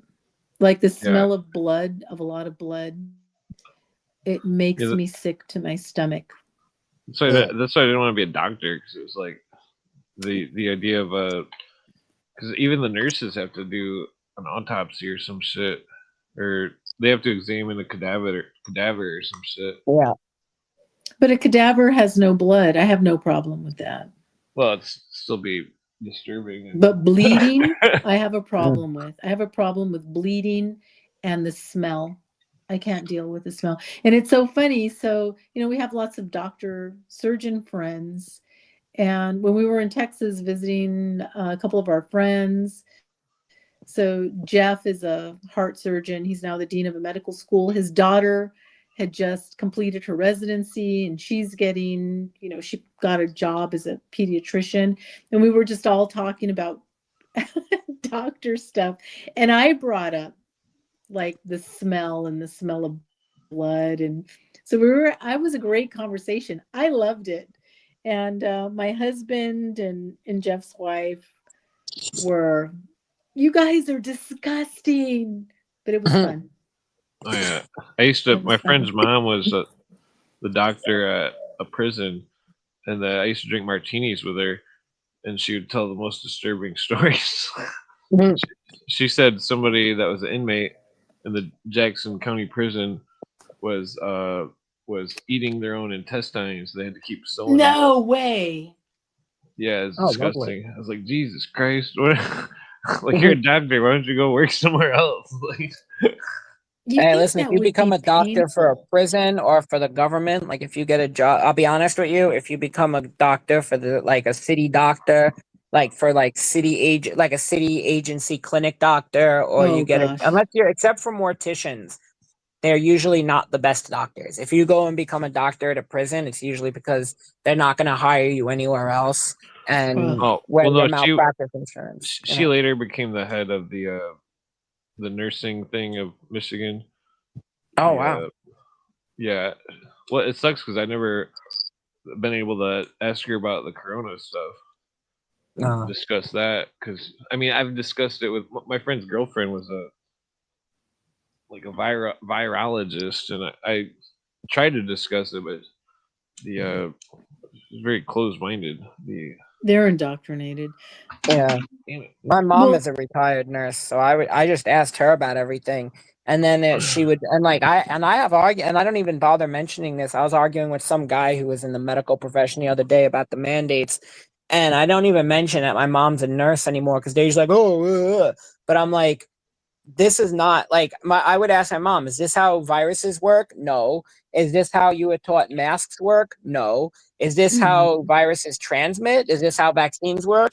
No, it's not. And then my mom reached a point where her nursing friends, retired or otherwise, would freak out, and she'd be like, do you not realize that we never learned any of this in nursing school? Like this, so can't you use common sense? But yeah, even like medical professionals just bad. Like they got sucked in. A neighbor told me that his sister was a nurse, and he said she passed away last year. And I said, what happened? And he said, well, so we were talking about corona, and he said she had disowned him, and you have to get the shot, and what's wrong with you? And she had been shot, boosted multiple times, and she got an aggressive form of cancer. And until the day she died, and by the way, she died within a year and a half of getting all the shots. Jesus. That to her deathbed, it's like, nope, she was still, you need to get the shot.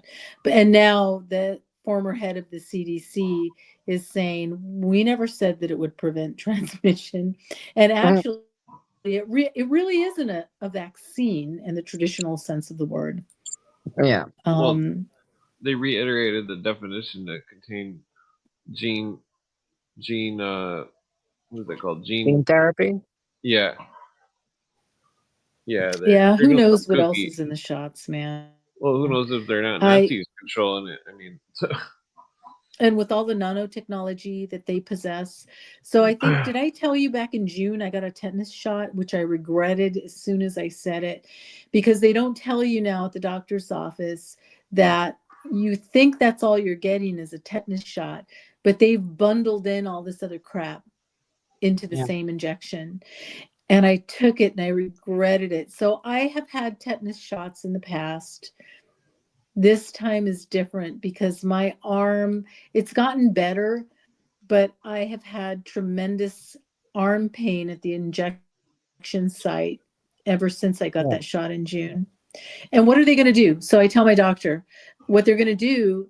They can do nothing for me, but of course they update my file and somebody is getting that data and is keeping statistics somewhere. 100%. And F you I'm not saying anything, but I'm not going to allow them to inject me again. Right. The Not with Chunkapiedra, the vaccine. right. The Chunkapiedra should kill off any sort of stuff like that. Like, Well, I've been disease. drinking Chanca Piedra. So when I figured out, I thought, am I having a heart attack? What's wrong with my arm? And then I finally realized a couple of months ago that the pain I'm feeling is at the injection site. You could put So Capiba on I it. will not take another tetanus shot again, because even if I'm not taking a tetanus shot, because if you step on a nail and you go to the Yeah. ER, what are they going to do for you? Give you a tetanus shot. Yeah. Yeah. Well, I got a tetanus shot a few years ago, and I was very specifically, I do not want anything but the tetanus. You know what I mean? Yeah. No, 'Cause I did they step. bundle them in and they lie. And I remember the little nurse saying, "Oh yeah, that's all it is. BS." She doesn't Yeah. know. She's a nurse. Well, that's It's I was funny. talking about earlier. Info technologies and these other big corporations, some kind of tech stuff, and how this Earl Bryan guy was a neurosurgeon and in control of this stuff under Reagan and stuff. The one of the companies, a subsidiary company, was like biotech or something. It was, but it was involved in dental stuff, and it's interesting because of the rumor of implants and teeth. You know, What like about the rumor of implants in teeth? they had it on the X Files where the lady, it was the lady in the X Files. She pulled out one of her teeth because she was some sort of intelligence agent or something, and that there was some kind of microchip in her tooth that was put in there when she had a root canal, and like it was very bizarre. It was. I mean, it makes you wonder about like if they were. Well, I mean, there's I don't know. We should probably start doing a lot more background checks on people. I mean, because it's like that doctor that was the doctor of both the C word killers and the COLUMBINE, I think is the spelling. And that there was another, and the Kurt Kinkle, I think was his name. He was some kind of brainwashed idiot that tried to commit murder, or I think he did commit murder. But they both had the same doctor, the same exact doctor, and it was like when I was looking the doctor up, everybody on it, there was a public forum on one of his on his website for his hospital thing, and all these comments said Doctor Death. And they were calling him Doctor Death, and I was like, "Whoa!" Somebody else was on, was looking at this stuff too. 'Cause it's like the who knows who the guy actually was? If he was, because I was telling somebody, it was like, or the whole Johnny West guy. It's like he was his patients were so many high profile people. Oh yeah, yeah. Yeah, the McVeigh, because I was talking about McVeigh earlier. Whose sister, McVeigh's sister, was trying to exonerate her brother and saying that her brother had wrote to her that he had volunteered for some secret military thing, and that he had changed. And I mean, it could be true. To me, she eventually gave up. It reminds me of the boys on the tracks in Arkansas, and one of the moms trying to get justice for her son, but it's never going to happen. You know about the boys on the tracks, right? I'm not familiar. From Mina? Was that from like Mina, Arkansas, where like the Clinton thing? They assume that the boys were just walking out in the woods following, but they found their bodies placed neatly on railroad tracks, dead.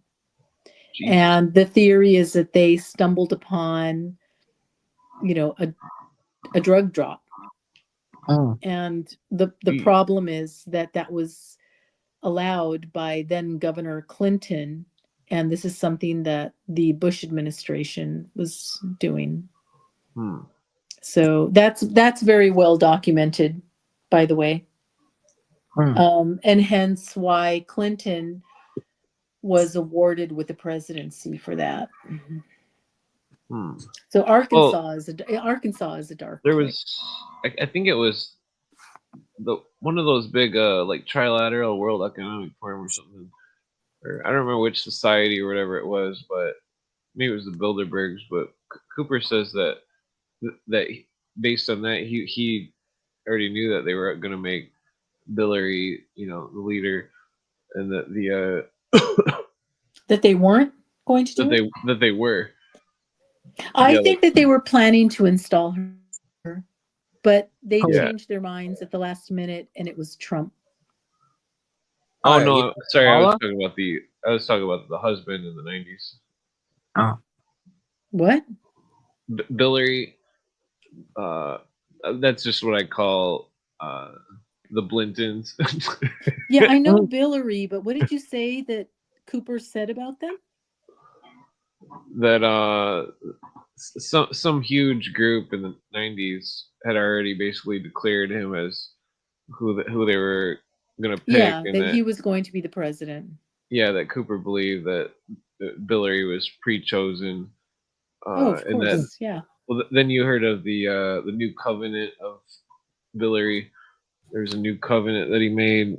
Cooper does a whole episode on that. Let me see if I can bring it up. Well, not the episode, but it's some kind of law or something.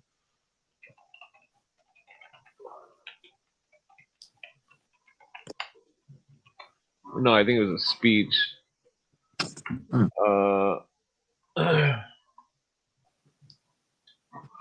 But I'm pretty sure it had to do with the British Israelism.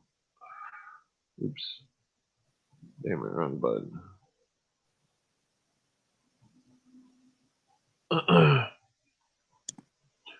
Yeah, here it is. The New American Covenant. Let's see. Oh. Yeah, I forget what Cooper was saying about it, but it had to do with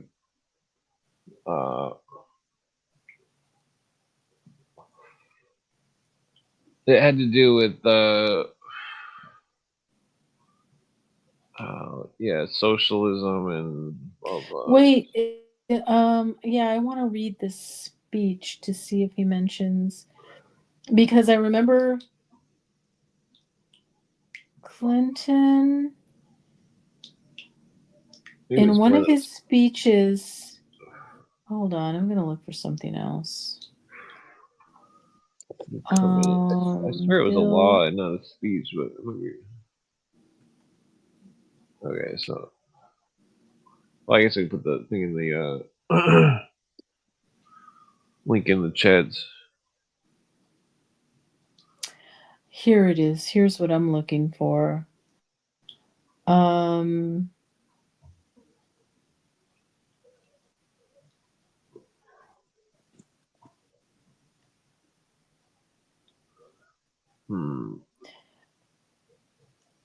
Yeah, they wanted to make a world market. That's what it's about. The because it's like that's the internationalist goal is they want the world trade because then they can outsource anybody. They can get cheaper labor, cheaper materials, and they can make a bunch of money just by making a boat go across the ocean and fucking so it's like that's why they wanted to, and then they needed more customers, so they forced Americans to be their customers by destroying the middle class, by making the manufacturing industry go outside of America, and then America becomes a service industry nation, and then the which they did, which they knew that they were going to do in the 1970s. They Oh, yeah. knew, we knew that we were going to export manufacturing to China. Mexico's got it too, now India. But we knew we were going to deindustrialize the United States. Yeah. They What's used that? to talk about in school, like when America became a service economy. Wait, who decided that? Yeah, exactly. Our overlords decided that. Yeah. Um, well, Yeah. what you were making me think of is, and I need to learn more about this, and I do have two books on it. I haven't read them yet. And I remember reading a Clinton speech where he talks about something called the third way. Yeah, Cooper. This episode about that too. Yeah, the third way is going to close the gap between liberalism and conservatism and essentially like rewrite the concept of welfare entitlements. Mm. Again, it's a promise of everything is wonderful, but like Thomas Sowell, there's a great Thomas Sowell quote. Thomas Sowell says, there are no solutions, only trade-offs. So you have to ask yourself, okay, you come up with a solution, but at what price? Yeah. Well, I mean And that's. nobody cares about us. Oh yeah, Mhm. like the Michael Jackson song.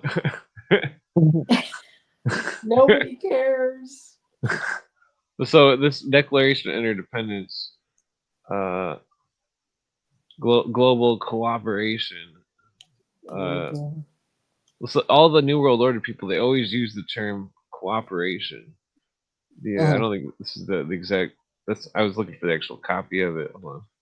But so think about what does a robber do when they try to rob you or something, or same thing with what does a policeman do if the police try to stop you? They say you need to cooperate. Yeah. And that the New World Order is telling the United States to cooperate in its international trade, and that and it's forcing this rich man's world. The I mean Tupac has a white man's world.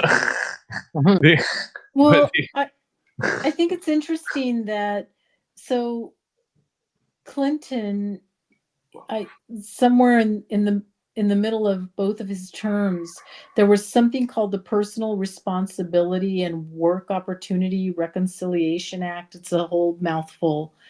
Um, and Clinton signed it, but it was largely drafted and supported by Republicans.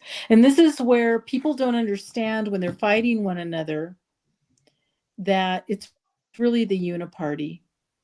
I Yeah. mean, yeah, there are certain political parties that have, played their part in in accelerating certain agendas. And I mean, the Democratic Party has been the refuge of commies, um, Fabians in the USA since the Institute for Policy Studies took over in 1958. But does that mean that the Republican Party are a bunch of darlings? No. I think at this point, there's no one representing us. And anybody that goes in with good intentions is very quickly co-opted. And I know that sounds well, like a Debbie Downer position, but it's the truth. There's nobody, I don't believe in partisan politics anymore. I won't get involved in politics anymore. And we've given there's so much money. I mean, there's still the worldly affairs thing. I mean, I was going to bring up earlier how 20,000 people were killed in Iran recently, and that that they were the article said they were all Christians. I don't know if that's accurate That's not exactly true. though, I but don't know. I don't. it might have been clickbait. But either way, Yeah. the number's probably accurate. But I mean, I know the majority of Persians are not Muslims. yeah, It would be basically more likely they'd be more Zoroastrians than they would be Yes, Christian. That's Danny, yeah. it's interesting you say that because I had a Persian friend in San Francisco, and she said I would have been fine with Zoroastrianism in Persia.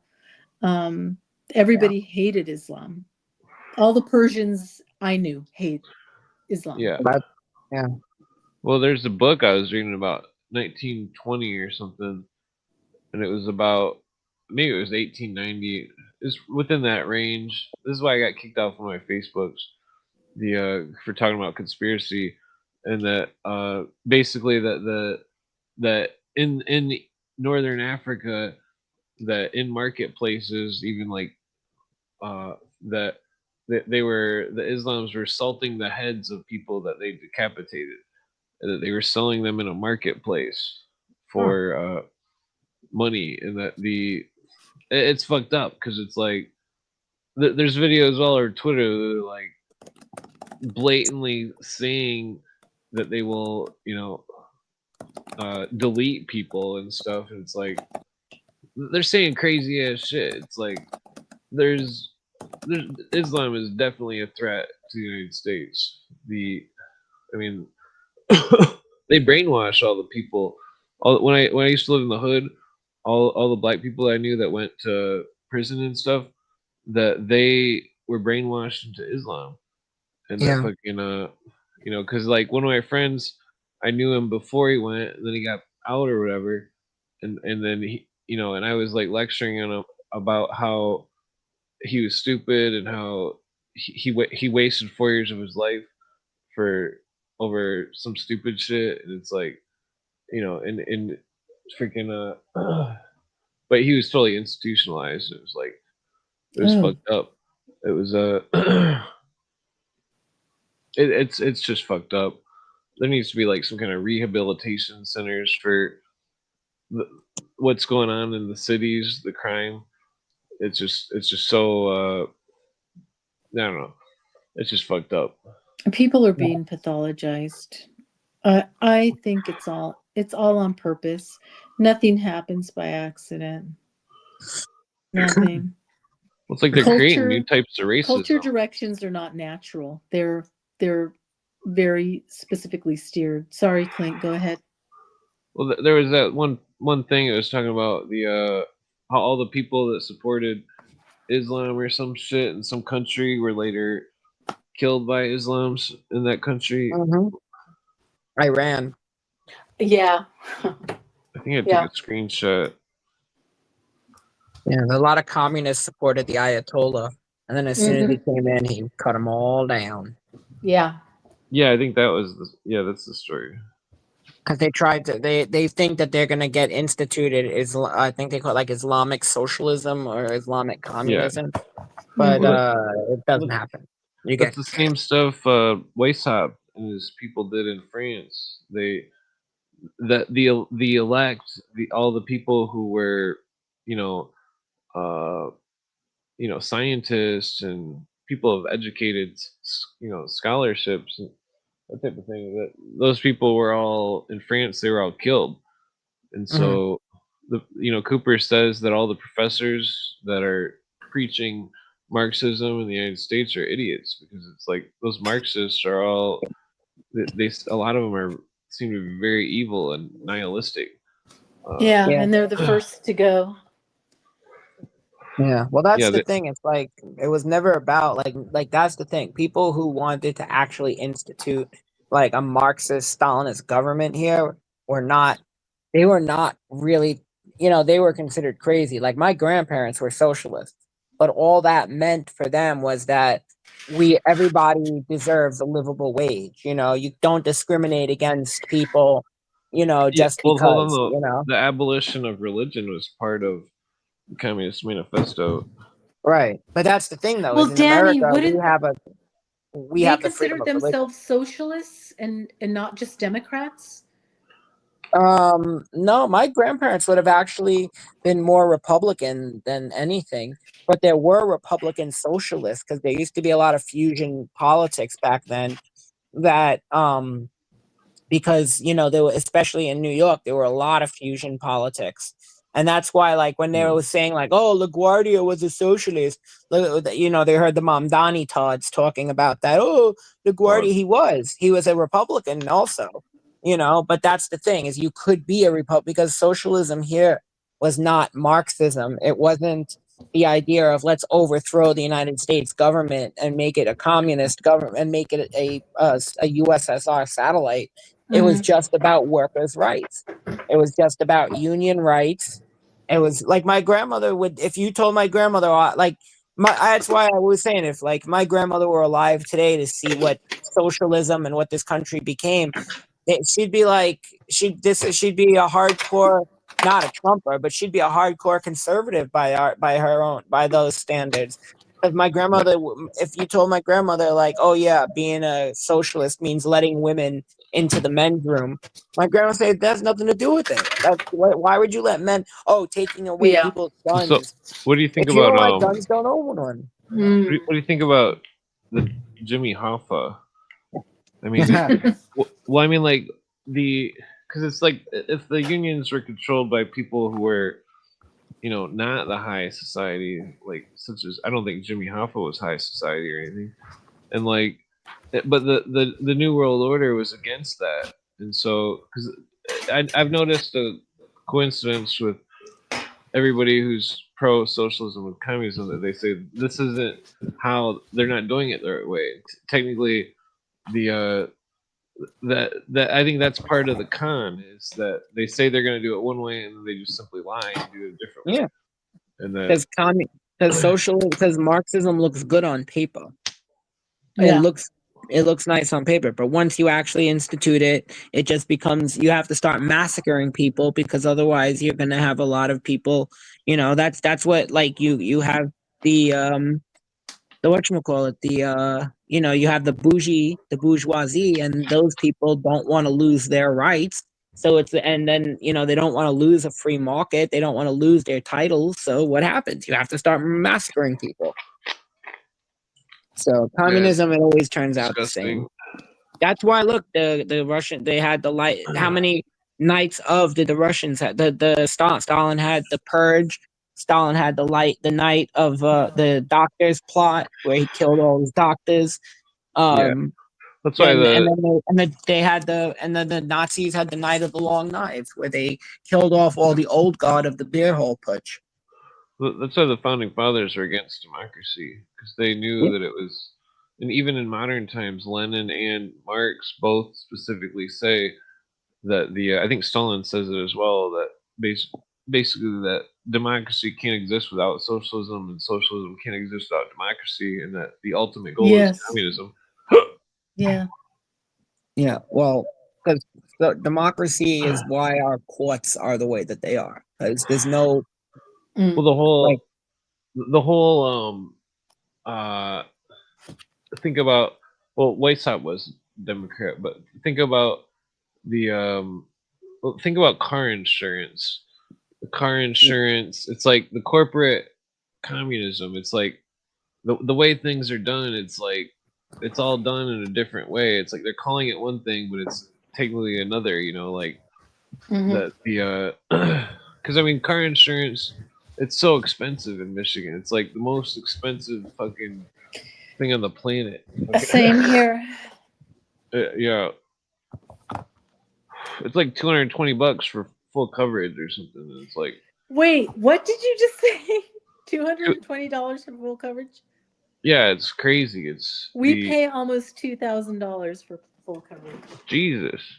Yeah, we had just above liability insurance on my car. No, per year. No, I'm talking about per month. Oh, well. $200 a month. That's something like $200 a month? Oh. Yeah, I gotta sell a bunch of magic cards and stuff to keep the car insurance. No. Between property insurance, car insurance. Well, then think about crazy. All the money goes into it, but only certain people get money back. And so technically that is like communism, but it's like corporate communism. But somebody is at the top benefit from some, corporate executive who's making like $2,000 an hour or something. What makes it communist is that the government tells you that it's illegal to drive without auto insurance. Yeah, because they're forcing you to do it. Technically, it would be a tax. It's taxing without representation. Cooper got out of a traffic ticket because he said that they were trying to tax how fast he was going, and that there was no it was taxing without representation. There wasn't I forget how he puts it exactly, but he said he won the traffic ticket case. The judge dropped the traffic ticket. Well, that's the thing here is that they've tried with the congestion charging. It's technically they're trying to say, oh, it's not a tax, but it really is a tax. And if it's a Yeah. tax, then you have to justify the tax. And they're getting around it by saying it's not a tax, it's a charge, like a toll. But it's not. It's a tax. A toll is a tax. It's a it's a you Yeah. know. So Yeah, they're taxing everything. If you buy a car, it's taxed. If you sell it, it's taxed. The person that sells it again, it's taxed. That's Insane. what- Yeah, and you keep paying that bloody tax every year. yeah. It's Yeah. sick. Well, that's because we're slaves. I mean, that's what I boiled it down to. Yeah. Welcome to the Yeah, new we world pay order. about And the thing is, we get nothing out of it. That's the sad thing. All of our money, like here, goes to the illegals. You know. Well, everybody's so happy silver's up, but it's like silver's not up. The fucking buying power of the dollar is down. Yes. Hmm. I mean, Yeah. it might partially be up because of technology, but Well, there's scarcity. There's none left in this country. There's no silver reserve except in people's houses. yeah, well, that's The what banks Cooper are all out. predicted. He predicted they would raise the price of silver. Everybody would sell all their silver, and then they would. They're messing with the. He predicts it would go up, and then it would drop drastically, back down to like $10 where it was a few years ago, and then because it's like they're playing games where they want to collect all the. I don't know what the purpose of. I think all the gold and silver is going to other countries. There was 16 million in silver that Nixon gave to or gold that Nixon gave to Switzerland or some shit. It was I don't remember what it might have been Russia. It was Russia or Switzerland or something like that. It was So what happened to the gold in Fort Knox? Same thing happened to the gold in the World Trade Center. Oh, you think they moved it to the World Trade Center maybe, and then the World Trade Center, it just disappeared like Casper? Well, they're robbing us blind. That's what's Wink, going wink. on. Right into thinning.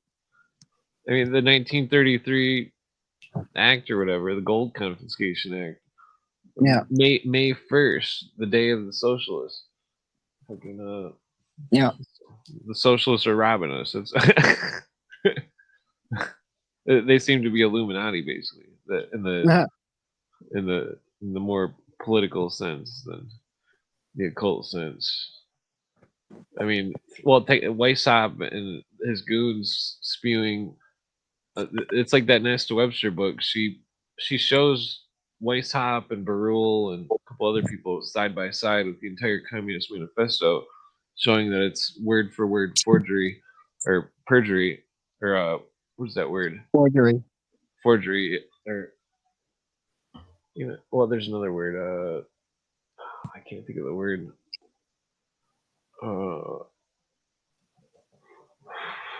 Then like the I don't know. Nobody can.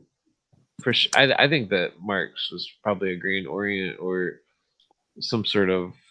I think there was weird stuff going on in Russia. The castration cults, the 1800s. I had never known before I read Archon Rules book, and that that was crazy because it's just like the France with the. I think Cagliostro was doing something similar, but he was also practicing some like OTO type shit, and that that's what I was bringing up earlier. How Crowley believed that he was Cagliostro's reincarnation. Yeah. Huh. Yeah, I wouldn't be surprised. Yeah, Crowley was fucked up. Well, that's what's fucked up about the New Age religion. It seems to be some kind of dark shit masked in light, quote unquote. It's like they're perverting the concepts. But how can you argue with love and light, Clint? It's all about love and light. That's how they package it, and nobody reads the fine print. Oh, So that's an and effeminate society.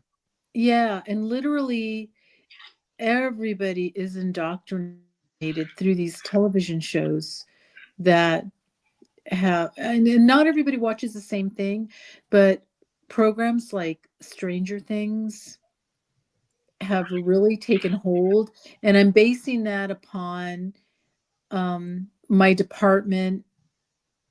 I make a point of joining meetings early. As soon as someone starts the meeting, 5 or 6 minutes ahead, I'll join, because that's where I get what the normies are thinking, what are they watching, and they are absolutely being indoctrinated by these programs that are steering their beliefs, and they aren't even aware of it.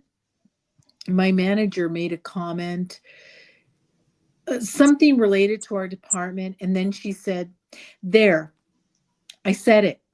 I spoke it into existence." Mm. And she doesn't even realize. She said her 7-year-old son, she said, "Oh, I didn't want to, I interrupted him in the middle of casting his spells.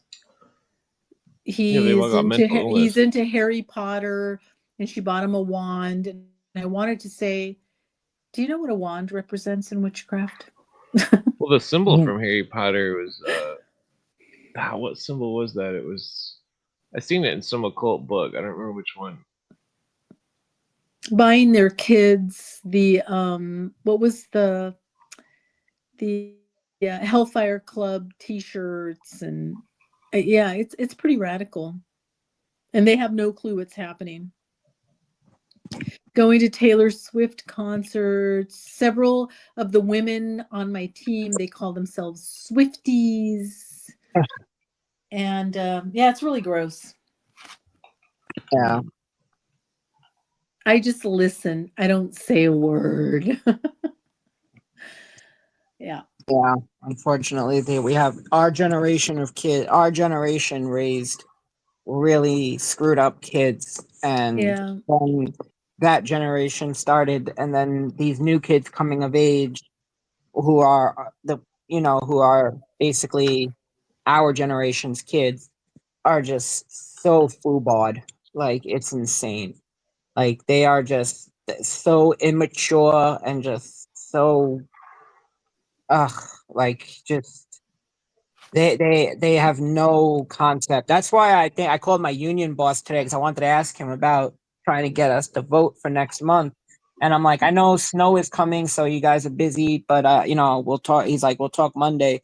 But I'm like realizing, like, oh crap, the last time, like, there was a small snow event in New York, and like half the Mhm. 500 guys called out sick, and Oh. which is insane. And now, if there's a bad snowstorm and they have to work, like my first year on the job in 2016, we had a 20-inch snowstorm, and I literally worked for a month and a half. Was it?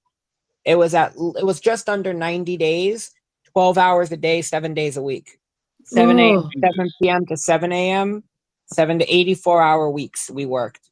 Did you at And least get overtime? yeah, you get 4 hours of overtime every day. And then Wow. on the towards the end, they started, like, reducing the amount of overtime because they didn't need as many people once stuff started getting cleared. But like, we were always forced on it because the senior guys would leave, and then we would end up getting forced anyway. And then my last night, I actually could choose to go home or not. And I'm like, bro, it's my last night. I may as well just take the 12 hours. So I did, and then I ended up on a mechanical broom with a supervisor who wanted to save the city, right? Even though they really had no work. It was just, like, he was like, "Why isn't your radio on?" I'm like, "I don't know, because I'm listening to my fucking Yeah, I'm listening to my podcast. Why? What does it matter?" "Oh, I was calling you to Fifth Avenue," and I'm like, "Oh, whatever. I'm here now." So, Mhm. but these kids, I don't know if these kids are going to handle it, and I think that they realize it too. They were ready to threaten the Taylor law over the last snowstorm. What is the And Taylor law? that in New York, we're not allowed, New York's municipal employees and essential workers are not allowed to go on strike. And because so many people called out, they were ready to call it a job action, which would have gotten my union in a lot of trouble. But I don't know how these kids are going to do it. You know, like even when I worked one time days, I worked one winter for the daytime, and I went out to Queens, and everything was clear up until the end of our shift, 7 a.m. to 7 p.m. So I had to drive home in the snow, drive back to the city in like while snow was coming right down, and it's, you know, it's a long drive. So I don't know if these kids are going to do it. I mean, I don't know if this younger generation of kids is going to handle it because they just don't have it in them, you know? Think about it. A kid who was 15 when I came on the job is now 25. Wow. And now, so these kids did not grow up in that level of discomfort, especially the fact that you're driving a 30-ton truck around the city with a plow on it, you know, down narrow streets, you know, all over the place. You know, like there's stories of guys, like there was a kid once who was, for some reason, he asked the supervisor, which was stupid, what exit to get off of on the Jersey Turnpike to get to the dump. And instead of saying 15A, the supervisor tells him 13A. So this dude's driving. He's almost down to goddamn Philadelphia when he decides to call in and ask, hey, where am I supposed to get off? I'm by Trenton. And they were like, what? Where the hell are you? You missed the exit by a long shot. He turned the truck around, drove it back up to the city, threw in his badge and ID and said, I'm going home. And it's like all that could have been avoided if you just asked one of your colleagues which exit to get off of and not a supervisor who hasn't driven a truck in 5 years, you know. But so it happened where people just quit on the spot. And it's happened a bunch of times with these new kids. I've heard a few stories. So I don't know if this is a really bad storm and these kids start calling out of work, calling in sick, or just not showing up. Like, yeah, it's not going to be, this is going to be bad, and it's going to be bad. Wow. Oh yeah. Wow. But do they make good money? I mean, if you can stick with it. Yeah, we make great money, you know, but that's why I'm hoping. That's why what I'm hoping is we had a legal meeting the other night, and they don't understand why our case is being dragged out the way it is. But hopefully, my union boss, I asked him to get us, you know, because Eric Adams screwed us. So next month we want to make sure we get on the agenda so they can, you know, get us back to work at least without that stupid waiver that would have made us forfeit our right to our right to they basically wanted us. Yeah, they wanted us to forfeit our lawsuit in order to get our jobs back. So Eric Adams, Eric Adams was supposed to do it before he left, and he just didn't. He's an asshole. He's a scumbag. Like truly, he's like a dumb, illiterate scumbag. Sorry. Yeah, he's getting defensive on X. Yeah, he just scammed people out of $3.5 million. Jesus. Yeah, he did a crypto coin scam. Let's see. Wow. That 15 years ago, I went to a Christmas party for one of my clients in Detroit, Michigan. And this CEO really wanted me there. And I said, because it was in December, and I said, I can't go because I will not drive in the snow. So he said, I'll send a car to pick you up at the airport. I said, okay. So I went. And so my driver went after the party, and we stayed at the hotel. And my driver was an old Russian Jewish guy. And so we started talking. And he told me And this was in Russia, according to him. I said, "How did you get here?" And he said, "Oh, because in the 70s, the Soviets allowed Jewish people out." And he was an older guy.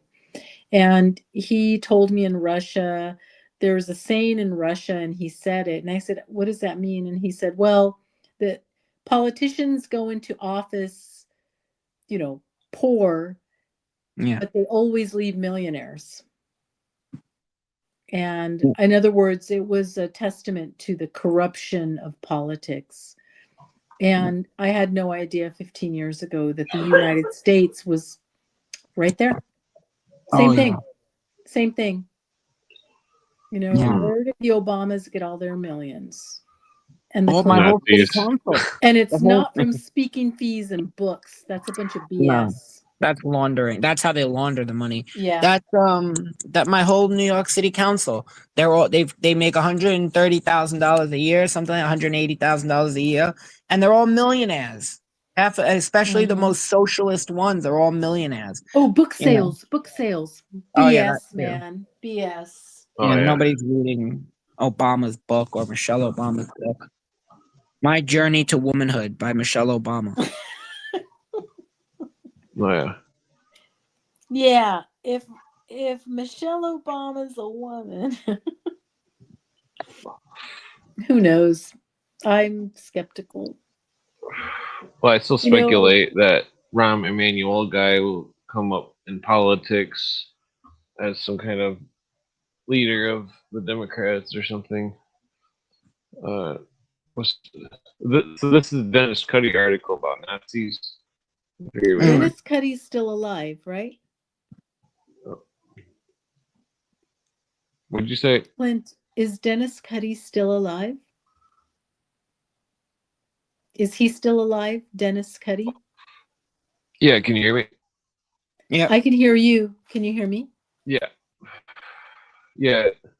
Well, his articles are so intense. I've analyzed them like 3 times.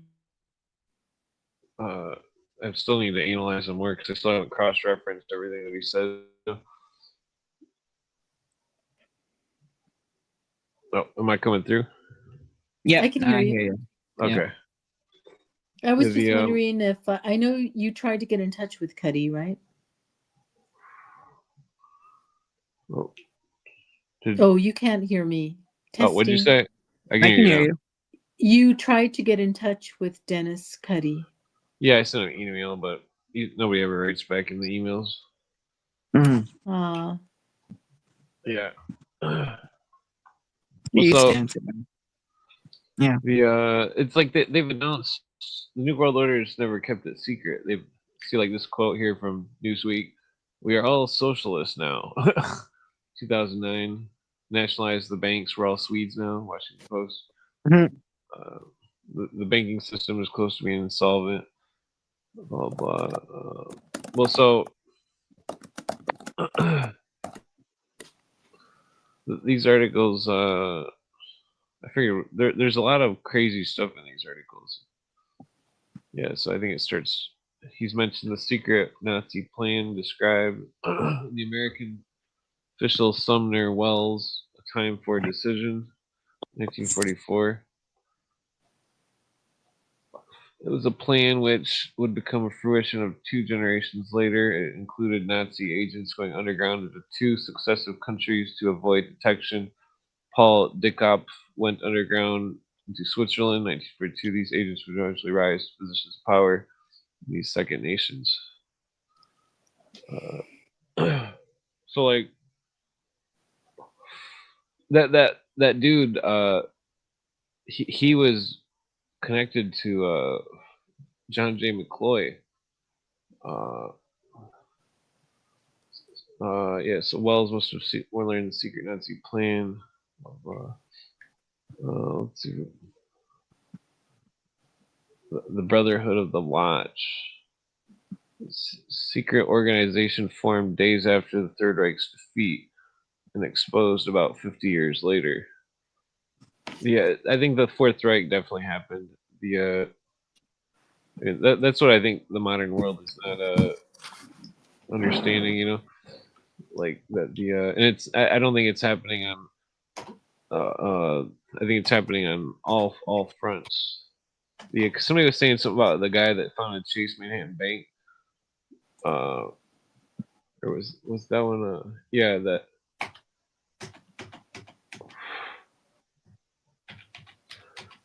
Yeah, so his agent went underground in Switzerland, U.S., where Standard Oil of New Jersey managed to ship to enemies fuel through neutral Switzerland. Chase Bank in Paris and Pearl Harbor was doing millions of dollars worth of business.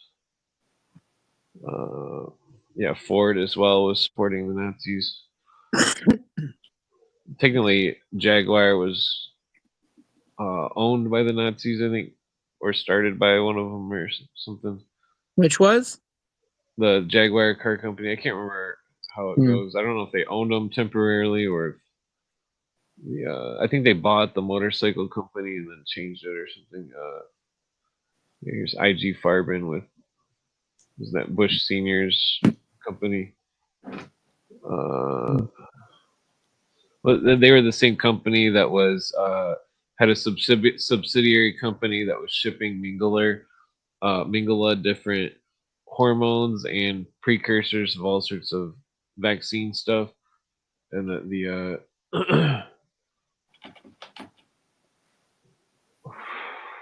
let's see, Germany. That's the only one there. Yeah, so here it is. In order to explain what the power elite was doing, it's more important to look at how they operate. John J. McCloy was an agent, useful. Blah, blah. 1930s, McCloy's law firm, Kraverth, de Gesdorf, and Swain and Wood were attorneys for IG Farben. So, I mean, if that tells you anything. Perhaps I brought this up several times. This is perhaps one reason why McCloy sat in Hitler's box in 1936 Germany or Berlin. And then it says McCloy in late 1961 went swimming with Soviet leader Nikita Khrushchev in the Black Sea. And so, if that's because McCloy was he was the some kind of intelligence dude. He's the one that appointed Kissinger. He's the one that started the whole intelligence apparatus. He took the existing intelligence apparatus of the Germans, and then he kept all the same people, and he kept it all going. And I'm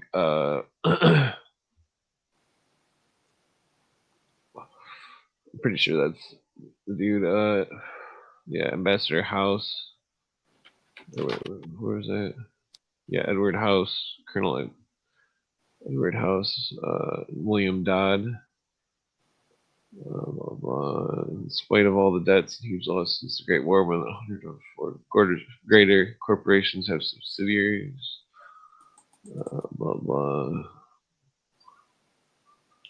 Let's see. Here we go. 4 years later, Skull and Bones member Henry Stimson went to Washington to become FDR's Secretary of War.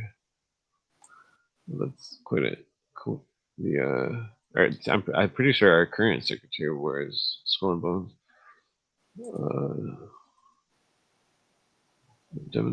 He brought McCloy.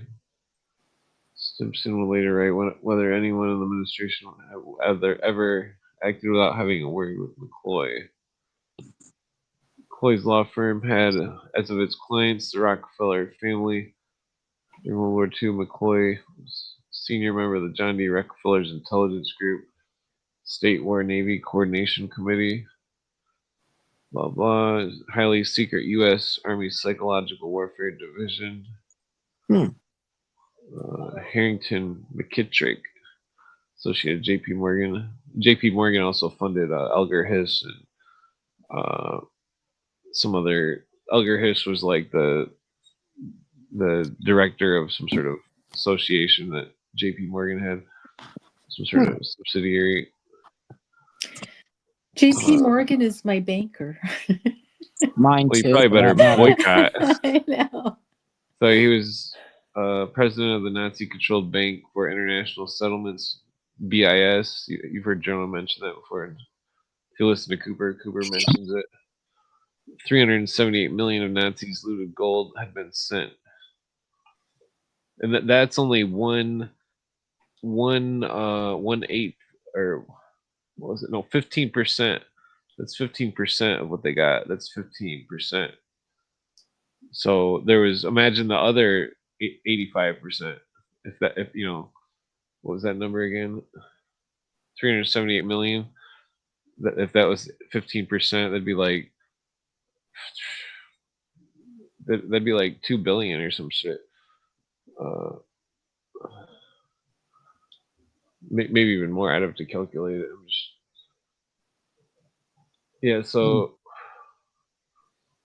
let's see. Former chief of operation for U.S. Joint Chiefs of Staff.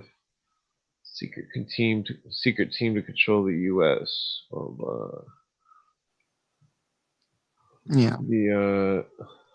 Yeah. So Fletcher, secret team consisting of security cleared individuals in and out of government who received secret intelligence data gathered. The CIA and the NSA. Secret team has very close affiliations with the elements of power in more than 70 foreign countries and was able, when it chooses, to topple governments, to create governments, and to influence governments almost anywhere in the free world. That was in this book, Secret Team, 1973. Oh, here we go. Billary is getting mentioned. Billary and Obama. Ashton Carter has been named Undersecretary of Defense. I share the same day and month of my birthday with Bill Clinton. That. But we've never celebrated together, for the record. Are we gonna buy an exorcism for you? No. I share a birthday with Alexander Hamilton, I think. Ooh, that's pretty cool. January 11th. Yeah. Oh, nice. Cooler than Bill Clinton. Yeah, fair enough. Oh yeah. What is it? You want to skip that part? Okay, here we go. Part 1, IG Farben, blah blah. U.S. Department conducted an investigation, produced a document that revealed, quote, without IG Farben's immense productive facilities, its intense research, and vast affiliates, Germany's prosecution of the war would have been unthinkable and impossible. Let's see. So, IG Farben's expansion prior to World War II was paid for by the funds of Rockefeller's National City Bank, J.P. Morgan Equitable Trust Company, Harris Forbes and Co., and another Rockefeller entity called Dillon Reed and Company. I don't think I looked into that one. Hitler received funds via August Thyssen Bank, which was affiliated with the Harriman's Skull and Bones Union Banking Corporation. Remember, there used to be pictures, I still can't find them on the internet, of Nazi plates and the Skull and Bones. Yeah, I think my camera froze.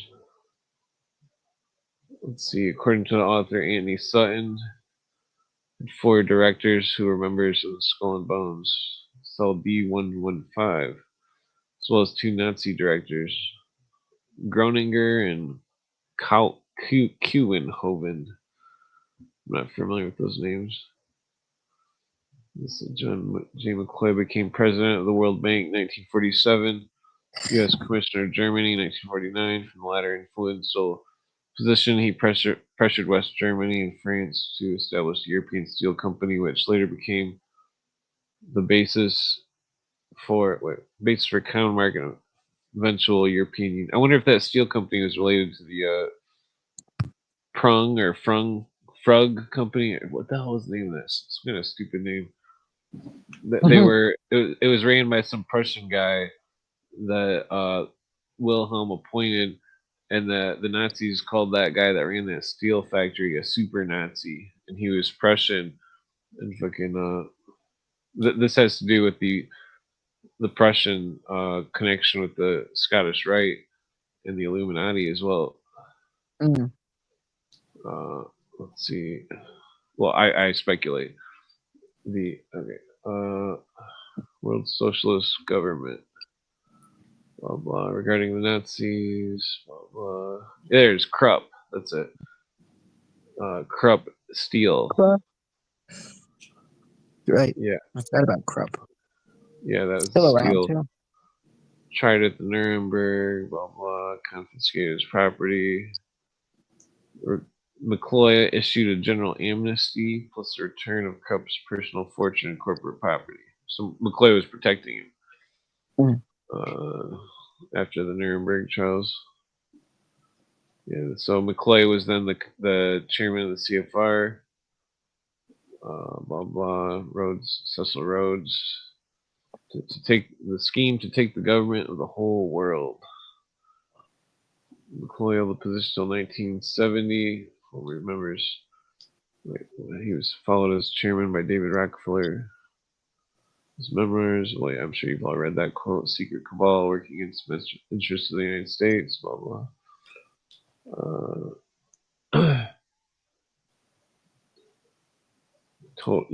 Total disarmament, universal enforceable, complete with international controls and inspection. So the control over the whole world. Oh, here we go. Kennedy designated McCloy. Yeah, Kennedy signed Department of Publication 76, 77, which is the UN Disarmament Act. Let's see, UN General Assembly proclaiming, quote, "Let us join dismantling the national capacity to wage war. The program to be presented in this assembly is for general and complete disarmament," end quote. So, concerning the Nazi secret plan, see, this is all connected. I mean, I think I'm too stoned to like go into, but it's all connected. I get. Let's see. 1968, Paul Dickop had led Switzerland, became the head of Interpol. Which you guys know what Interpol is? Yes. Mhm. Yeah, it's like an intelligence apparatus. International police. That's crazy because it's probably maritime law. Probably yeah. operates on maritime law because I'm I pretty mean, sure there's no other way. I'm pretty sure the Bank of International Settlements is connected to the International Monetary Fund. Really agents, blah blah. Wait, was it? McCloy and others are not the power at lead, but merely its agents, not necessarily familiar with what each other are doing. E.g., McCloy may not have been involved in the Nazi secret plan, or he is a puppeteer pulling strings. So I think that Skull and Bones connection is relevant.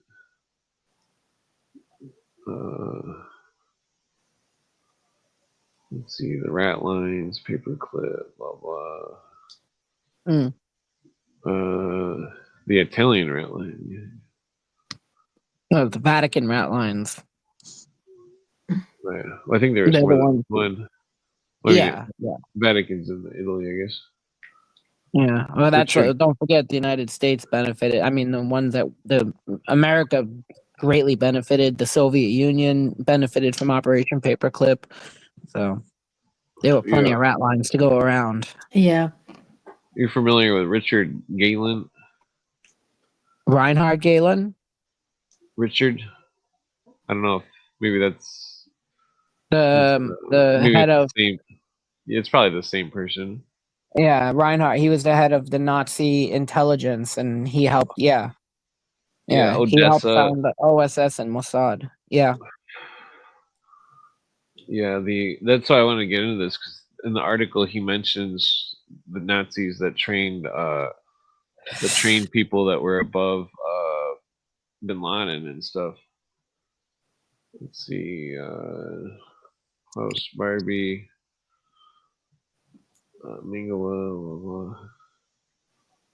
Let's see, objectives from Joint Intelligence Objectives Agency, 1948, began project national interest.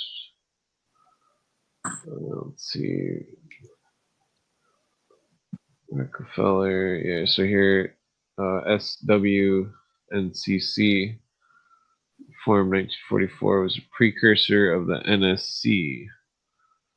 With John G. McCloy, blah blah, 1,000 Germans. Hmm.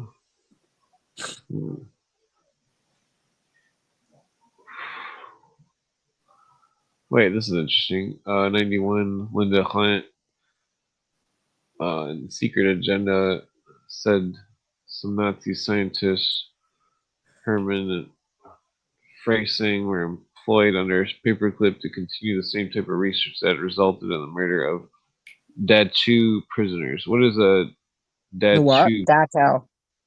Yeah, what is Probably, that? it's a concentration camp. Whoa. Dachau. Yeah. So they're saying they continued it. Danny, have you visited any of the camps?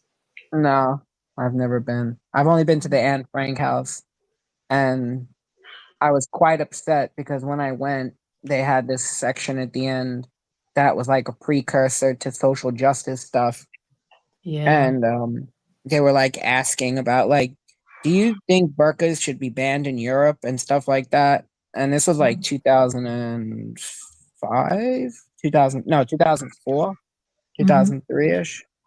No, it had to be 2004, 2005. So it was like, or when I, somewhere 2006. I don't remember. I'm trying to, because it was years ago, obviously. But yeah, I remember I was the only one of my friends who went. And then when we got to the end, it was like, it was like kind of like a thing. And it was really weird. It was like, do you think burqas should be banned in Europe? I think at that time, a lot of people said yes. I think they still do. I think they still should. Yeah, they're definitely Yeah. ridiculous. I mean, if they were, it'd be different if they were like living in a nuns convent or something. But why If the they were what? entire? Well, it's like there's they try to compare it to nuns, but not all women are nuns. You know? Yeah. It's like the in that they're well, there's a weird thing going on with that whole. Yeah, women join, you know, nun orders, but they don't have any choice. You do your husband's bidding. And, you know, it used to really tick me off being in Tel Aviv on a really hot day, and you see the guys in shorts and t-shirts and their wives in their black burqas from head to toe. It was so disgusting. The guys are nice and comfortable. Yeah. Well, That'd be pretty warm. Yeah. Well, what drove me crazy is the fact that like they put it on little children. Yes, I have a great picture from the Temple Mount, as a matter of fact. And a group of little girls that are 4 and 5, and they are covered. And we know why they're covered, right? So that they don't incite the lust of men. Yeah. Yeah, they don't cover their head until their mouth, at least. Well, these little girls were all covered. Yeah. That's what I'm saying. Like, we don't cover up our children. And we're not, it's not, you know, but whatever. Yeah. Definitely weird. I always thought that was weird. How far does that culture even go back? Because I don't recall seeing any old antique pictures of any of those types of costumes, you know? The fucking, the burqa or whatever it's called. Oh, yeah, the one that completely covers you? I don't know. Yeah, it's like, I'm pretty sure I've tried to do a background check on, you know, how far that whole thing goes in culture, and I don't recall seeing it in any old books or anything. Well, I know there's something. I don't know. I mean, in Islam, I think in the Quran there is something about covering up your women, but don't forget a lot of women covered up. You know, if you look at European women from like in the old days, you know, they wore like full head coverings and stuff. Men wore hats and women wore head coverings. You know, the Dutch women wore those silly hats, and Slavic women wore like the whole schmata thing on their head. I forgot whatever that's called. You know, so that there was always a point, but like usually that was suffice.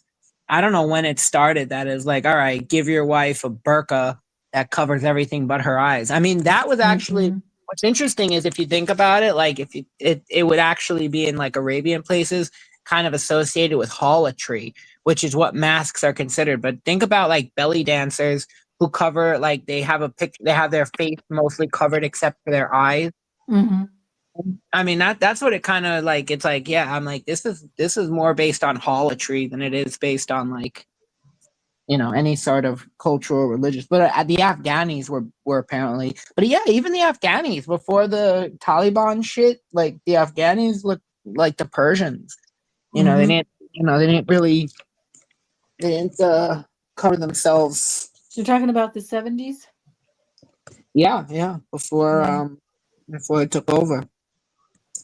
But it's like one thing I think if you're married, I think it's a good way of like, it's like, all right, you cover your hair because that's where the Jewish tradition comes from. That's why I Yeah. don't with the wig thing. I think that they should just cover their natural hair and Yeah, not wear me too. I agree with you. because it's meant the actual reason you're supposed to do that is because when a woman's married, her beauty is supposed to belong to her husband. So only her husband gets to see the full of her beauty and hair, of course, is a big part of female beauty. So Yeah, so I've never understood the wigs in Judaism. No, I never heard about Because yeah, there are some women that will put wigs on to cover their natural hair, but the wigs are very pretty too, yeah, oftentimes, yeah. and provocative. So Yeah, what's it the doesn't make point? any sense. It doesn't make any sense. I like seeing the women in Jerusalem with their hair covered, the beautiful scarves, and they've got their Yeah, heads wrapped. Those are gorgeous. yeah. Um, They but look like yeah, I've never understood the wigs. yeah. It doesn't to me it's stupid. To me it's just like just Hmm. wear a scarf. Just Yeah. wear like a scarf or like a snood. Because like my Hmm. cousins wear snood. Like well, one of my cousins wore a wig. The rest of them wore snoods. that. Although Yeah. actually no, one of my cousins wore a wig sometime. No, shoot, no, that was before she was married. Never mind. I was picturing her with her hair out. It was funny one time because one of my cousin's husbands is an asshole, and he's like he's one of these guys who likes to pretend he's super religious.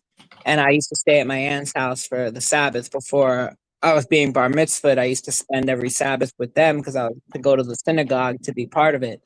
And they were coming over one time, and my aunt's I didn't even notice. And my aunt's hanging around, and then when they came to the door, she starts covering up her hair, and she opens up the door. And while she's opening up the door, she's fixing her snood. And he makes a stupid face. He looks at me. I must have been like 10, no, I had to be like 11, 12 years old. He looks at my aunt. He looks at my aunt, and he's like, "You go with your hair out in front of your nephew?" And she's like, "He's my nephew. I'm a 65-year-old woman. What the hell?" Yeah. Some of them get stupid too. Hmm.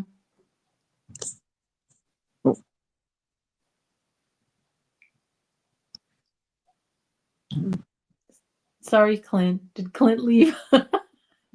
Clint?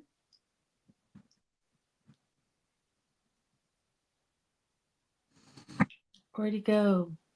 Yeah. He's smoking. Uh, oh man, that wind is picking up out here. Hey, Danny, are you experiencing part of the cold front? Oh yeah, we're supposed to get. We don't know what the snow apocalypse we're supposed to get yet. We're still waiting to see. Wow. But the weather's they've been spraying our skies like crazy. Like oh yeah, you commented on that. Yeah. Yeah, they Washington State sprays. It's suffocating, and we get maybe 3 or 4 days a year where I can't see it, but they spray at night too. So there's always a dull haze hanging in the air. Um, we don't really get many blue skies. Even when the sun sets, it's always a hazy, the sky is not blue.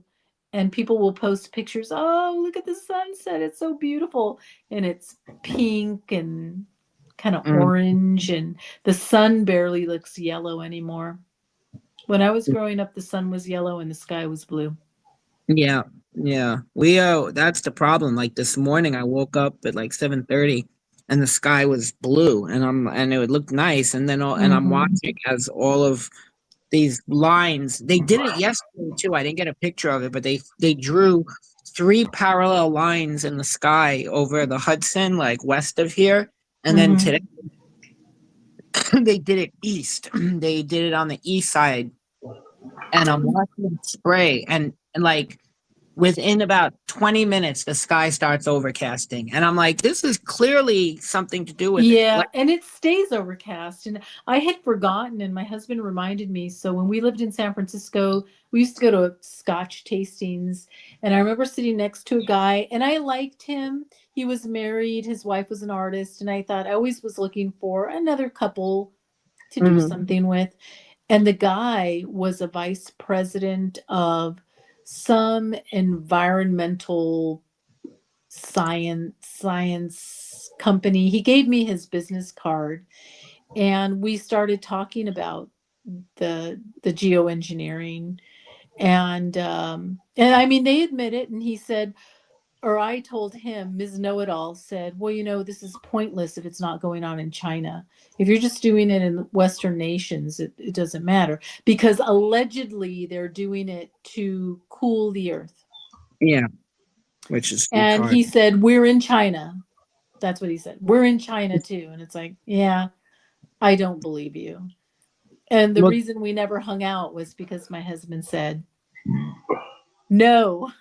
I mean, he didn't like them. He thought, but the guy was, it was a nice guy. I mean, it was smart. We could have had interesting conversations, but I mean, they're already doing it, obviously. I don't know what they're really doing up there, but we can see it, right? We know they're doing something, and officially, um, they say that they are trying to cool the earth by a degree, which is ridiculous. yeah, Danny, who knows what they're doing? It could have Well, something. I don't think it has anything to do with cloud seeding, because cloud seeding, we've been cloud seeding since the 20s. they But could there's be something else going on for they sure. could be they could be creating clouds to hide secret aircrafts. true. Yeah, it could be. Well, I, Um, I checked Flight Tracker this morning when I was like watching it. I went to the Flight Tracker website to see yep.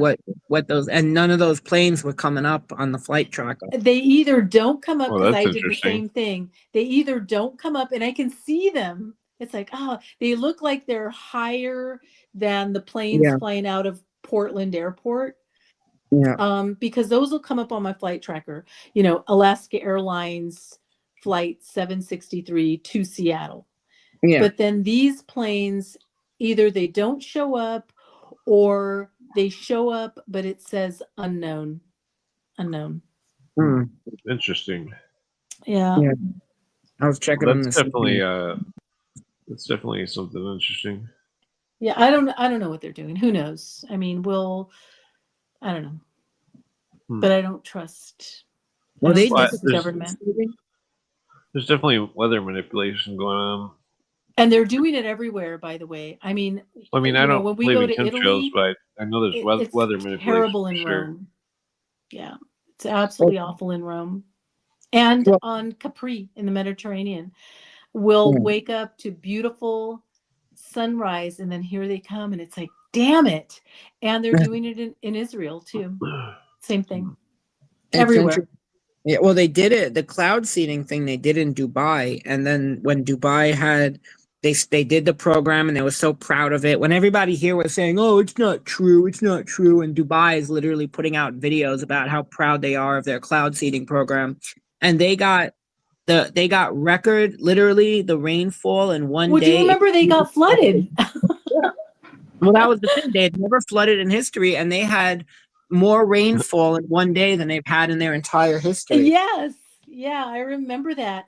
And Danny, do you remember when Ama Adam, yes, Yeah. he accused Israel of causing, I think this was closer to Operation Protective Edge. He accused Israel of causing the drought. I mean, knowing what I know now, it's like, yeah, the USA and Israel probably did have a hand in that.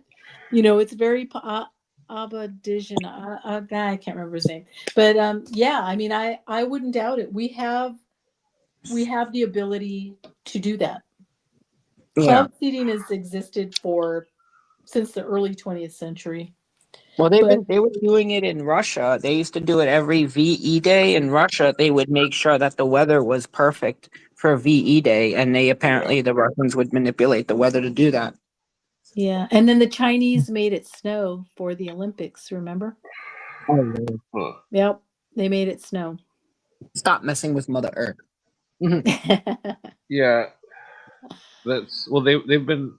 Cooper talks about this thing in L.A. where he was naming these companies that were dumping stuff in the atmosphere to, they were like purposely polluting, and it was like it was bizarre because it wasn't a byproduct of something they were making. It was just they were dumping stuff in the atmosphere, like giant. And they basically it's like uh, he Cooper believed that the corporations uh, where they had some sort of scheme of I mean, you could relate this to the modern green tax stuff, the carbon credit tax stuff in California. The that's going to be worldwide eventually. Oh yeah, Carbon credits. Yeah, but they showed the pictures of the ozone above LA or whatever at that time, around the same time when those factories dumped all that shit, and it was like they were trying to purposely make it like because like the global warming thing, they always say like the pole caps have no ozone, and it's like there has O3 can only be made from the sunshine hitting the molecules, and so O2 O2 O3 cannot exist without sunshine, and so there's no sunshine at the poles for a majority of the year, and like or like half the year or whatever, but like so it's like when they take the picture of the ozone supposedly being gone, it's like they were manufacturing a way to make more money and put more restrictions on things. And like well, it's remember interesting that the the hairspray ozone. stuff. They said that the hairsprays and the refrigerators had to be outlawed. Yeah, I shouldn't use my hairspray, right? And spray Yeah, deodorant. well But in Arizona they proved that the legislature wasn't accurate and that the CFCs or whatever it wasn't actually damaging the ozone. yeah, nobody even talks about the ozone anymore. Yeah, because it's a scam. Yeah, exactly. So, forgotten. No more ozone. Yeah, the ozone layer has been fine. My friend used to say, "There's holes in the ozone layer." I'm like, "Well, what is that? What are you Yep. talking about?" Yeah.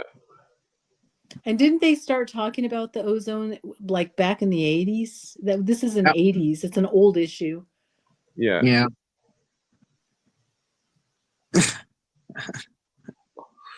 Yeah, it could have been some kind of corporate takeover conspiracy of some nature.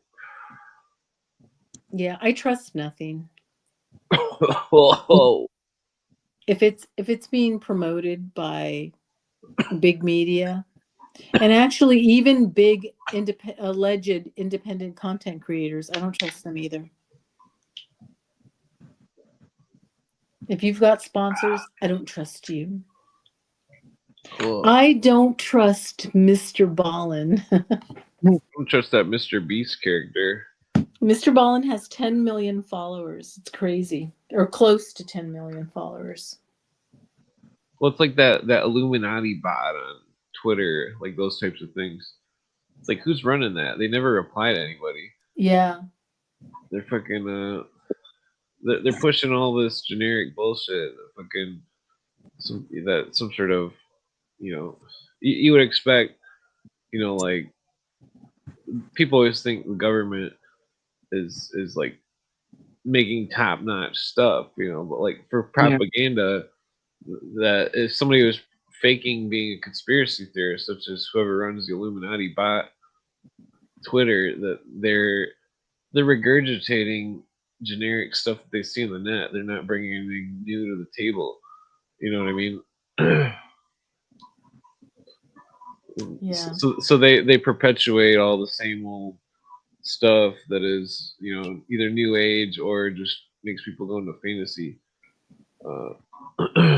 Oh, and by the way, I mean, just Clint, I know you're trying to read what's on the screen, but I'm looking at a headline, and listen to this psyop. The Trump and Fink World Economic Forum narrative. Globalism is dead. Bait and switch. Well, It's not dead. well, the amount of propaganda against Trump, I've They're never just seen. repackaging it. Trump's in on it. He's Well, not. I don't think He's he. not doing anything for us. Yeah, but there's certain stuff that He's it's. part of the same. He's part of the same hypocrisy. Well, I mean Yeah. well, I think that he's different based on stuff that No, I've heard him say. no, Uh, it doesn't matter. I think it's to well, I get mean, people to believe in him and to well, trust him. But well, I no, think Todd made a point that you might have missed that he asked you if you ever heard one of his speeches. I've Um, heard his speeches. maybe that was somebody else. But I Yeah. mean, somebody can say whatever they want for 2 hours. I mean, show me what you're doing. Well, I mean, I would say that the only speech that I've seen of his was before the COVID happened, and he was telling the UN that they can't take our Second Amendment, and No. that he was telling them that the federal government wasn't going to pay 24% of the federal income tax to the UN anymore, and so that was a huge threat to the UN. That's And all so temporary well, stuff. No one well, hold on, individual can stand up to this that's why I cabal. think they rolled out the pandemic because they didn't like what he was saying. They didn't want anybody to be pro America, you know, regardless of whatever bad things Trump has done. He's pro America, and so they want to destroy anybody that's pro America. The whole UN and all those fucking internationalists. It's like they want to continue the slave trade in China and import all this Chinese garbage, and that fucking the Americans, they want to make sure Americans are stuck inside McDonald's and shit. Like, I mean, I don't know. It's like there's so many games being played. Yeah, Well, and nobody at this point can go up against this, whatever you want to call them, this the whole group. generation of Well, people on their side. Look Yeah. at Seattle. Seattle just freaking just elected a basement dweller to the mayor, right? What was her name? The woman who looks like boring. She Oh looks my really God. ridiculously the, plain, Yeah. like a cardboard box woman, and like as as a mayor, and she like lived in her parents' basement, and her husband and her are unemployed, and like this is who they like. I mean, look at New York. These idiots elected Mamdani, thinking that he's a socialist revolutionary when he's George Soros funded, and it's like let me ask you about the warmth of collectivism.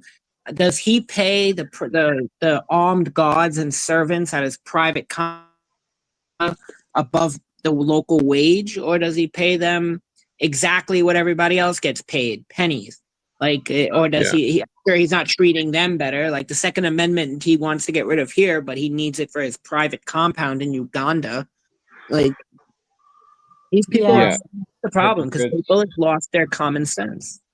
Yep. That's why nobody stands up against them, not even Trump. And, Trump I wants mean, Mamdani. and Mamdani and that Dodo Wilson chick in Seattle. I mean, they're Well, just puppets. Nobody asks who the puppeteers are. Mhm. Mamdani can't do his own thing. He has to follow the script that somebody else has provided to him. And the Well, that, same with Trump. What's going on at WEF is all theater. It's all smoke and mirrors. I don't care how many, oh, Trump pulled us out of the UN. And boy, my sister called me today and she said, oh, did you hear Trump's speech? And I mean, he just put them in their place and he was so tough. And it's like, yeah, and Trump is BFFs with Larry Fink. So what does Yeah. that tell you? I'm not familiar with Fink. He's the head of BlackRock. It's Well, all fake. It's all fake. Well, you know the saying, keep your enemies closer. Oh no, I no, I Well, don't think so. I don't think so. But well, that's my opinion. that's the thing, though. I think the world government that there behind the scenes there is. I think well, forget about the world government. I guess so. I think there's a religious war going on, and it's all over Jerusalem. And that I think that you know Trump might be a Knights Templar on the good side, and that there's other orders that are trying to hold the ball or something. I don't know what the obsession. I mean, the obsession is religion. That they, it's all about religion, and that's what the New World Order, regardless of, you know, I mean, the New World Order controls. Or they want to push a religion of universalism, and all religions are one, and that's why the Baha'i symbol has all religious symbols. And then the Baha'i is the bumper stickers I see on the back of people's cars. It's got the cross, the peace sign, the Islam logo, the Jewish Star of David. It's got all the different. Is that a Baha'i bumper sticker? I wouldn't doubt if it was possibly. You know what I'm talking? Oh, it says Connected. coexist. Yeah. Coexist. Yeah. Well, so it's like the universalism religion of secular humanism. That's the and any other religion that is not under those terms, that they're basically going to flood it out. That they're trying to push all their religion and its propaganda more than any traditional religions, and so the I mean that's where it's like religious propaganda over time. It's always distorted religions, and I mean who knows what it's all about. Maybe there could be buried treasure under there somewhere. I mean, Buried treasure. You've heard of the Copper Scrolls? The who? The Copper Scrolls. No. There's Copper Scrolls found in the Dead Sea caves, and that they were treasure maps, and that Rockefeller bought them up, and that I don't know. It's very interesting. Rockefeller I've bought never all heard of of them. that. Yeah, When did that happen?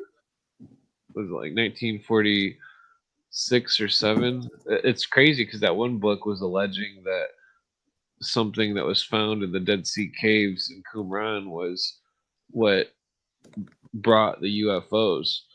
I mean, that's a pretty wild allegation. Yeah, that sounds far out. Well, it's interesting. I don't know. You ever see that painting? The let me see if I can bring it up. There's a painting. UFO. Yeah, here it is. No, that's not the painting I was thinking of. There's another one though.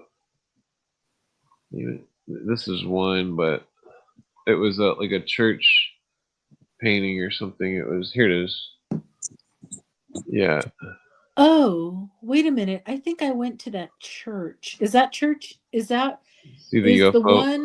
the one that looks like is that in from a church? No, not that. It's a refresco, I think. That's the one with where they said, "Oh, it's like something that hangs on the wall or something." It's like, shut up. Because there was a church I went to in Italy that was weird, and they had like spaceship stuff in it. frescoes. Yeah. Well, it's bizarre. I mean, the story of the whole shebang. I mean, Jesus goes up into the sky when he dies or something. When he comes back in the story, it's like, what, did he go in his fucking spaceship? No, he's That's a God. He bad doesn't joke. need a spaceship. Well, that's the thing about it. It's like, if I don't know, it's like it's just a weird thing, weird connection. I mean, it could be an eye, I guess. It could be like the eye of God that it's showing, but it seems like they would draw like a pupil or something. You know what I mean? Hmm. I God, think now the I fight, can't find that church. is actually against. It's actually more against two groups of elites. One who want to end it all now and put elbow in the and put in the new world order, and then the other group is a group that is like, we enjoy making money, we enjoy the control, we enjoy the game of chess, and we don't want to stop playing it, and so we don't want to end it all just yet because we're having fun doing it. And I think it's like that's I think the difference between the new money and the old money is because the old money knows that they'll survive empires and Baktuns and Yugas and stuff like that. But the new money realizes that, oh crap, we may not. Like Eric Adams is a millionaire, but I mean, if shit hit the fan, he's not getting a seat on the escape pod. So it's Yeah. like that. There are people who are in that similar situation. That includes billionaires like Michael Bloomberg.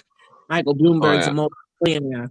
But Yeah. if the shit hits the fan, if there's like a blue, like a blue beam or something like that puts or like half the world gets put out of commission without saying the words, then he's really kind of irrelevant because he's not somebody who's going to start a new dynasty or anything like that. Yeah. So that's what I think the fight. This is one of those other super old religious picture paintings that I don't know if it's a mural or painting, but you can clearly see on the top what looks like a UFO. Yeah. Well, you know about the battle. What was it? The Battle of Frankfurt or the Battle of Hold on, let me find it. It was where there was like in like 16th century Germany, like the sun started bouncing around the sky apparently, and all these ships started shooting at each other, like in the middle of the sky, and it was like recorded by it was. No. You never heard Yeah, about that? I've heard No. about that in the Charles Forte book. What is? Let me see what it's called. Was it the Here's Battle? another one. There's a large orb in the sky.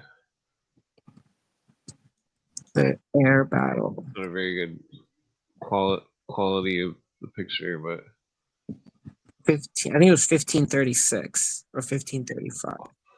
Oh yes, Nuremberg, the celestial phenomenon. The 1561 celestial phenomenon over Nuremberg. yeah, right here. This picture. Hold up. Let me go back. Pretty sure this is the one. Yeah, that's it. Yeah. You notice the cigar shapes? Yeah, the circles. Yeah. Why did I? That's on record. And apparently one of them did get shot down. They just don't know. I don't know. We just don't know what happened to it. Well, what's interesting, Nuremberg's. I mean, that was where the trials of the Nazis or whatever. I mean, I don't know if that's relevant, but the Nazis claim to have had alien crafts or some kind of the rumor, That's true. That is true. Then imagine some of the occultists. What if they had found something that they were guarding, some kind of secret, like some kind of secret of contacting. You seen that movie Coneheads, when Yeah. the guy he says the big phone. Yeah. They're talking on the big phone and they're talking to the mothership, quote unquote. We don't know if it's real or if they're all fucking wacko, you know.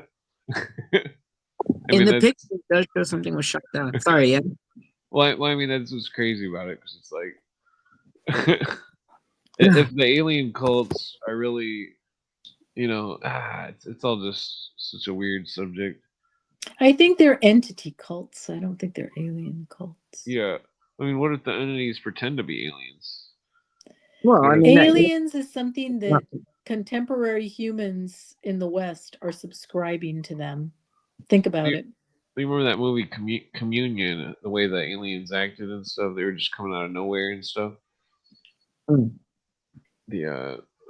It's bizarre. I just saw scenes from Communion. That's a Whitley Strieber. Is it Whitley Yeah, it's a very Strieber? bizarre movie. It's the Christopher Walken is definitely possibly some kind of initiate or something. Yeah, he's a weird guy. There's a great Mel Gibson talks about Christopher Walken and meeting him at the Peninsula Hotel in New York City to talk about a potential collaboration and getting freaked out. Mel said he got freaked out.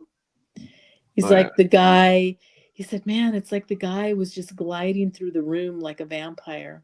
Yeah. He was freaking out. And Mel said, so we're at the top of the Peninsula Hotel. We're talking, and he said, I didn't know what to say. So Mel says, you know, I just start talking about, I'd seen some torture exhibit. And then Christopher Walken lit up and he was really getting into the conversation. It's like, oh, yeah, torture. Yeah. And Mel said, I just had to get out of there. He said, I could see the lights and the neon lights of a building next door that I think he saw the numbers 666. It's hilarious. It's very funny to hear Mel tell the story. But he said, yeah, he didn't want to work with Christopher Walken after that. Oh yeah. I think there are lots of witches in Hollywood and entertainment in general. I don't think there's any doubt about that. Oh, yeah. Scary people. That movie, The Prophecy? It's got Christopher Walken. Yeah. That's a pretty bizarre movie. And what was the movie that Todd mentioned? I can't remember what it's called. He said it was a great movie.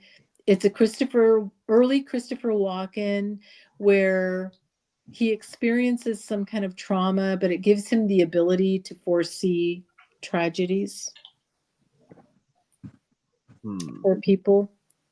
Sound familiar? I have to look it up. When Todd mentioned it, I thought, yeah, I should watch that. I should watch that movie. Yeah. It sounds interesting. I don't know which movie this is, but he's clearly got a Mason ring. Oh yeah, I don't know. Many of the cult orders, they something that you have to be a member of Masons to join the order. It's a different order. But what if that's just a movie prop? Well, it could be just Christopher Walken is really getting into the character, and the character is Mason. And he's just, you know what I mean? Yeah. But it's interesting because I mean I don't know what movie this is from, but yeah. Well, I'm not condemning Masonry, but it is a real thing for the cults to like the Golden Dawn. You have to be a member. You have to be a third degree to join the Golden Dawn. And the whole Golden Dawn book is all about magic. I mean, I've brought up the book before. It was... You ever see Heart-She-Hollow? You remember that show? I think it was on Adult Swim. Yeah. Called I don't think I've seen that one. It was I forgot the name of the guy from that movie. He's from like Cabin Boy. He was in that. But it took place. It was like a southern. It was like a spoof of like a southern drama, and they had a square and compass in the corner with an H in the middle of it. And it was gone on the next season, and I'm like, yeah, somebody was definitely told to Uh, get rid of that. huh. Oh yeah. So here's a meeting of the Golden Dawn, and they're doing a séance, and the tables would lift off the ground, and like the I don't know if it's real or not, but I'm sure it's I've not. seen pictures where the tables are lifted off. I mean, I rethought my whole opinions about certain ghost stuff after the ghost experience. Hmm. You know, it was like I was But blown away. remember, ghosts, when you say ghost, that implies to me that you think they're the spirits of dead people. Well, there's all And sorts that of I do not spirits. believe that spirits, that Um, ghosts are the spirits of dead people.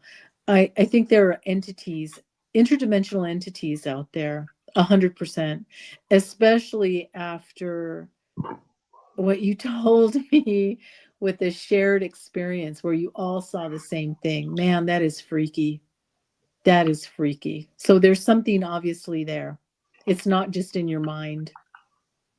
yeah, when you go to any of these certain orders, pictures of their rituals and stuff.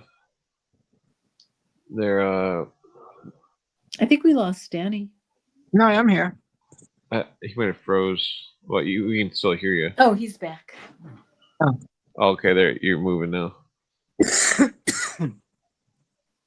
Yeah. Well, I think ghosts are just spirits that can't pull away from this their existence, so they just won't accept either the reincarnation. I think that's hell. I think that's what hell is. But also, when it comes to moving stuff, I think that's like the stuff like this, like where they can move tables. I think that's when people wonder how do they move the giant gold like pyramid, and stuff like that. It's like, well, what do you think? How do you think they did it? They had some kind of medium that was able to, you know, it wasn't like they always picture 1,000 guys like and like logs and they're pulling it. No, they definitely. You mean it's not like the Ten Commandments? You guys ever seen this picture? This is the Golden Dawn. Oh, I haven't seen that picture. That's cute. They're doing weird stuff. Oh, where'd he go? Oh, we lost him. I think his phone might have. Where's Golden Dawn? Yeah, there's a bunch of I'm looking for the sand stuff. It's creepy because like you ever heard story? Oh, there he is. You ever heard stories about poltergeists? I saw the movie Poltergeist. Well, there's videos and stuff on YouTube where all the cabins will open up, or all the doors on the cupboards will open up all at once, and the stuff will like there'll be chairs that are all like stacked or something that the like people that work at bars have it happen a lot where they're doing something, they go to smoke a cigarette or something, then they come back and all the bar stools are on the tables, or they're like stacked in a big pyramid or something. There was a guy recently who posted a video that his apartment, that this house he had just moved into, had a serious poltergeist, and it was like really crazy, like because it was like, yeah, this is definitely not like fake. And what's crazy is like he didn't even notice it. It took everybody else did when they watched the video that like a shadow walks past the door, and you can clearly see it. And there's like the yelling, there's like the EVP yelling in the background saying stuff. But there was another one too. There was like this, like there was a familicide, whatever it's called, where like this dad killed his kids and his wife, and they had the police body cam video of them going through the house, and there is some creepy shit going on. I just saw it again. Is that Appalachian, that retired Appalachian cop who does ghost video reels on Facebook, and he posted it, and I was watching it again, and I was like, God damn! But like, you hear things yelling, like something yells in the background. You hear like weird noises, and at one point they hear like a sound, and the cops are like, "Did you hear that?" And it's like, "Yeah, it sounds like a little child giggling." Like, yeah, I heard that too. Oh shit! and they check to see if it's like a toy that was on the floor that they may have stepped on, and they're like, no, that was definitely. But you hear like one of them, it yells like, "This is our home," and it's like, no, stop, and it's like, and then there's one thing where the guy's standing at the top of the stairs, and it looks like a kid peeks out from behind, and then jumps off, and like then just like disappears. Well, yeah, I don't watch stuff like that anymore. Oh, I watch that stuff at the wrong time of the night. And then I can't Exactly. That's sleep. why I don't watch that stuff anymore. I love paranormal stuff though. I told you guys I had some weird ghost experiences in my apartment, and I was like, "Fuck off," and it hasn't happened again. It respected the. But yeah, I think that. This is rent controlled. Don't start shit here. You can start a poltergeist, and I will go right back to bed. Through that wooden thing I showed it to you. I have it sitting because from the last time I showed it to you, a piece of my wood paneling in my kitchen came shooting off my wall and landed in the middle of the floor. And I remember when it happened, and I'm just like, okay, that if it would have just fallen off for whatever reason or come loose, it's stuck on. I mean, it's construction work. If it would have just fallen off, it would have fallen straight down into my sink. It shot off my wall and landed in the middle of my kitchen. And there's no way that just randomly happened. That does not. And also sometimes my shower head would bang around, and I'm like, fuck off, not interested. Not buying what you're selling, buddy. The water ever turn on? No, never that. But it would start banging around, like the hanging, because I don't have a clip for it, so it just hangs down. I'll start banging around my bathtub, and I'm just like, yeah, whatever. Go back to hell or whatever you're coming from. Oh yeah. Damn, I was looking for another seance picture of the. I want to find that picture of Anton LaVey with a Catholic priest, because that has disappeared or been scrubbed from the internet. I cannot find that picture. Really? Anton LaVey with a priest? It's Anton LaVey with a priest. I can find him with Sammy Davis Jr. Of course, it with a Jew. Sammy Davis. He was a convert. Doesn't count. True. I think he was some kind of intelligence or something. Sammy Davis Jr.? Yeah, he was Knights of Malta. He might have been up there with William Casey or something. Oh, that's possible. I mean, like, what if the whole thing is like some kind of weird con job with all the secret societies?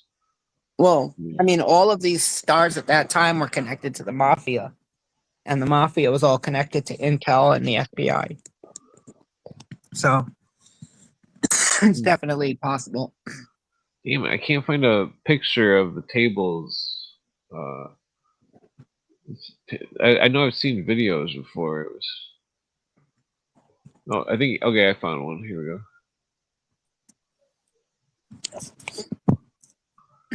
Yeah, the antique. Well, the Ouija boards and stuff. There was. It seems like. Because I mean, there are cons out there, but some of the occult orders that believed in like magic and witchcraft and stuff, like they believed in the the Spiritism movement in the 1800s was huge. Yeah.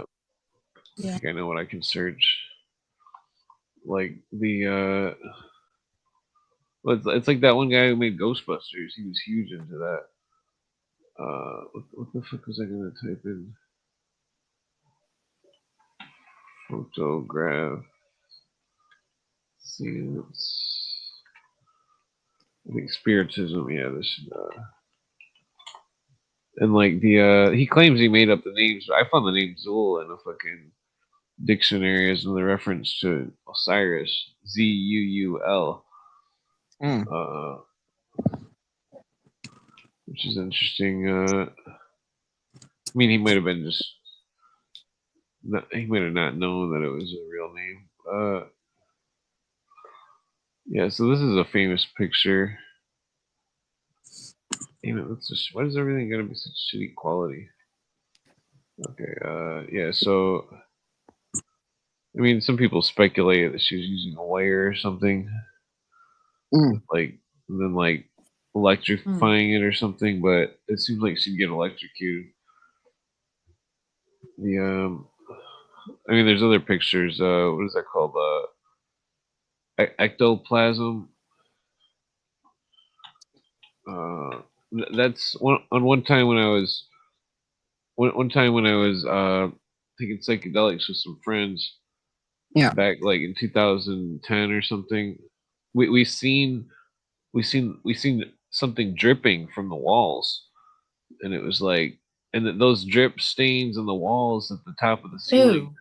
They were, they it was, I don't know, it was weird. It was yeah, so these are, well, that one's fake, obviously. Mm. They claim that Yeah. the smoke, some kind of ghost smoke, would come out of the people's mouths and shit. That was obviously fake. Ooh, that's weird. Okay, this is turning too dark for me, so I'm going to split. Ah, Yeah, like, I don't know if it's, Actually, I'm getting tired. I'm sleepy. oh yeah, yeah, we got a So big day of watching the world I'll end follow tomorrow. along. Mhm. take it easy. The Yeah, have a world good is night. ending tomorrow? Well, I mean, I guess we'll find out, but Because we bombed Iran? we did. Second time today, somebody said bombing Iran, and I'm like, wait, when did Yeah. anyone bomb Iran? Who bombed Iran? Where'd I we bomb? Well, I'm saw pretty sure. allegedly the United States did, but that's the article. So we'll see what happens. Anyway, I will follow along as long as I can stay awake and if there's no spiritism stuff on. I have nightmares. Yeah. Okay. Good night. All right, Thank you, peace. Danny. Glad Be to see you safe. again. Have a good night. Always You a too. pleasure. Bye-bye. Bye. Yeah, I'm pretty sure they had some kind of, wasn't there some kind of thing going on to take Khomeini down or something? Because What is it? 20,000 people died in Iran, so they're taking Khomeini down or something. Oh, I don't know. I don't think 20,000 people died in Iran. But that's what it I don't was. think. That's Yeah, what I the know news that's what was. they were saying, but I don't think that that's true. You know, Well, I mean, I think. it's hard to say. I mean, there's, well, yes, some of this stuff is very bizarre. Like, well, there's one that one's definitely fake. That one looks weird. Mhm. But yeah, like this ectoplasm thing. It's, yeah, like The black goo. well, it's some kind of like smoke stuff or something. Some kind of, it's like I don't think I spelled that right. Well, I was gonna look for a book, but that's what I was gonna do. Because I mean, like, the spiritism movement goes hand in hand with the with the mystery schools. I was hoping I'd be able to find some cool pictures. Psychic photography. This looks like a good book. Materialization. Yeah. So, Mm. are you familiar with this concept? What is it called? Materialization. Mm. What is it A like? Making remarkable, things appear? yeah, like ghosts or something making stuff appear. Mm. Ectoplasm. The hands, faces, full of forms. Sir William Crook tested the phenomenon records. Blah blah. Photographs. Katie King. I don't know who that is. Wonderful seance. Hmm. Well, let's see if we can find a cool picture here. Oh man, no pictures.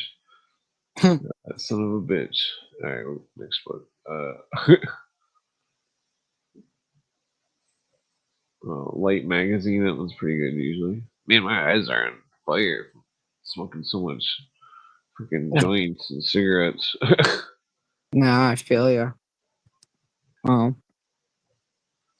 I have to. Hmm. I still can't smoke because I'm applying for CDL jobs. So Oh yeah. yeah, I gotta stay clean. I even bought a drug test just to, you know, just to test myself. Oh yeah. How many days have you not smoked? I haven't smoked in months. Oh well, you should be fine. It only takes a month. Yeah, I smoke CBD though. I mean, I don't think it comes up. I don't think there's enough THC in it to actually be because anything under the 10 ppm million um ppms is comes up as non it doesn't come it doesn't it just it doesn't even show up on a drug test. So, Yeah. but it's crazy because even if you have a minute amount, it'll come up as on a drug test. So you always got it's ridiculous, stupidest thing ever. Oh yeah. When I was a kid, I was on probation for misdemeanor, and I would always just slam a bunch of Pepsis. Yeah. I mean, if I drink like 20 of them, it would work, but you know, just drink like 20 Pepsis. Oh, Not that you'd yeah, fun of. uh, that's yeah, funny. yeah, That is really funny. yeah. The Snoop Dogg method is to drink Jello water, but that can be hard on the kidneys. I mean, that's I'm sure 20 Pepsis, but the Jello water could also. Dang, I can't find any pictures of ectoplasm. Hold on. I thought that was the black goo that they post that they always show like famous people, like they always pose with that black glue on them. You ever see that? Like, cause like the Kardashians did it, you know. Well, the could where's that? Let's search. Ah, let's see. I'm having trouble. Let me take out the word spiritism. Hmm. Okay. Full view. 'Cause there's definitely some interesting stuff. I mean, survival ectoplasm. Yeah, that because that Ghostbusters movie is it's very Mhm. interesting. The idea that the building's made out of something that's like some kind of conduit of spiritual energies or something. Mhm. How many books did I open? Okay, let's see.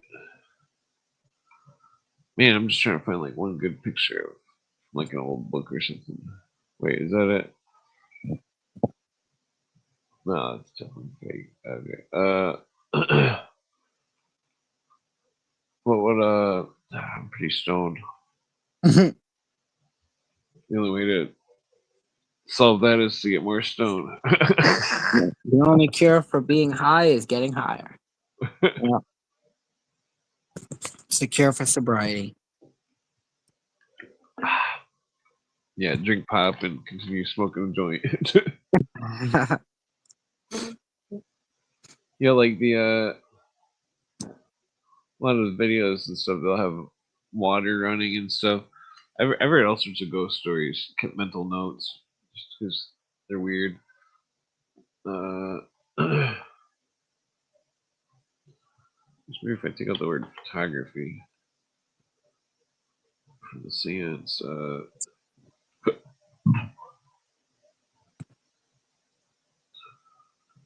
Hmm. Yeah, like because the Golden Dawn books, it's all about uh, magic in the classical sense. The what is that? McGregor Mathers, I think his name was. He Mhm. was one of the. Pretty sure that's who it was. Man, they don't got any pictures of ectoplasm here. If I just search ectoplasm by itself without seeing it,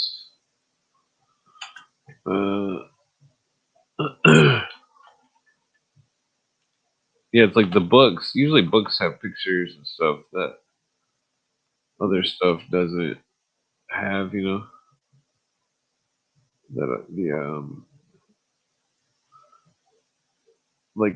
I like to keep the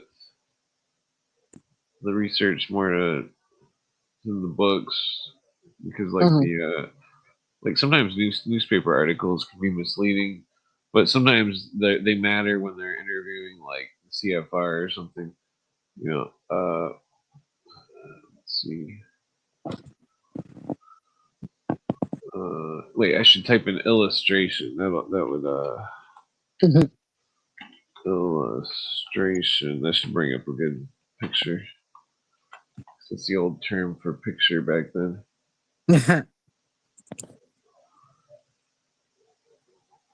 Yeah, you ever heard a Ouija board story from anybody that talked about the Ouija board stuff?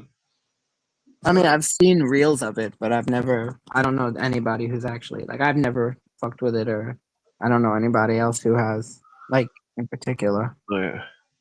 My old lady's dad, me and him were smoking a joint, and fucking, he had this story that he didn't have any like he wasn't religious or anything. He didn't seem to be the superstitious type, but he had a story about a Ouija board, and that he said that he said that he was him and his brother were playing with the Ouija board, and then his brother went to sleep, and then Mm. he said that he said he was too scared to go to sleep, so he just sat up, and that he said that like in the middle of the night that he said that the closet started banging real loud where they put the Ouija board, and that the his brother was asleep and wasn't waking up, and he said his mom came in the room and was like, "Shut the fuck up."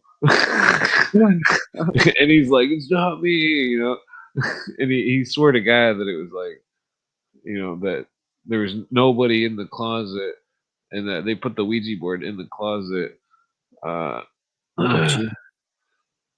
that yeah, it's interesting. 'Cause, I mean, the spiritism, it's like I don't know, it's weird because like Houdini went around trying to discredit all of it, but it's like the secret societies they'll guard it, and that they'll purposely mislead someone. You know what I Mhm. mean? To conceal. So you know they. It's a weird subject. It's like I mean, all around the world, different shamanisms and secret societies and stuff. It's always secret knowledge is always you know hoarded, and that the outsiders are not to know the secrets of the inner orders, and that so that's why this whole thing about magic and stuff it's all very strange because it's like there's books by people with doctorates and all sorts of shit talking about magic and Mhm. witchcraft and like these ancient cultures and their own writings of the occult orders. They talk about supernatural things like I could like I've read a couple of that Hutchinson's books. Mhm. uh I'm pretty sure it was Hutchinson or it might have been Higgins. There was some kind of Masonic books, but they didn't have any supernatural shit. And then I come across one and it just goes full blown into supernatural shit. And I'm like, what the fuck are they talking about? Like, are they really going out of body? Like, and it wouldn't even like, it wouldn't even be weird if, I don't know if that dude that came in that was 32nd degree Mason, if he was making stuff up or if he was uh but when because he claimed that he was going out of body during one of the lodge ceremonies in the Mhm. Scottish Rite, and that he claimed he was going onto the lodge on high, quote unquote, and that I don't know if he was making it up, just perpetuating some kind of. But so when I asked him a question about it, it seemed like his answer stumbled because that I didn't think I don't remember what I asked him. Though.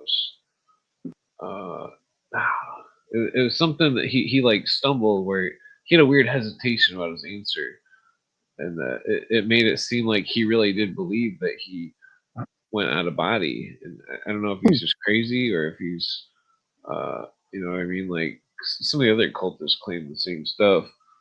The, you know, it's like, are they under hypnosis or are they literally traveling with some sort of, you know what I mean? Let's see here. Uh, yeah, it's bizarre.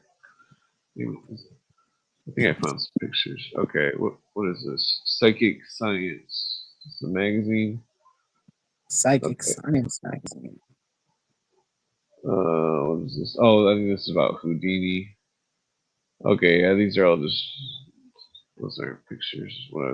I've seen a lot of books that have pictures of the whole seance and all these ectoplasm and all this weird shit, and that there's definite forgeries and fakes, but there's also ones that they look real, you know, for the time. It's like imagine like being like a movie effects specialist or something, and Mhm. that you know for someone to like create some kind of very thick controlled smoke or that it would be very difficult to make smoke move in a certain way, and that the Mm. like on one of the psychedelics back when I used to trip over a decade ago, it was like me and my friend were tripping and we seen like this purple smoke and it was going in a Whoa. big circle around the room and it was like it was crazy because it was like a bottle rocket was going around in circles,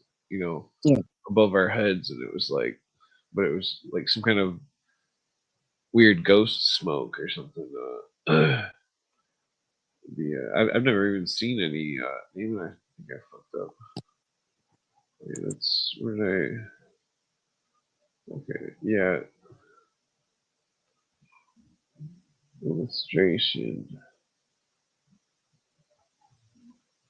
Yeah, like the you know, if the occultists are summoning ghosts and stuff, or Mhm. you know, like the what's this? I can't tell if this is. Uh,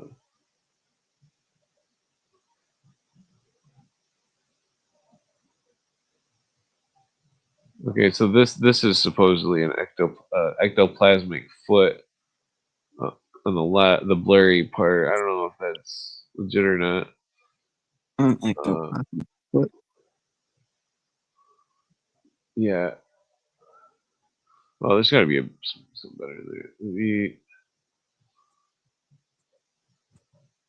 Okay, so oh, I see. Okay, so this is showing the same area below without the obstruction.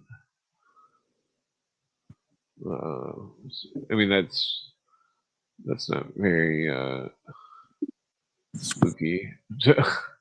Okay, let's see if I can find some else. What is this? Let's see. Yeah, because when you read the Spiritism books, it's pretty wild. Yeah. It's, so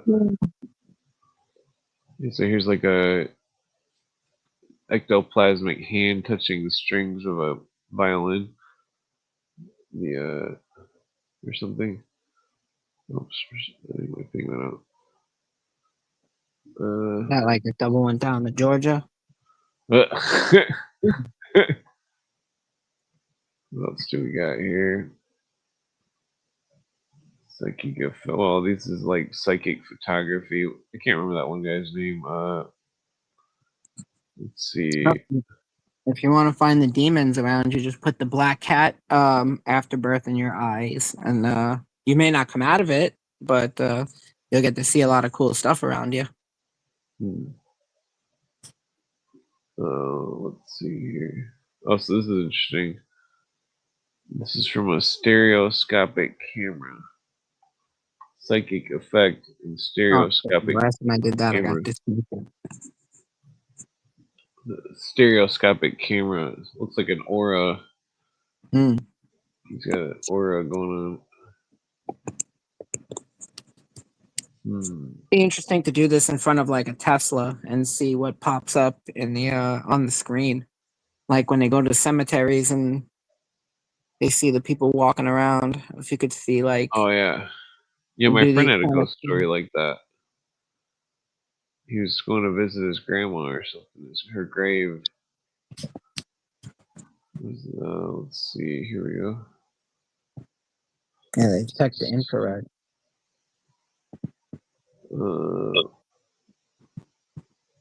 Yeah, I don't know if that's supposed to be ghost hands or something. I mean, it looks like it's supposed to be ghost hands around his head.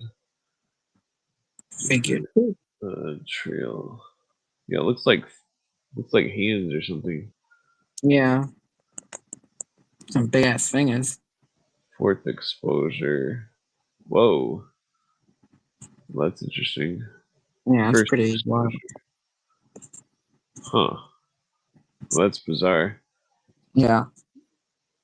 Let's see here. Let's see. Oh, this is interesting.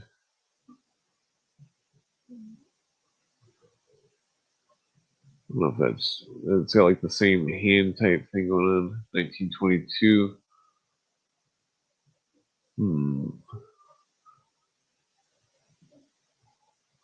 Yeah. Well, the thing about certain types of photography, oh shit, looks like he's. Oh, I Certain, mean, I have three. How am I in there three times? That's very weird. I'm not sure. Yeah, because it knocked me out because I didn't mean to do there, see, like that, and then it accidentally knocked me out. Okay, let me just figure out why I'm in here three times. Hold on. Oh yeah, I don't have Yeah. three tabs open. Yeah, I don't see it on my side. Oh, I see. Oh wait, there it is. Okay. Had me up. That was weird. So this one's interesting. It's got like the picture's sideways. It's got like some kind of electricity or something going on. Can you flip it? Let's see Can you here. do is there like a screen flip? I don't think I Rotate. can do it on this one. Mm. Yeah, I'd have to like screenshot it and.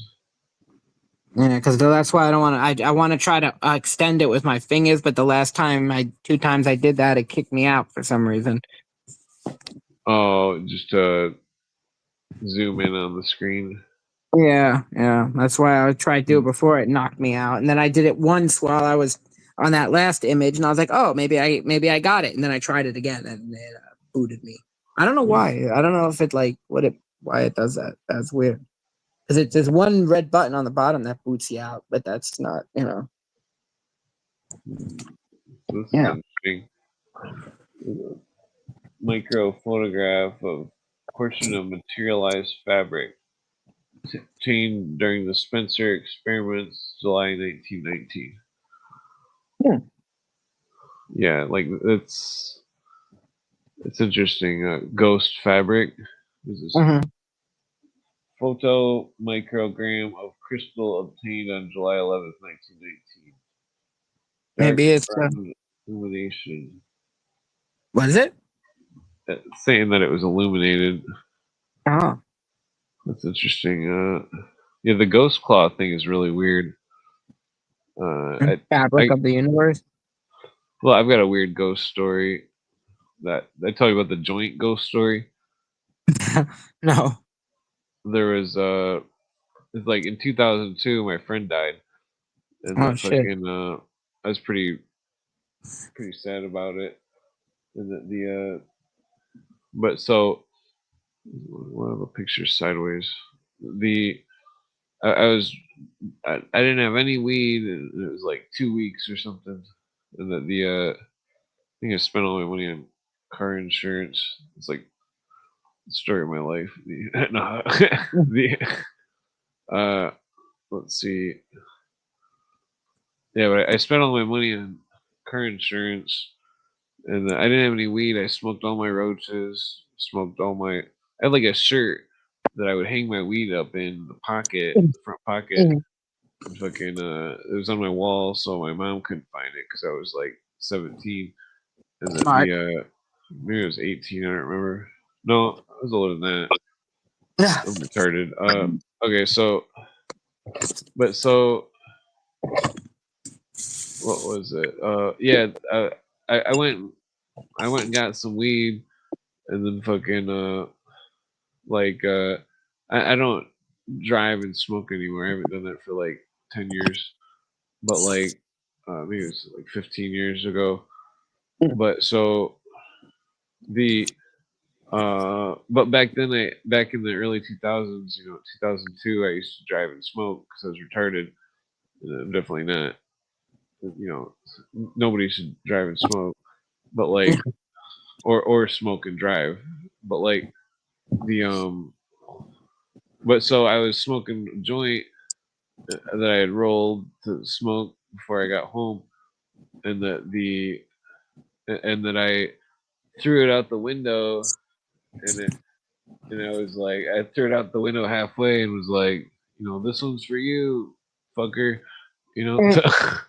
Well, my friend, but I was pissed that he committed suicide. But like, I went home and like I had bought like a half ounce or an ounce or something. It was some kind of like it was really good compressed weed. It was but it was usually weed with compressed was shitty, but every once in a while Yeah. it'd be decent. But like, Jamaican. Yeah. well, I went to put the bag into the pocket of the shirt that I'd always put my weed in, and then fucking what appeared to be the joint that I had thrown out the window.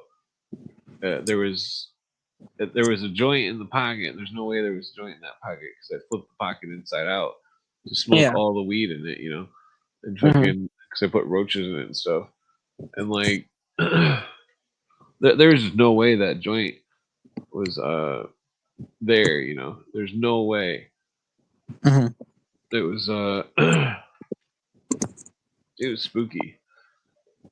The within the week, technically, one of my friends was at their apartment, and they used to let my other friend that passed away sleep there, and that my friend's girlfriend was going up the stairs. She thought he was home, and that he's the only one that had the key to the deadbolt, and that she was bringing him food or something. I don't know, but like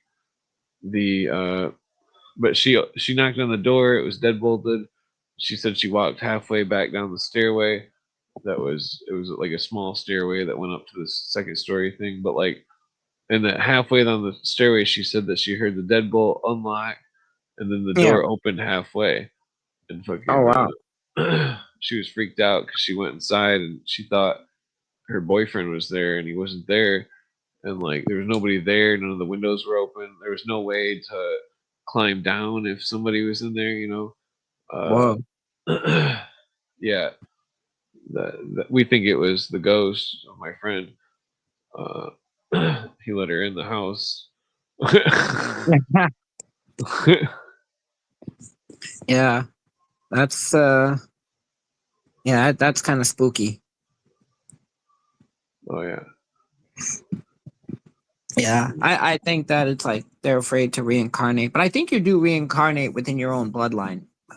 I think that's another reason why they're trying to stop like people from reproducing, because I think that like if like the Druze, they can apparently trace their reincarnations, and they're a very secretive religion. Like you can't convert to Druze. And I think that like the bloodlines, like the ancient bloodlines, the nobility, the black nobility, they know how to they know that they're going to reproduce within their own into these lines. And like, you know, that's why it always seemed like you have an ancestor who's very similar to you. And then it's like you're going to be the ancestor that your kin is, very similar to. And I think that that's what happens. I think that you get like people. That's why I think there's like that fear of reincarnation. I think it doesn't necessarily always happen, but I think you can. I think it can. I think because there are instances where people, but I think that's like people who may have delayed being reincarnated. Like they've stuck around too long, and then they lose the opportunity, or maybe like your bloodline cuts off and you can't get. But I do think there is something to that, to like reincarnation in that sense. Yeah, well, I mean, it could be just like a memory thing, some kind of like well, it's like there was Rupert Sheldrake does science. He does scientific experiments where he tested animals and to see when they were hatched or born or whatever, that he would see if that the animal recognized the natural predators versus things that were not natural predators. And so the test concluded that when the animal was hatched or born and it seen a natural predator, it was always recognizing it. And then but versus unnatural predators, such as like a teddy bear or some shit, that like the it would not recognize the like whatever if they put like a giraffe or something, the well, his theory that the morphogenetic field that it's he did another study where he was testing dogs to see if the dog could sense when its owner got out of work, and that the dogs would always run and jump to the windows and stuff, or he had like cameras set up and stuff all around England and stuff. The phenomenon was huge. It was like I don't remember the statistics, but it was like 99% of the time or some shit. These dogs and cats were like, they were able to sense somehow exactly when the person got out of work, even if it was not at the time that they were, if they were let out early or something, and that they didn't know it because they tested them on that too. Because they had the workers, bosses in on it, where they would let them off on a random day, and then they would leave work, and then I can't remember if they did comparisons on people walking versus cars though, but the people were far distances from their house. I mean, it's like if the dog can hear the engine of the car, that would mean that the dog could hear for miles, and that I mean that could be the case. I mean, if it was, because I don't remember the experiments where. Well, I guess it's a strange thing. I mean, dogs can hear so well. Yeah, but there was other stuff too, though, where they were having people look backward. They were having persons sit in a chair with their back to an audience, and that the audience would either look at their back or not look at their back, and that like I think it was 80 or 90% of the time that the person was recognizing that people were looking at their back when they couldn't see. And that it's like a psychic power. Like Rupert Sheldrake was trying to analyze it. Like the formation of birds that fly in a perfect group, synchronicity. That they are doing it because they're in this psychic they're in a psychic link, and that I think that humans also can basically run on autopilot in these psychic flocks. I think the secret societies, that's what they realized they could that they could run the flocks, and that they could run the group psychic emotion and feeling and fucking I mean, I think that's what mesmerism's, you know, that hypnotism. I think they need to be taking Kirlian photography when they hypnotize people. I wonder if I could find a picture of that. My bunny used to know when I was coming home from work. He used to hop up when I lived in Bed-Stuy. He used to hop up onto the my roommates told me he used to hop up onto the windowsill, and he'd around the time when I'd be getting home, and or when he heard my motorcycle engine pulling up, he would hop up on the windowsill. Yeah, That's pretty look cool. out. Yeah, yeah. My friend, I used to stay at my friend's house. His dogs would always go to the window and stuff. Like, man, how do they know? The cats would do it too. Look at your ectoplasm.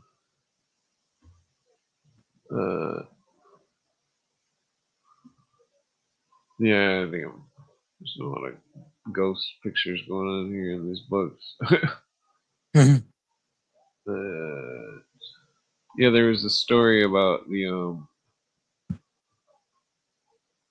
what was it? My art teacher always used to tell a story, and when I was in like middle school, that because the school was over a Native American burial ground, and that he said that they would find turkey feathers in the summer in the hallways, and that they didn't know where the turkey feathers came from. It's like all the doors and stuff would be locked. Like there's in India, there's the vibhuti ash, vibhuti ash. I don't know how to spell it or pronounce it. It's like an ash that the supposed mystics can create it from their fingertips. They like rub their hands together and somehow I mean, there's well that's I think we're discussing it with King Tut's tomb and the mysterious stuff that was all over everything. They say they thought it was some kind of mold or something, but like you ever seen that X-Files where the guy there's some kind of ghost shit going on and fucking the garage door like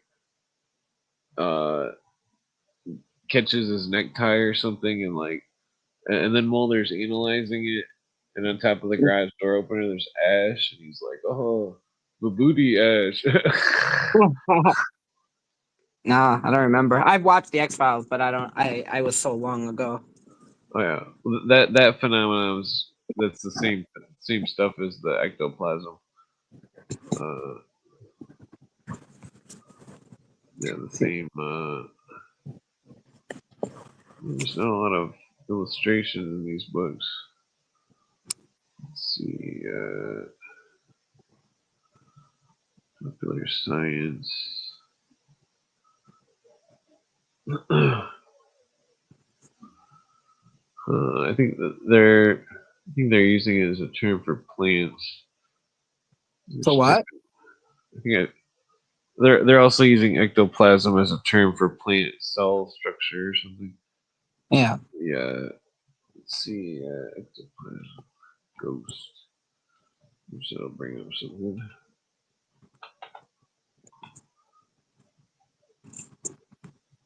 Yeah, yeah, you ever heard of like ghost stories about cars? A ghost car. Ghost cars, yeah. Yeah, that's a pretty yeah. Ghost cars, ghost trains, ghost ships. Oh. Yeah, I forgot about those. Yeah. The ghost trains, there was an interesting someone posted one from like there's a famous one in Mexico that if you stand next to the train, if you stand next to it at a certain time, you'll hear it go by, but you won't see nothing. Yeah, there's this one spot where they did a video and they put this is I remember seeing it in the 90s. It was they put baby powder on their bumper, and then they parked at Mm, this bridge or some shit, or at yeah. this train crossing, and then they found fingerprints on the bumper that were Yeah. like, was it a type illustration? It was where I think like a bus hit. I think like a bus full of kids was hit by a train. It like pushes you off the tracks. Yeah, I think it was Unsolved Mysteries. Yeah, It was. I think I remember that. Yeah, There's ghost. a lot of pretty interesting stuff with that phenomenon. But that's why I want to go to I want to go back again. I went only once, but my friend, no, I didn't get to go. That's right. My friend was too much of a wuss. I wanted to go to Clinton Road. I think it's called Clinton Road in is it Warwick, New Jersey? I forgot. You can look it up, but it's called like Clinton Road, and it's a very haunted stretch of road in North Jersey. Hmm. And there's like if you go at night, there's like headlights that'll follow you, or that'll try to knock you off the road. There's like videos of people experiencing it. But one of the crazy things is there's like the remains of an old furnace. They used to say that the KKK and like other witch groups used to do like with rituals in that in those in the along the road, like in the area, like the woods, because it's very rural. And there's a bridge over like a stream, and if you throw a coin into the water, it'll get thrown back at you. Yeah. Yeah, I really wanted to go see. I really wanted to go there, and I'm like, "Yo, let's go down Hmm. Clinton Road. We're not that far." And my friend's like, "No," I don't know." I'm like, "You Huh. suck," but This is an he interesting sucked anyway. picture. I don't know if Hmm? it's some kind of trick. It's a picture of a guy like standing sideways. I found. I was digging in the books where you're talking. Yeah, it's interesting. Could be a trick though. I mean, looks like there's some kind of line or something right there. Mm. Light as a feather, stiff as a board, Yeah, like what girls do at their slumber parties. let's see here.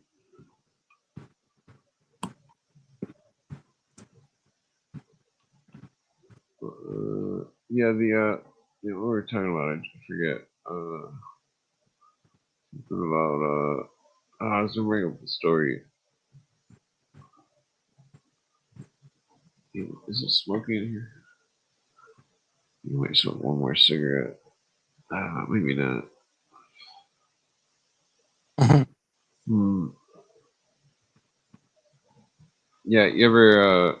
Well, I used to play a lot of poker. Smoke cigarettes at my friends. It was get like super smoky. Damn it. Yeah, damn it. I had some other ghost story that I was trying to think of. Fucking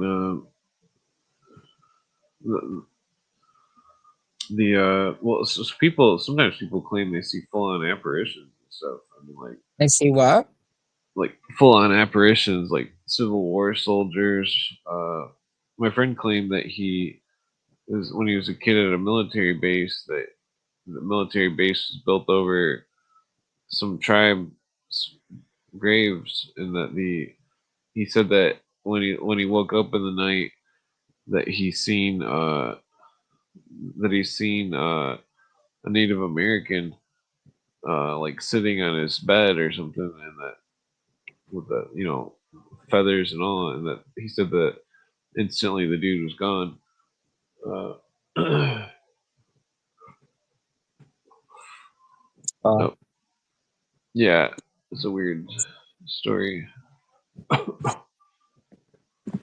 Yeah, like when I seen the ghost of the graveyard, he was wearing clothes that I've never seen anybody wear, mm, and it was like, I'm an artist. I can see details and stuff that normal people don't notice. yeah. Yeah. No, it's sometimes, yeah, if you see like some of those things, if like at the battlefields and stuff, the Civil War battlefields, Like they'll show it'll like literally the people will be standing there like you'll see like in the uniform and everything, and even a lot of the like the plant. I remember there was like a thing of these plantation houses, and I remember they were it was like they in the window was like a woman in like an 1860s 1870s style like dress, and yeah, that's pretty crazy. Oh, yeah. Whoa, excuse me. Yeah, my mom's got a weird story that she'd tell about my great grandma. She said that when she died, that she sat up in bed and was like, "I see the angels," and then just like collapsed. That's a very interesting story. I don't know if it's, I don't know. It's interesting. What was I gonna look up? Fuck. Oh yeah. Civil War. Yeah, there's a couple like the videos. There's one with like a dude like hanging out by cannon or some shit. Mhm. I don't know if that one's. There was this one video on Leonard Nimoy where it was like, oh, that one's creepy. It was Leonard Nimoy, and that he was talking about the story of this castle in England where there was um, the guy that owned the mansion or whatever the castle would ride his horses up the stairs. Uh-huh. The people would report that they could hear a horse wagon in the middle of the night going up the stairs. Oh, that's not creepy or Yeah. nothing. Oh, that one looks. Yeah, that was pretty spooky. Yeah, they have a on Facebook Reels. They always have a lot of really good they have some really good ghost and paranormal stuff. I like the EVPs, but it's still I wonder, you know. Oh, that stuff creeps me the fuck out because fucking me and my friend were tripping once and fucking that there was noise coming through the speakers that was like sounded like static or something. It was like like fucking it wasn't changing in pitch or anything, but it was like this just solid static noise. It fucking Yeah. it was creepy Mm. because the Yeah. speakers weren't plugged in or anything. It was Oh, that's crazy. That's yeah. Well, that's the thing is now we have all this. I kind of wonder because it is a lot. I don't know if it's like we're seeing it a lot more now, or if it's just because we have everything on camera that now it's just all being put out there. But I kind of wonder if maybe there was like at some point, or maybe when the Pope opened up those gates on Christmas, like if I think it was last Christmas, yeah, where he where like they brought in a whole bunch of like demons or something into our universe. shoot. Well, the Pope probably is the demon. I'm just joking. Wow, he is He's probably. definitely You ever see the insane. guy next to him when he's sitting in a wheelchair? The guy who opens up the door doesn't look like he has any ears. Oh, that's creepy. It looks like he just has a smooth head, just like the whole way over. Yeah, yeah. There's all sorts of creepy stuff going Mhm. on. Let's see. Damn it! None of these books got any good ghost pictures. Spiritism. Maybe I can just write spirit. Usually the old ones, because you can tell with the old ones if they're fake right off the bat. You know what I mean? Like, Mhm. uh, Yeah, like this one is definitely fake. Let's see on the left. Like It's some like a double artist. exposure. Yeah, you can tell that it was painted in on the photograph. Mm. The like I've studied all sorts of people's painting styles and stuff over the years. The painting style, you can tell. It's like you can tell what came from a human mind versus something that's, you know what I mean? Like, there's like a million pages but no cool pictures. Hmm. Here we go. This might be a good one. Let me see something because there was something that I saved once and on a Facebook. Let me see if I can find it. Ah, hold on. Spirit photography of Abraham Lincoln. I don't know if that's real. That's fake. Non-video. Oh, never mind. Damn, I thought I had it. Hmm. I gotta fix my bookmarks big time for there was that one video I can't find it. It was a security guard. I thought I saved it and I cannot find it for the life of me. And it was a security guard working at the most haunted cemetery in Savannah, Georgia. Whoa.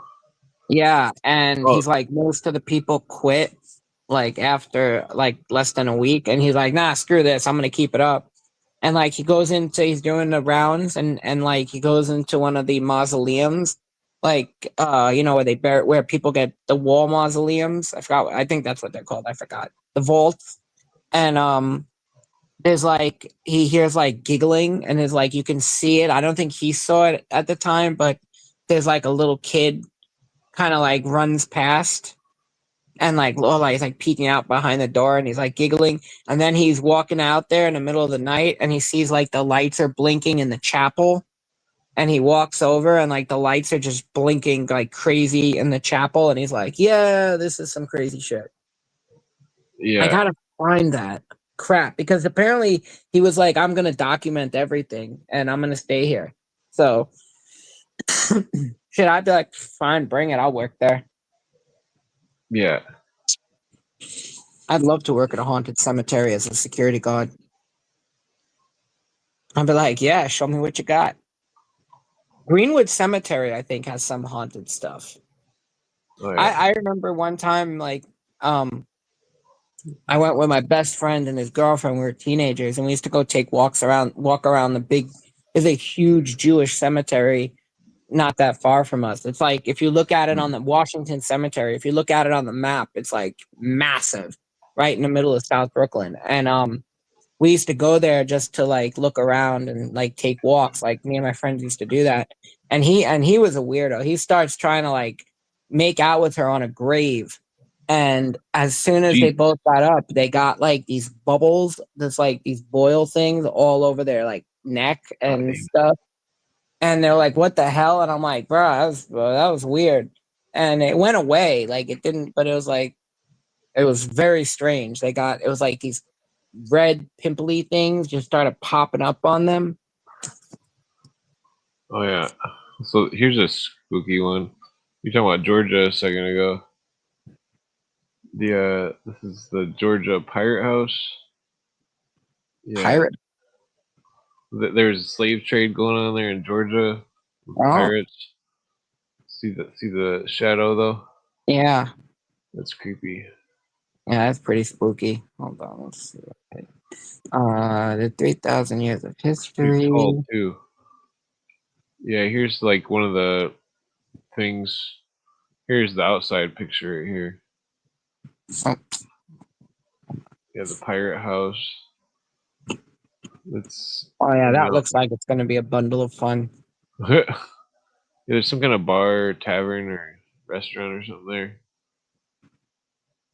There's pictures though of a ghost. That's not a picture. Well, it's like they were.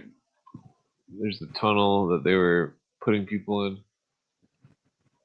Damn it! There was a picture of the ghost, but I'm not seeing it. Uh, you could see the pirate shaped hat. Yeah. I mean, oh, that one's creepy. Hold on. I want to see if I can find that Reddit. video. What's it? Oh, yeah. That looks like a legit ghost picture right there. Straight up shadow person. Yeah, it looks like it's looking at. It looks like it's looking at him. Yeah. Got its back turned. Yeah, I kind of wonder what that like. I wonder, like, that's why I kind of wonder if like traumatic incidents, like what happened with that, you know, that family in California or wherever, where where the whole family, you know, was killed, and they were seeing all those weird things and hearing all those weird things in the house, you know. And I wonder if that trauma is what, like, you know, they kept them there, you know, because like they're so. But I don't know. I think you get the choice, because I do think your free will continues after you die. I think you maintain your free will, because I think your free will is part of your soul, you know. Yeah. And Hmm. so that's why I do think that you can get it, you know, like that your free will continues on. Yeah. Well, this one's creepy. I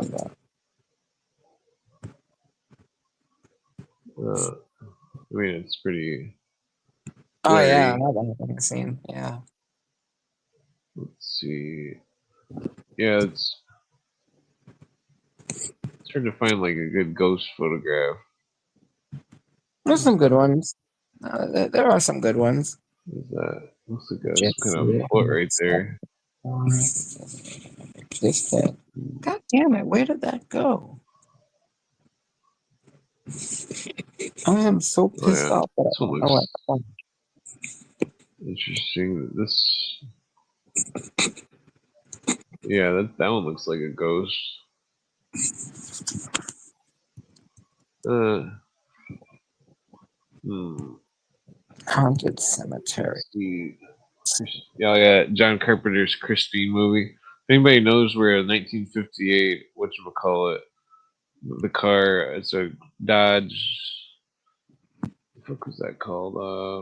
One of my friends is trying to buy one. It's Dodge something. Dodge 1958 two door. Wait, what year?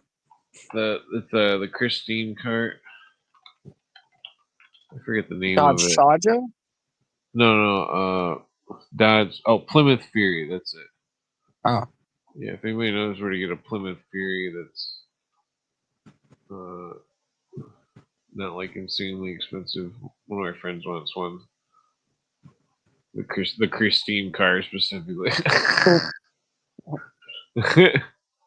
I mean, they're worth a fortune. Well, like 50 grand.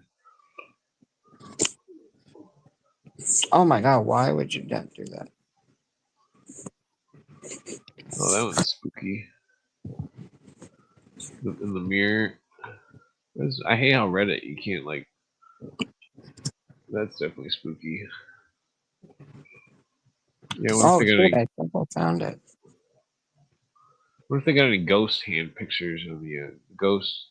You know that the Adams family, how they had the ghost hand or whatever. Oh, the one that just like. Okay. Yeah. Well, that was like a real phenomenon. Uh, with ghosts, like a hand would appear. Mhm. But it's on the tarot cards too. Some Oh kind of yeah. Oh, like magical a hand. single, like a hand. Yeah, yeah, just a hand. Ghost. What was I gonna type in? Ghost. Fuck. I forgot what I was gonna type. Something about ghosts. Oh, handprint. That's it. There we go. Yeah, this is not coming up. Mirror. Damn it. I was gonna get pictures of ghost handprints. The That's right. The Catholic Cemetery in Savannah, Georgia. Interesting. Oh yeah. Fuck. I really want to find that. I can't believe I don't have that. I can't find that I didn't save it or something. The security guard. Yeah. That's interesting. That one's fake. This one is, they say, is real. The brown lady. Let me see. It's kind of a shitty photograph, but some sort of apparition over the stairs. That's pretty creepy. Yeah, it's definitely interesting. Because some of them are definitely fakes, but some of them, like, these are all fake. So it's like that one, Mhm. the stairway one, or this one. No, that one's fake. Let's see here. Oh, this is a famous one. I think this was done by Ghost Hunters or some shit. Oh wow. Yeah, I think this is the negative of the image. I might be wrong. I've seen certain photographs in old books. No, it's definitely, usually the ones with the faces are fake, or no, it's definitely fake. They're superimposing images and stuff. Yeah, there's another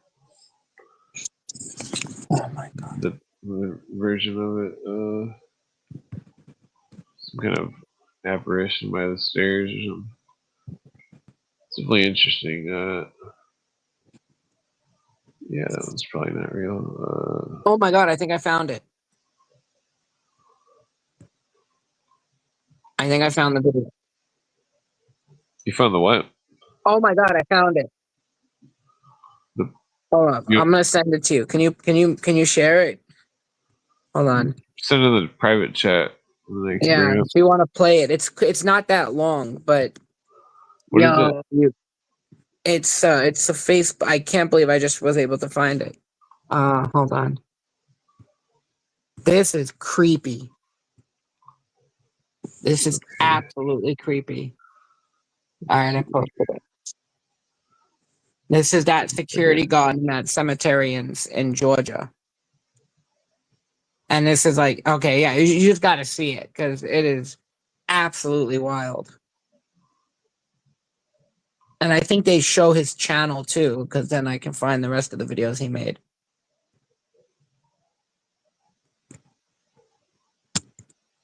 Oh, let's see here. Okay, how do I make it full screen?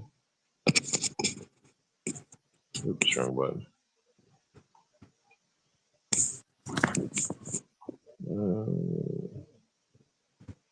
Let's not make it. Okay, here we go. Okay. Security guard works at the cemetery. Experiences while cleaning homes. I think I've. Here's the kid. See it? Oh yeah, I think I've seen this. Yeah, I've seen this guy's videos. This place is definitely haunted. Wait till he goes to the chapel. Wait till he's like walking in. I think they have the chapel in this one too. Yeah, you could hear somebody in there or something, but there was nobody. This is the mausoleum. Yeah, oh, there it is. Yeah, look. Yeah. What? Well, that's what was going on when they're at the ghost house with the thing that was pacing back and forth. The lights upstairs were going on and off. Yeah. They were flickering in a weird way that was, you wouldn't be able to do it with a light switch the way they were flickering, you know. Well, They were that's the going, thing. That's the thing with like that video is that if you notice the exit signs stay on. So I mean that way. So it's just hitting those lights. Like it's not like shutting off like all the power and then turning it back on again. It's just like the Yeah. interior lights because exit signs will stay lit unless you shut off, I think, all the energy. Oh no, they're battery powered. That's right. Yeah, never mind. They're battery powered. Yeah. Yeah, What my is it? friend worked for a school, and he said that there's all sorts of weird. He heard screaming. There was Mhm. nobody in there in the auditorium thing or whatever. That and then he said that there was he said that the door kept opening, but all the doors were locked, and he was the only person in the whole building. Huh. But my other friend worked there. He said that he was the janitor, and he would have to wear headphones and turn it up because he would hear noises and shit. It was too creepy. He said he could hear people, but there was nobody there. Let's see.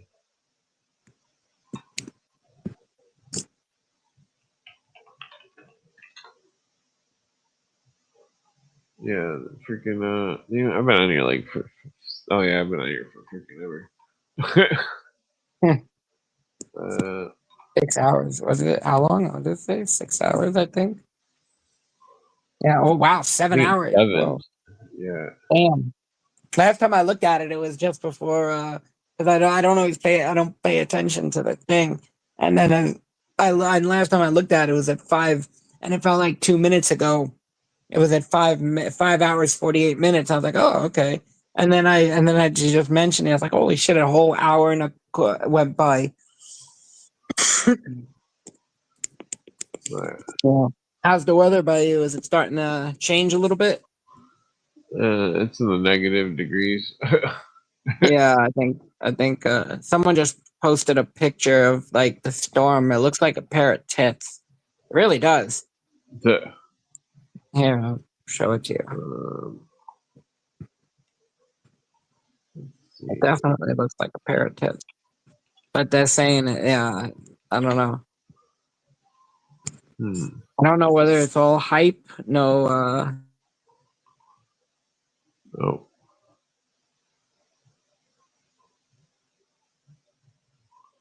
Oh, that's funny. Oh, am I still? Did he go or did I go? Okay. Well, looks like I still got internet.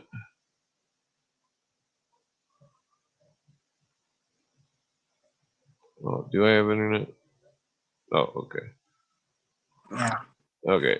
I wasn't sure if my internet went out or. No, that was just anytime if I accidentally touch something the wrong way, it knocks me out for some reason. And I wanted to send the link, and as soon as I did that, it knocked me out. But yeah, that's why I don't know whether this is gonna be if this is gonna be real or not. I mean, I remember for like hurricane when they had like Hurricane Sandy, a lot of people didn't believe them because the Irina, I think it was Irina was the one before that. Irina was a dud. It was just like a bad storm. So everybody was like, oh, there's no reason to care about, Hurricane Sandy. And then it was Yeah. like, oh yeah, Hurricane Sandy like destroyed everything. So Yeah. Yeah. Weather sucks. yeah. Uh, damn, I hope for ghost pictures and not coming up good here. Yeah. I'm telling you, look on Facebook. Go on Facebook and like look up ghost photos. You'll definitely get a lot. Google's gonna show you like, Oh yeah. Well, I mean, like I like the old ones just because it's like they'd be certain pictures would be harder to fake. You know what I mean? Like back in old times. yeah. Oh yeah, I was looking for Golden Dawn pictures as well.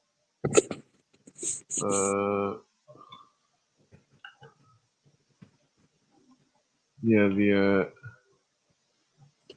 damn. Uh,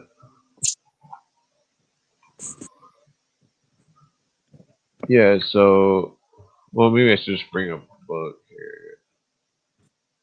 Oh, I'm pretty stoned. Maybe I just smoke one more cigarette and pass out or No something. doubt. I mean, this stuff we could get back into this for a minute. Yeah, So this will I'll put the link to it. These articles are definitely essential for the this conspiracy that Cooper talks about and that Dennis Cody talks about. Put it in the both chats. Because they were talking about people that were high in the intelligence, that they had connections with banks and people that were involved in the conspiracy in World War II of the war. Mhm. The the conspiracy of the Nazis and the Fourth Reich. The because it's interesting. Dennis Cuddy, I forgot which article, but he connects the Nazis with he connects one of their people with fucking Obama or some shit, and I was blown away by it. I was like, what? No way. I'm like, and the Dennis Cuddy's articles are so intense. Yeah. He's got a doctorate in history. Oh wow. Yeah, so he's not some kind of he's not some kind of fool or something. He's like he documents the conspiracy so well. I mean, Mhm. not in all aspects. He does kind of go off on weird stuff sometimes, but this whole Nazi conspiracy, it's so intense. It's like fucking the idea that they had a secret plan to evade.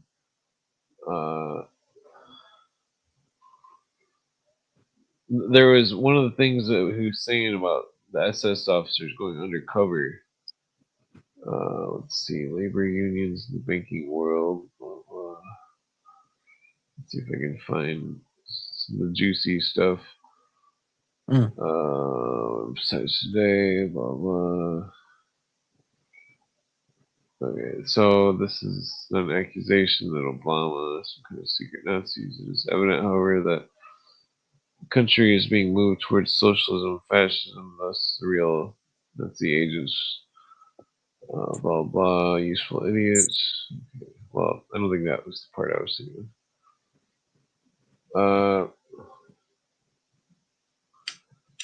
Create world central bank. See, that's what I think that the Bitcoin is. Mhm. It's that it was recently shown that the patent was done by some Japanese dude, but he was under the intelligence agencies. Yeah. Nobody actually knows who he is, if I'm not mistaken. Yeah, it could be a pseudonym or something. Yeah. The It was world crazy to global me that currency. Oh, people sorry. actually believe that like Bitcoin was gonna be like anti-government and it's like the ultimate rebellion. And it's Yeah, like just stop. yeah. It's obviously part of the new world order. Yeah. Let's Like see. they flip a switch, shut the power, like Homer Simpson does at the plant, at the nuclear plant, and all your Bitcoin goes. Yeah. Chew a fucking vitamin C. Yeah, so the Wells book Time for the Decision. What'd you say? I'm just reading this article up. Yeah, here it is. What's his name? Paul became the head of Interpol, according to journalist Kurt Reese. Nazis go underground in 1944. It was the morning of November 9th, 1942, that Hitler's Reichsfuhrer SS Heinrich Himmler, his private office at the Brown House in Munich, confided to Martin Bormann that while Germany may have to capitulate militarily, never must blah blah. Okay, so blah blah. Himmler organized everything right down to the last detail regarding the Nazis going underground and spreading throughout the world to fulfill their plan. Perhaps 2 generations preliminary work and planning was done by Himmler and Gestapo building on the Prince Elba in the Prince Elba Albrechtstrasse, Berlin. The May 1943. Werner Heissmeyer and Fritz Kaltenbrunner. I'm not familiar with those names.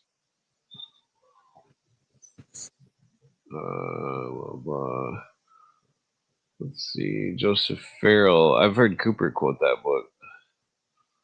Which book? Joseph Farrell, the author. Oh. SS Brotherhood of the Bell and Nazi International said Bormann had shifted 800 million into Nazi assets to Argentina. Yeah, so there's fucking.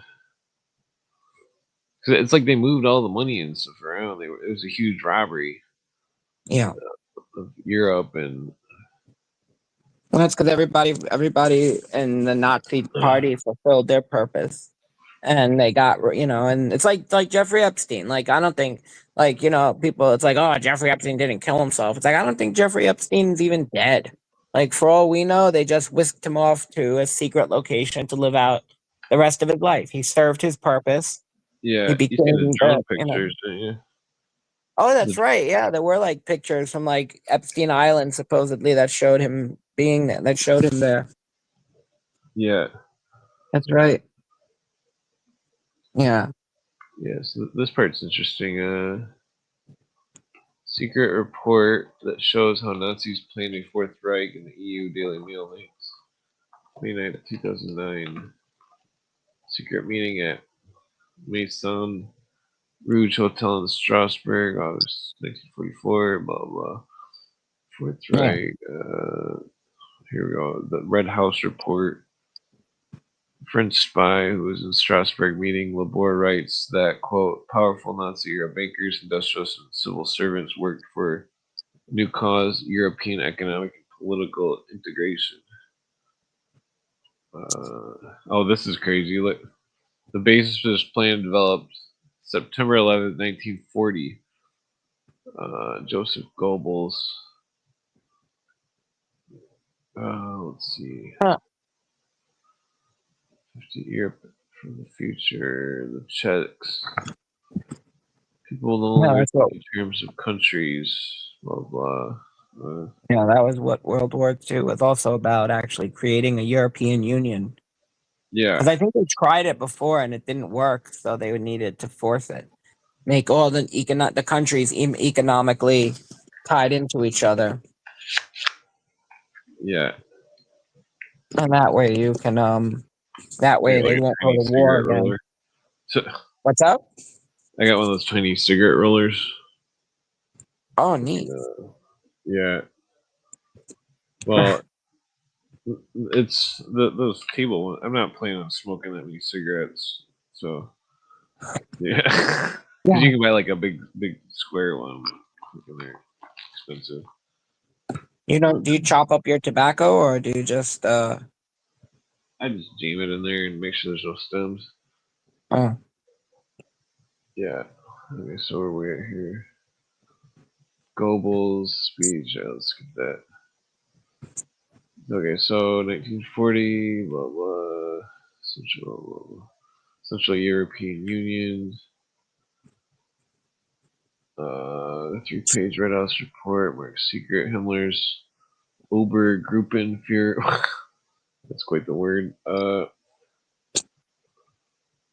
contacts and alliances with foreign firms. Yeah, here it is. American Partners Krupp. That was that steel company. Zeiss. I can't remember which one that was. The Hamburg. And here it is. Hamburg America Line Shipping Company. That GHW. Blah blah. Hamburg American Lines transported Nazi Dr. Ernst Rudin and other Nazis in Third International Congress of Eugenics in 1932. So Skull and Bones people were helping out the Nazis. Yeah. Well, that makes sense because George H.W. Bush. Oh, well, George Bush, the grandfather, Herbert, what was his grandfather's name? He was involved in the he was implicated in the businessman's plot, Interesting. which was exposed by Smedley Butler, but which is probably why Smedley Butler died at 51.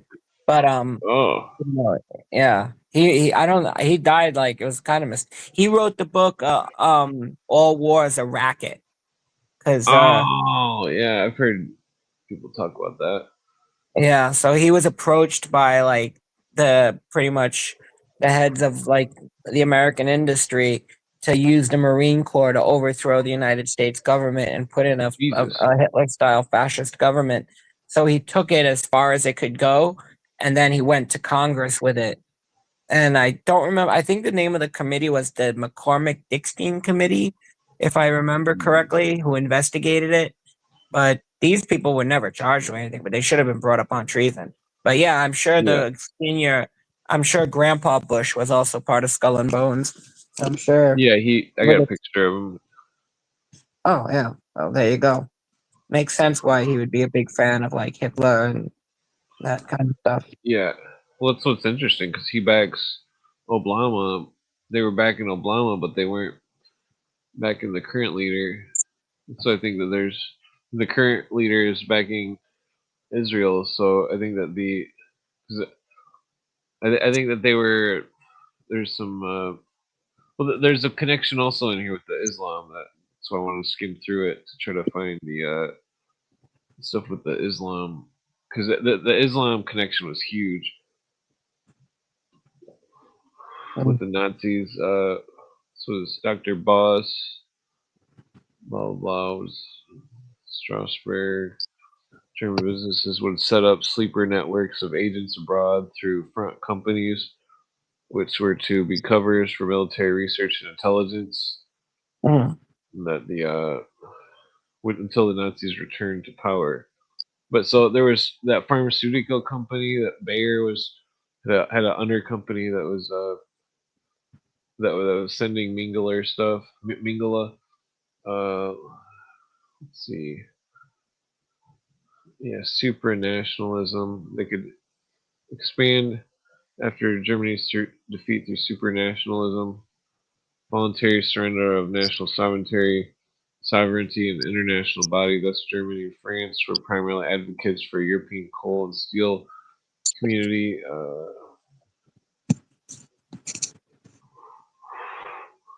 Yeah, here it is. Industrialists had pardoned.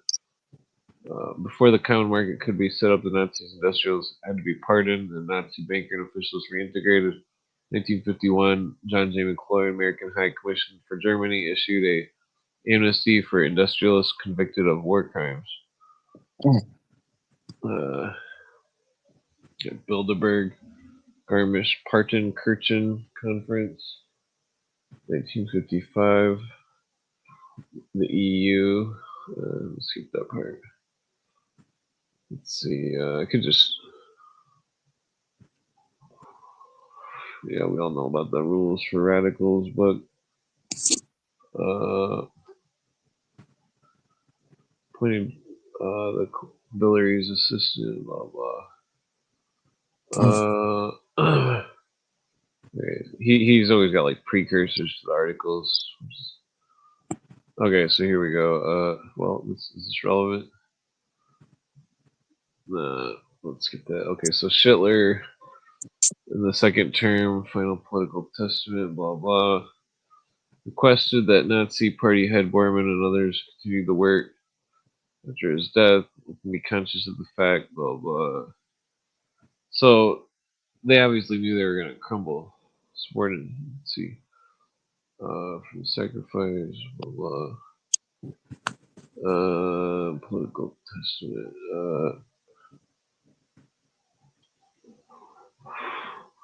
Yeah, so in the one of the documentaries they say, Schroeder and Dulles network. That Dulles was the Dulles brothers. Yeah. Power Legion. Alan Dulles was board of Schroeder Finance House. Hamburger, blah blah. John Foster Dulles speech 1939. There must be some dilution of sovereignty, basically New World Order. Oh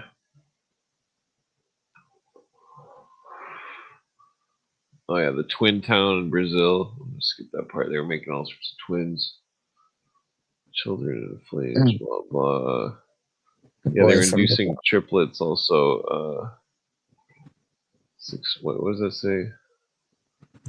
The movement began 6 months after Reichsführer Himmler privately told Nazi Party head Bormann they may have to capitulate military, but never must the Nazi capitulate. It's true that Mengele was trying to produce an ideal race of marrying men, blah blah. 20 years Mengele arrived in Auschwitz. Blah, blah. Yeah, there was twin experiments going on in Auschwitz as well. I forgot about that. Yeah. Guido Godoy. Yeah, they did a lot of those. It's interesting because a lot of stuff we know about aviation safety, and we actually got from the Nazis because they did human experiments on like survival, like bringing somebody up on an airplane and seeing how long they can survive without Oh yeah, proper gear, stuff like that. yeah. The Russians were doing similar stuff. They were putting people in ice water. Mm. Blah, blah. This whole Aryan race conspiracy is huge. Julian Huxley. Blah, blah. Purpose and philosophy. Implication to transfer full sovereignty. That's New World Order. UNESCO. Yeah, let's go to the next one. 'Cause there's like 20 different ones. Oh, this is interesting. Awareness Army Major Nidal Malik Hassan's contact with Al Qaeda. Answar al Swaki. Blah blah. Guy Malik Hassan. Muhammad Atta in the That was U.S. on the 9/11. Oh wow, he was on Fort Hood on November 5th. That's crazy. Oh, Damn, oh, this is the guy who I think shot up the army base. Oh Jesus. Yeah, Killed so 13 and injured 32. Very interesting numbers. Jesus. I gotta take a leak real quick. Yeah. Virginia. Oh, he also went to Virginia Tech. Remember there was a shooting there also.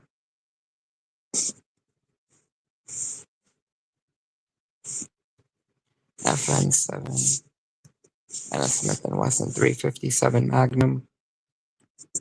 Let's see. What was this guy's background?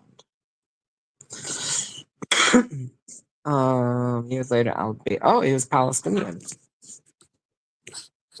Wakefield High School at Arlington, Roanoke, William Fleming High School.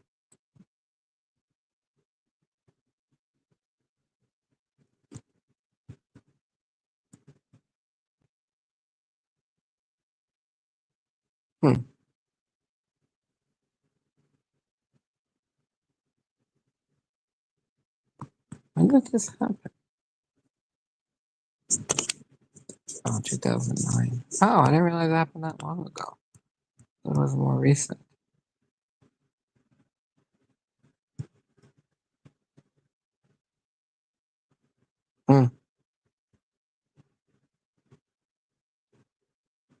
Let's see. Yeah, I can probably smoke one more joint. Yeah, so yeah. What's that? I said before the apocalypse. Secret plan, blah blah. It actually would be a good excuse to crash the economy. If you think about it. Like remember like on a there was actually I think an economic crash right before COVID, and then the lockdowns kind of softened the blow because they were able to shut down like business and stuff. And I kind of wonder if maybe okay, there is a snowpocalypse. People can't get out. Wall Street can't get open. The streets can't get cleared. So now what? So like now the economy excuse. stops. Yeah. Yeah. So here's where it gets good. Talking about Weishaupt, the Illuminati, Tagunbund and Burschenschaftен, William H. Russell. Russell was part of the Skull and Bones. Yeah. It says that. 40 years later, 1872, Carl Binding would begin teaching at Leipzig. 7 years later, Wilhelm Wundt, that was one of the Illuminati's. Wilhelm Wundt was a member of the Illuminati, codenamed Raphael. That was his, the grandfather. Began the first psychological laboratory. Wundt's first American PhD was G. Stanley Hall, mentor of socialist and father of progressive education John Dewey, who was the guy that said in 1916 that we needed an alien threat to make the world come together for a world government. Father of psychology, William James, received his PhD from Wundt, who was Illuminati, or grandchild of a original Illuminati member. Was that great grandchild or grandfather? Yep. Okay, so Alfred Hoche, blah blah. Wait, so what's this? Later author Die Freiggebieter. I can't read that. Permission for the destruction of life, unworthy life, which would serve as a basis for the Nazis' euthanasia programs. Jesus. Oh. Okay, so Albert Pike. Oh yeah, he wrote Indo-Aryan deities and worship. Blah blah. Praise Lucifer. New religion of the Great Light. The American race will be the sixth Aryan civilization. William Smith wrote that part. September 1950. The New Age magazine, which is a product that's made by the Scottish Rite. 14 The years New Age later. magazine? Yeah, it's produced by Okay. Lucius Trust. Let's see. Elizabeth Nietzsche, sister of Frederick Nietzsche, and her husband Bernard Forster went to Paraguay to found a new Germany. See Forgotten Fatherhood by Ben McIntyre, where the Aryan ideal would flourish in Paraguay. She later returned to Germany and became a mentor to Hitler in the 1900s. Same time, Planned Parenthood, Margaret Sanger, Birth Control Review, in which Nazi Ernst Rudin of Kaiser Wilhelm Institute, funded by Rockefeller, wrote Eugenics, Sterilization. 1933 edition, Sanger believed dysgenic stock. Yeah, so they were eugenicists, racists. Who's interested? Blah blah. Yeah, so this whole psychology thing is also Max Planck Institute for Psychiatry. Blah blah. It seemed like the Illuminists and descendants of Illuminists set up the whole psychology racket. Let's see. Himmler and Bormann. Blah blah. This is saying Social History of America, 1919, which author Arthur Calhoun wrote. The modern individual is a world citizen. Oh, that's interesting. Just says Obama claims to be. Calhoun, blah blah. Yeah, so talking about taking over family life, etc. Socialism, social control, blah blah. Yeah, so here's Hitler, November 6, 1933. Quote, I calmly say your child belongs to us already. That's what Hitler said. May 1st, he further declared the Reich will give its youth to no one. Blah, blah. Okay, so what is this? Professor Richard Wexler. Blah blah. Implicate liberal scheming. Alright, I'm gonna skip that part.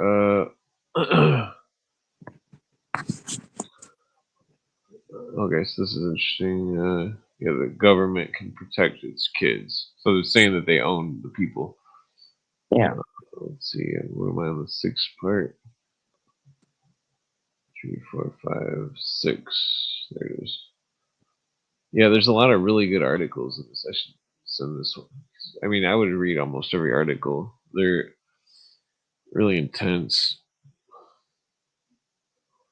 He like covers so many bases where it's like you could sit on one article and fucking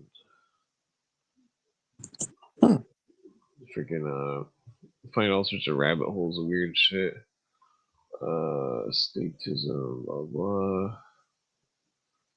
This is shit. He's talking about Iran, Herbert Samuel and Milner Group executing Rhodes' secret plan, appointing Haj Amin al Husseini as political administrator of Arab Palestine. Al Husseini was a close ally to Nazi Germany. In 1936, he met Swiss Nazi supporter Francis Genoud. They met him in 1941 Berlin, where al Husseini helped form the Muslim SS Brigade in Bosnia. Yeah. The Bosnian War. No, this is the Grand Mufti of Jerusalem who formed this. It was Yeah. it was the Bosnian Gestapo division. Yeah. Let's see. So Gennard met with de Gaulle 1941 in Switzerland. Switzerland, German agent, blah blah. De Gaulle started working with Alan Dulles, OSS, Burns, excuse me. Dulles had been director of the Schroeder Bank in New York. According to Professor Carol Quigley, the Schroeder Bank in Cologne helped arrange Hitler's accession to power as chancellor in 1933. Blah blah. Germany became De Gaulle rose to power, became the head of the BKA. Blah blah. Oh, well, this is interesting. So he was the head of the BKA in Germany in 1965, bringing former Nazi agents with him. He became head of Interpol 1968 through 72. Oh, here we go. Which is the year Kurt Waldheim became UN Secretary General. The 1982. Let's see. So here, Alan Dulles, 1953, funded the overthrow of elected Mossadegh government of Iran. In Zurich, 1951, an organization called the New European Order had been formed, which would be led by Swiss Nazi Gaston Armand Amadrouz. Several hundred Nazis were in Egypt in the 1950s. 58. Genoud founded the Arab Commercial Bank. Schiller's right mixture of finance. Hajalmer helped set up the ACB, Arab Commercial Bank. Meetings proclaimed, quote, Germany cannot conquer the world without waging war, of course. Blah, blah. Swiss officials believe Genoud also founded the Lugano-based El Taqwa Bank, repeatedly funding conduit for Al Qaeda and Hamas until 2002. Much of the information came from Christophe Gilly's 2009 internet posting on Francis Genoud, based on that book. World Socialism, blah blah. With this conditioning via music regarding the popular song "If I Had a Hammer," I'm not familiar. Remold it near to the heart's desire. Blah blah. The hammer which will shape it. There's more of that Middle Eastern stuff.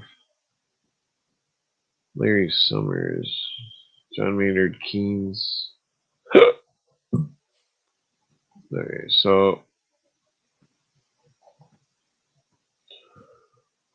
let's see here. Obama, the second coming. Let's see. World nuclear without. Okay, so let's go next one. 7. Yeah, these articles are intense. Simply subpart of a larger power league plan for world domination. Blah blah. Find out who funded Schiller. You might read James and Suzanne Poole's Who financed Hitler? Okay, so here, McCloy was attorney for IG Farben. Blah blah. Klaus Barbie was sent to the Counterintelligence Corps. Their private Henry Kissinger, McCloy's protege. Okay, so Reinhard Galen, blah blah. With wars, Galen organization began in the U.S. Galen Network. Yeah. Well, Galen Dulles. he helped form the OSS. Yeah, Well, which became the CIA. Otto von With Wilder Bolshoi. Donovan. And I think him and the Dulles brothers both had Jesuit priests in their families. Oh, that's interesting. At least the Dulles Morin. brothers did. Oh yeah, yeah. I think they were Knights of Malta as well. I know William Casey was like And Russian. so was Reinhard Galen. What is this white was Russian? He was also a knight. Oh, okay. Yeah. What is this about? I'm not sure what that's about. Des Moines.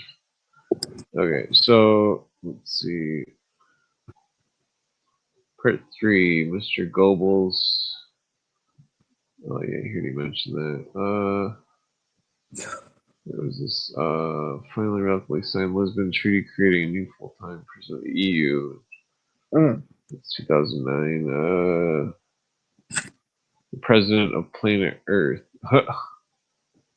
Whoa. Yeah. How did he get that job? Let's see.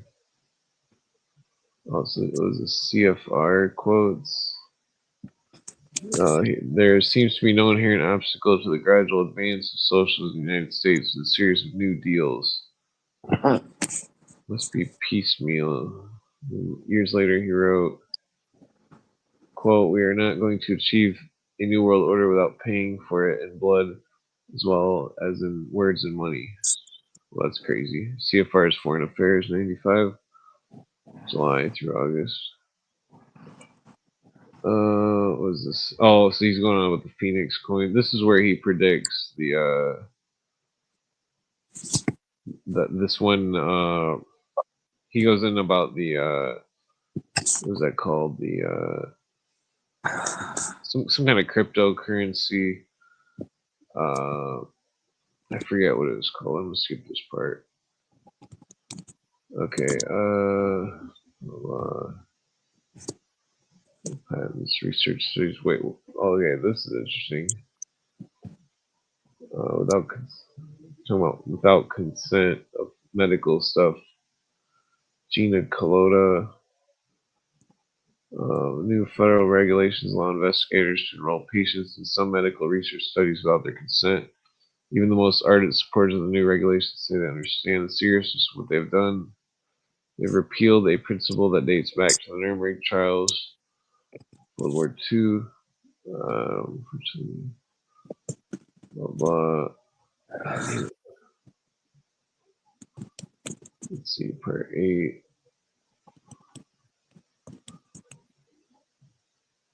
Yeah, so yeah, because the Islams, I think that they did 9/11. I think that they were part of this Fourth Reich. Ali Muhammad could train Green Berets, worked for the CIA before working for the Bureau in Sacramento. Blah blah. Let's see. Yeah, so Al Muhammad, he thinks is the mastermind behind Al Qaeda. Who is? Ali Muhammad.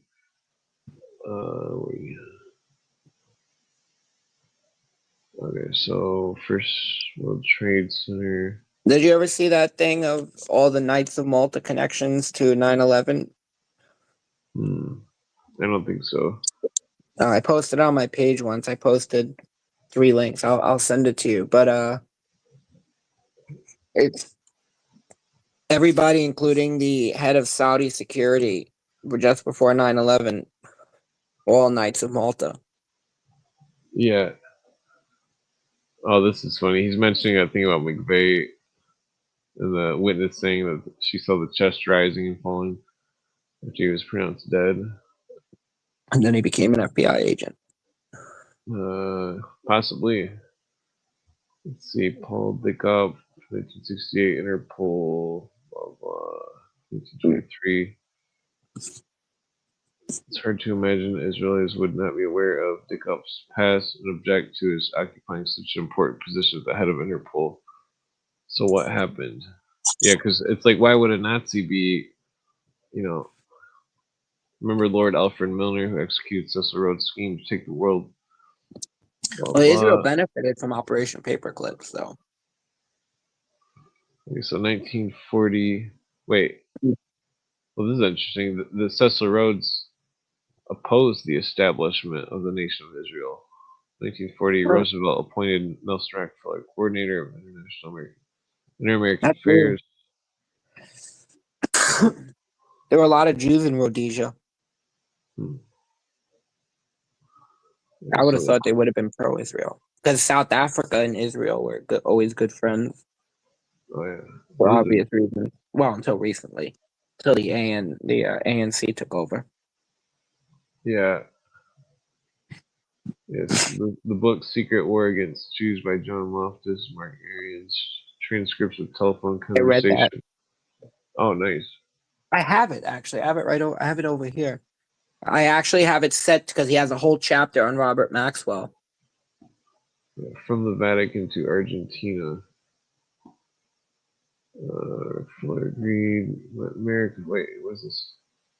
Agreed to provide the Latin America bloc for votes for admission of Israel to the UN, March 1947.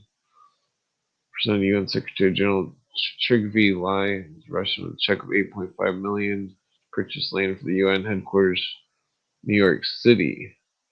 Mm-hmm.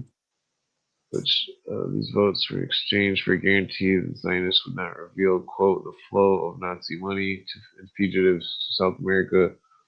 There would be no Zionist Nazi hunting unit, no testimony at Nuremberg about the bankers or anyone else, not a single leak. But the press about where Nazis were living in South America or which Nazis were working for Dulles. Whoa.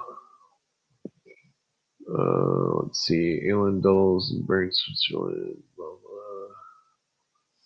blah. Cromwell. Sullivan and Cromwell. Yeah. Wait. Sullivan and Cromwell. Yeah. The law firm? Wall Street firm. Yep. Yeah. Young Alan Dulles. 1927 Very to 41. interesting. They're very involved in New York City politics. They gave money to like all the candidates. My friend, if you go on Twitter and you look up my friend, his handle, it's Marlon Bethel, but if you look up his handle Fired Detective and you search through his stuff, you can find the information he posted about he did a lot of research on because he found where they donated to a lot of our candidates, including like one minor candidate who kind of everybody trusted it first and then people stopped trusting altogether. So yeah. very interesting very interesting that comes up again. Oh yeah. So what is this? Ends, blah blah. South African member Cecil Rhodes, Association of Helpers. I wonder if that's interesting. I wonder if Sir James Rose Innes or these people are connected with Elon Musk. Isn't he from South Africa? Yeah. Let's see. So Moltke became a member of the Milner Group. Let's see. Rhodes Association of Helpers was resistance to Hitler's movement. Remember Adam von Souls, German Rhodes Scholar. Blah blah. Federation. Yeah. So they were Federation of Europe and Commonwealth, not like British Empire. Let's see. Okay, so beginning March and April 1943, Dulles assistants von Governance began meeting in Switzerland with Himmler's emissaries. as did British agents. The plan, called the SS Solution, was Hitler would be put under house arrest and Bert Tusk Godin, de facto government under Himmler's control, would take over, end the war in the West, and concentrate on defeating the Bolsheviks in the East. Mm. Walter Monckton, who ran Churchill's private intelligence service, went on a lecture tour in Stockholm, was introduced to von Moltke's spell out the terms of the agreement. Mentioned before that Allen Dulles enlisted the help of the Gehlen Organization, toppling elected Mossadegh government in Iran in 1953. Gehlen Organization, named for Nazi Brigadier General Reinhard Gehlen, who was chief intelligence. Blah blah. Gehlen became a member of the German. Let's get that. Sumner Wells referred to this. Referred when writing about the secret Nazi plan that could come into fruition today at the head of the OSS. William Wild Bill Donovan and Allen Dulles worked to bring Gehlen and three to the top of his people in the U.S., which occurred in 1945. The Gehlen Organization started 250 Nazi intelligence agents, started and grew to 4,000 members. Blah blah. What was this? Early training occurred at Camp Uber Margu and Private Henry Kissinger. Yeah. Let's see. I'm gonna skip this part. An Earth Charter. Yeah, the whole world government thing. It's huge. It's like the biggest conspiracy there is. I mean, let's see. I'm gonna skip this part. Well, what is this talking about here? Bush was U.S. ambassador to Communist China in the 1970s. Later, he supported most favored nation trading status for them. Immaculate Deception. Let's see. Bush was close to Laszlo Padster, part of the Arrow Cross.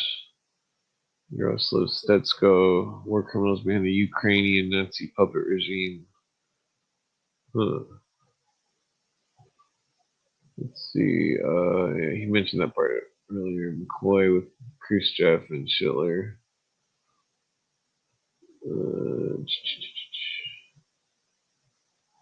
Okay, so let's see. The Gehlen Organization, Alois Brunner, Nazi head of Drancy internment camp near Paris, culpable for the death of 140,000 Jews. Jesus. Was thought to still be alive in 2007, though it was known if he was part of the secret Nazi plan. Let's see. Dice Spine. About 600. Yeah, so because the clone stuff of, what was that, part 9? The clone stuff was all done. If it's real, it was all done in South America. Yeah. That makes sense. Let's see. Intelligence community. Well, remember, we were told Bin Laden was sickly. Dallas machine. Yeah. They were, the General Mike Hayden. Osama bin Laden was disposable $3 trillion a year telecommunications industry that can rely on. Let's skip that. Well, I mean, it's relevant, but the satellite system Saudi bin Laden Group, 1999, reported the Pentagon plan increasing the use of private satellite companies like Iridium for much of its communications. Okay, so Mengele, let's see. They noted Mengele was actually in the American prison camp for 2 months during World War II. American. So they must have released him if he made it to South America, Yeah. Let's see. When released, they got all of them. They all left. I mean, a good chunk of the world, a good chunk of the Western world benefited from from Yeah. Operation Paperclip and the Vatican rat lines. Israel had one of its famous intelligence officers was a blonde-haired, blue-eyed, half-Jewish German who I can't remember his name. I could find it, but one of his benefits was because he wasn't raised like his parents didn't raise him Jewish. He was never circumcised, so it made him even more less, less Yeah. whatchamacallit. Let's see. Buenos Aires. Yeah, so Mingala is the Red Cross is aiding and abetting Mingala. Let's see. Let's get that. Twins, blah blah. Okay, yeah, the Mingala stuff is bizarre. Okay, yeah. Okay, so this right here, yeah.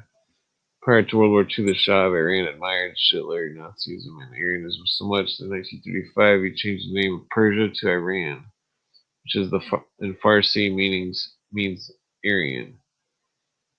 Farsi German, what? the Farsi language, it means Aryan. Oh, yeah, Iran means like land of the Aryans or something. Yeah. Yeah, if you notice, a lot of them are the Persians are a completely different race than Arabs. They're not Arabs. Like my cousin married a Persian, and my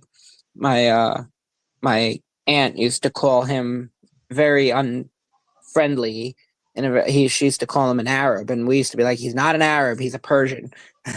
Yeah. So, but yeah, they have like blue eyes. They look like Indians, but like little lighter and with lighter eyes. The women are Yeah. beautiful. Persian women are beautiful. Some of them. Well, many of them are. Let's see. Yeah, so they were trying to incentivize acceptance of world government. The Iranian radical Muslim dynamic. Oh man, it's 4 o'clock. Selling the Shah. Oh yeah, I probably would have passed out. That's why they're gonna reinstall. They want to reinstall the Shah now. You know. Roosevelt. Damn it. Your band. Yeah, so you can't see the suicide thing about Himmler. There's stuff about the jaw of Hitler was a female jaw. What was it? Yeah. You said female? Yeah, when they did a DNA test, it wasn't a male jaw; it was female. Mm. And so let's see, Hugh Thomas. The Soviets really wanted him. They kept the Soviets were the ones who supposedly captured him. You know. Yeah, I think he had a double. Yeah, well, definitely, yeah, most likely. Or they just got Ava Braun, and yeah, or Hitler was a female. Who knows? He was an invert. It's 1942.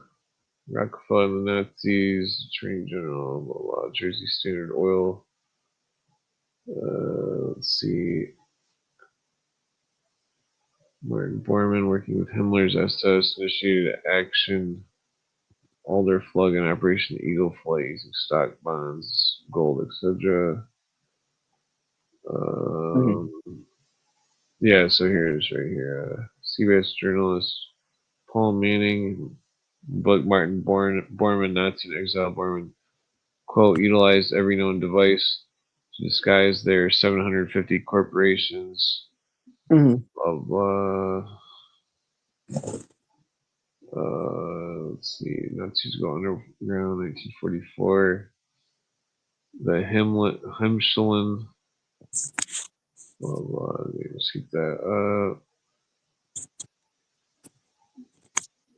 I'm gonna go tomorrow and grab some more protein bars from Whole Foods. It's good to keep them on. I guess weed seeds have a lot of protein. Mm-hmm. Yeah. Yeah. Hemp seed. Hemp seed's very good for you. When my mom used to make me my special, she used to make me, I used to call them salad bod. Well, she'll still make them for me. I call them salad bodges. And it's just like just a ton of different veggies. And she would Mm. put hemp seed in it. And there was always that hemp seed, pumpkin seeds are very good. Oh yeah. Yeah. Hmm. Let's But, see. German branch of the Red Cross. are you hanging out for a bit, or are you gonna call it a night soon? Nah, I should probably pass out. Freaking. Yeah, I was gonna say I might pass out. If you're gonna smoke another joint, I would have just hung out. But if you're gonna pass out, I'm probably gonna just.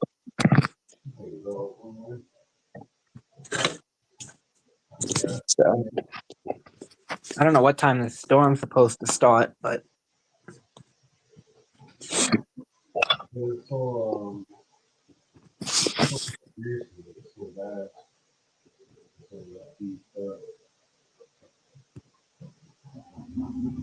Yeah, let's see, Argentina, Glenn Yeadon and John Hawkins, Nazi Hydra in America, Truman's chief of science advisor David Sarnoff approved of RCA, Mhm. radio link between Buenos Aires and Berlin for Nazis. Jesus. I'm gonna say it again. A radio link between Buenos Aires and Berlin Oh, for the Nazis.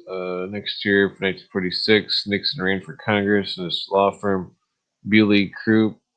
Nixon received $2 million fee from Romanian Nazi Nicolae Malaxa, which helped Nixon get elected. Malaxa had been Nikolai. business partner of Hermann Goering, head of the Nazi Air Force, who worked for the Gestapo before setting up a company in Nixon's hometown of Whittier, California. According to John Loftus and Mark Aarons, Secret War Against the Jews, 1994. Yeah, I've never trusted Nixon. I mean, not that I'm old enough to, you know, remember Nixon or anything, but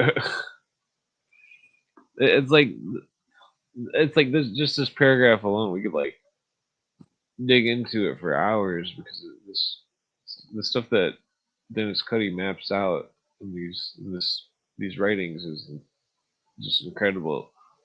Kissinger was Dole's translator and later Nixon's Secretary of State. Truman adopted the NSC. Number 20 included Operation Bloodstone. Operation lasted from 48 to 50. Brought Nazi collaborators to the U.S. as intelligence covert operation experts. Blah blah. U.S. agent spotters for sabotage. Blah blah. Oh, there it is. Concentration camp guards. So, regarding the CIA's work with Nazis, John Loftus and the Muslim Brotherhood, Nazis and Al Qaeda revealed that many of the Nazis had been assigned to prosecute when working for the U.S. Attorney General, where on the CIA payroll. He found this information literally buried in the U.S. government vaults underground in Suitland, Maryland. The vaults Loftus found the CIA has volumes of files on the Muslim Brotherhood, a fascist organization that was hired by Western intelligence that evolved over time into what we know today as Al Qaeda. That's why, because technically recently Trump labeled Al Qaeda as some kind of terrorist group. The fact that they weren't or not Al Qaeda, the Muslim Brotherhood, and the fact that they weren't already on the list was, it's like, what the fuck? Yeah. Let's see. So Yeah, a lot of people were 1930, surprised.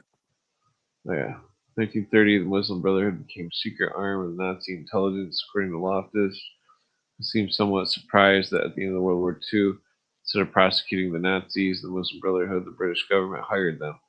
They bought all the fugitive Nazi war criminals of Arab and Muslim descent into Egypt. For 3 years, they were trained on special mission. The British Secret Service wanted to use the fascists of the Muslim Brotherhood to strike down the infant after fucking Israel trying to destroy it. I mean, they sold Arab Nazis to the predecessor of what became the CIA. Loftus wouldn't have been surprised at this if he knew the connections between British and Jamal ad-Din al-Afghani back in the 1870s. If he knew Afghani's influence on Muhammad Abdu, the influences of Hassan al-Banna, founders of the Muslim Brotherhood in 1928 in Egypt, if he knew that Lord Alfred Milner, who executed Cecil Rhodes' secret plan to take the world government, told the British House of Lords in 1923, quote, well, there's no quote, sorry, there must never be a Jewish nation in the Middle East. If he knew that Herbert Samuel, who was a member of Milner Group that controlled British foreign affairs for most of the 20th century prior to World War II, in 1921 appointed Haj Muhammad Effendi Amin al-Hassani as Mufti and head political administrator of Arab Palestine, even though he had killed many Jews. Al-Hassani would become a Nazi ally. The evacuated Nazis of the Muslim Brotherhood to Saudi Arabia were some of the leading lights. Muslim Brotherhood, like Abdullah Yusuf Assam, became teachers in the madrasas, the religious schools, and they combined the doctrines of Nazism with the weird Islamic cult Wahhabism. These schools, young student paid attention. In these schools, there was a young student who paid attention. An Islam student was named Osama bin Laden. In 1979, the CIA decided to take the Arab Nazis out of cold storage and told so bin Laden went to a fucking Nazi school, basically. That makes perfect sense. Yeah, Saudis that they would fund them, bring all the Arab Nazis together and ship them off to Afghanistan to fight the Russians. We call them the Maktab el Kadimat el Mujo. Like, I don't know. Yeah. The words are. Loftus again seemed surprised that after Azam and his assistants Osama bin Laden won the war against the Russians in 1989. Consult Rainbow 3. Yeah. The CIA left the army of Arab fascists in the field of Afghanistan. Perhaps he would have been surprised. Zygmunt Brzezinski, who lured the Soviets into Afghanistan in 1979, with that road that Todd talks about, that they had a road that was built, realized that al-Afghani was an Iranian, and if he understood, the CIA relied on Galen organizations, Nazis in Iran, which are the primary threat to Israel today, to overthrow Iran's elected government in 1953. Loftus notes that another threat to Israel is Hamas, which actually the secret chapter of the Muslim Brotherhood. So this article was written in like 2010. Let's see, coursing yes, they wanted to get Israel into the Mediterranean Union. Slobodan Milosevic, wasn't he just recently killed or something? He was no, I think he's been dead for a while. He was the Bosnian war criminal. Oh, okay. Yeah, Oh, yeah, I've heard you talk responsible. about. Yeah, in like the 90s in the war in Bosnia, he was the whatchamacallit. He was in charge. Yeah, that's funny. They're mentioning Bo Jiden and Warren Christopher. The creation of a new world order, converting NATO into military instrument peacekeeping under UN CSCE auspices. I'm not sure what that stands for. NATO would be headed militarily by Rhodes Scholar General Wesley Clark.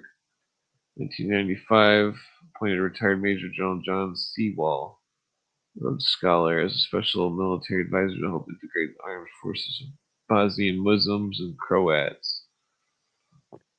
Let's see, Yugoslavia meant Dayton.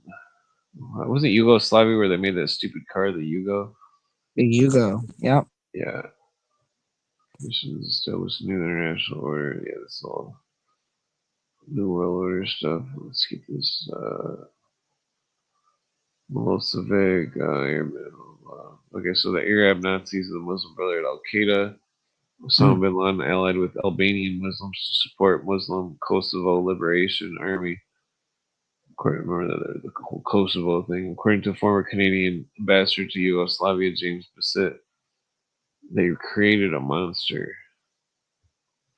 It's pretty wild. Yeah, so ethnic cleansing, Kosovo, blah blah. There is definitely a conspiracy going on Kosovo. I've seen British Special Services train the Kosovo Army. Blah blah. Let's skip this part.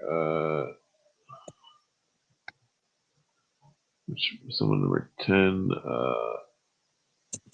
Telbach and Richard Gardner. Alright, we go to the next one. Oops. Okay,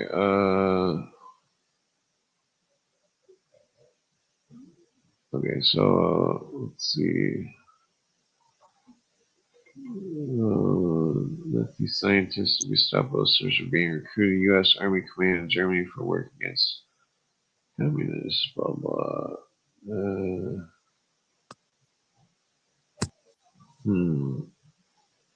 Let's skip that. That's about South America. Nazi went to South America for drugs.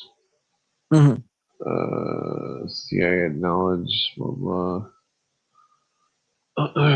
There's my papers. So yeah, Klaus Barbie's partner in business affairs, Lima. Friedrich Schwenn, former Hitler SS officer, counterfeiter, and self-appointed minister of finance of Nazi funds smuggled out of Germany, blah blah. Legal ventures. Nazi Barbie was still active 35 years after World War II. In July 1980, Barbie's team hunted down and slaughtered Bolivian government officials and labor leaders while Argentina specialists flew and demonstrated the latest torture techniques.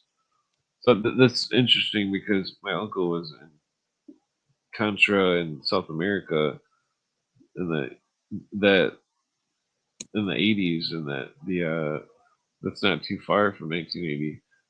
He was in there like 1982 or something. But they were doing they were getting rid of cartels supposedly, but I think they were just cleaning the slate and for some sort of other organized crime that was taking over in South America. Yeah. Well, I mean, I was like, they got rid of, they went out of their way to make a whole thing of getting Pablo Escobar. And I think that was more so they could just so the intel could take full control of the intelligence could take full control of the drug smuggling and and then instead of having to share the wealth, they keep it all for themselves and they just hire small gangs, who are just more than happy to blow each other away. It's a lot cheaper. Yeah. Keep a lion's share of the profits. Well, this is bizarre. You're saying that Himmler's castle they had in Berlin, they found 1,000 Tibetan lamas, corpses, and Nazi uniforms. That's definitely bizarre.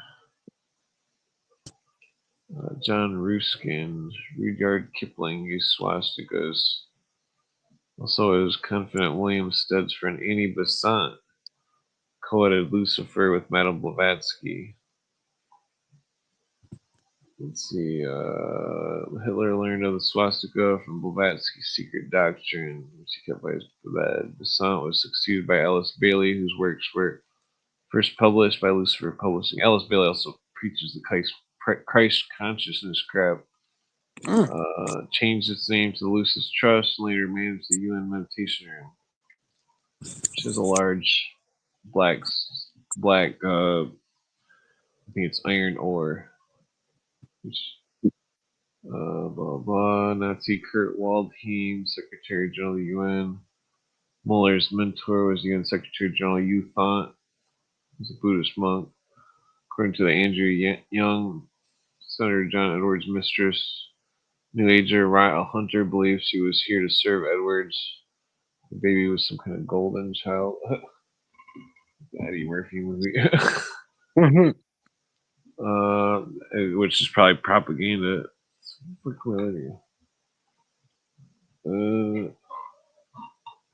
Yeah. Well, it's already 4:30, man. I'm getting kind of tired.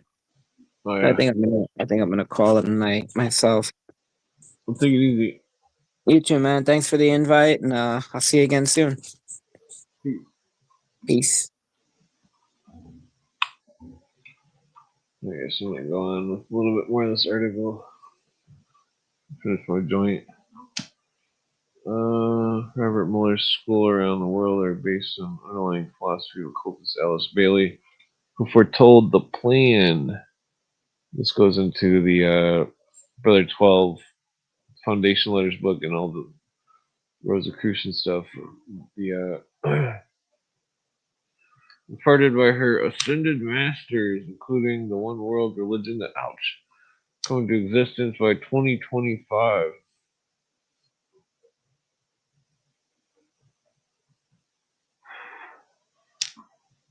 Yeah, listen to this light here. This would complete the fulfillment of the secret Nazi plan with power elites control. This was the objective all along. Can be seen the following comment by Schittler, Morning of the Magicians by Louis Pauls and Jacques Bargier. Quote unquote, blah blah. Skip that.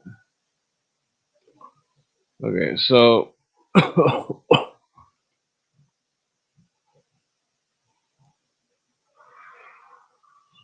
okay, so they facilitated the Russian Revolution. Agent Harry Hopkins, blah blah blah. Roland Gaither, President of the Ford Foundation, Norman Dodd.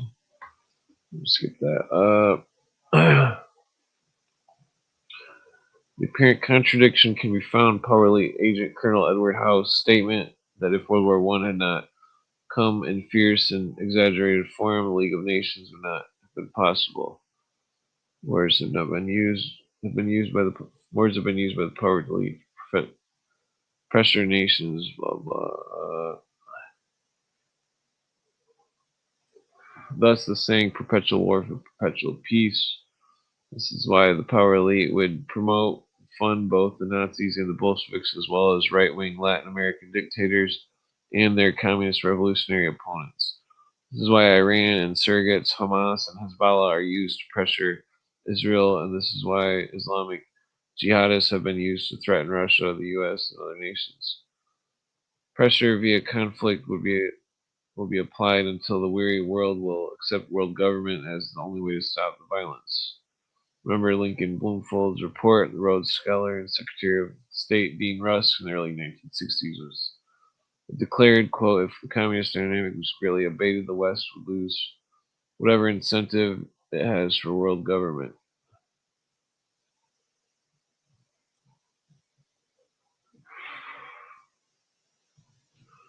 So what should we look for in the near future concerning the Power Elite's plans, blah, blah. Interpol, blah, blah. Its formation, Interpol, 1923, was overseen by Raymond Fosdick, an agent of John D. Rockefeller, interested in eugenics, social control. Early in the series, mentioned the connection between the Nazis and Rockefeller Standard Oil Company in the 1930s. During its time, Ellen Dulles was attorney for Standard Oil as well as IG Farben, blah blah. Gerard Posner and John Ware in Mingle in 1986 explained its Interpol's hierarchy also as an unhealthy history of close connection with National Socialism. Blah blah. Gestapo, Peterage, security. Skip that. Ernst Kaltenbrunner, Interpol's Okay, so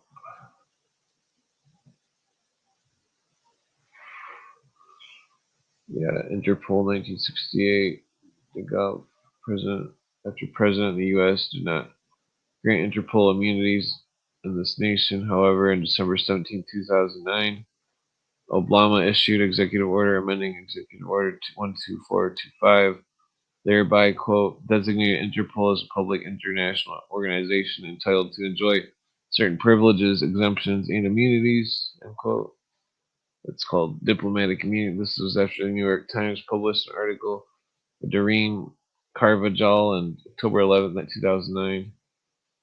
Interpol and the United Nations are poised to become partners in fighting crime laws. So, what is Obama doing? Granting Interpol diplomatic immunity when the Interpol was ran by Nazis. That's what you got to think about there. Push for immunities for Interpol, blah blah.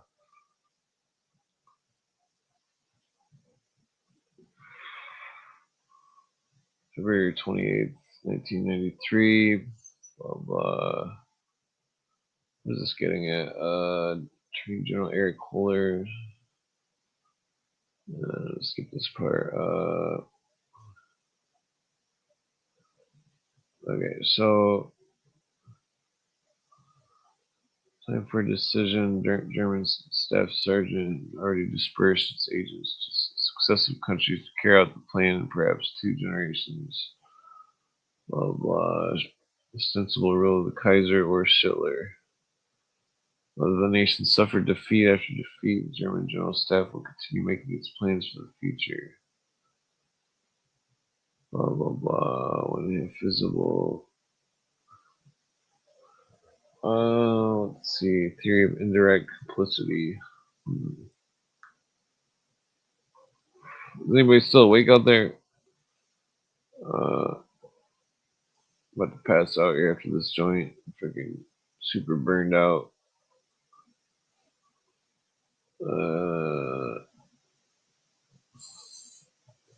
Let's see. Let's skip that part. British placed a 100-year ban on seeing documents about Himmler's supposed suicide. The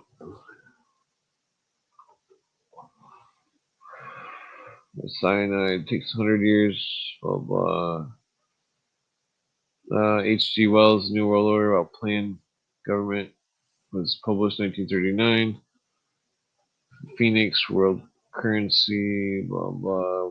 World Federation of Nations, taking rapid shape by 2025. I think let's skip to the next. Robert Mitchum. Why doesn't it have the link for the next article? Number 12.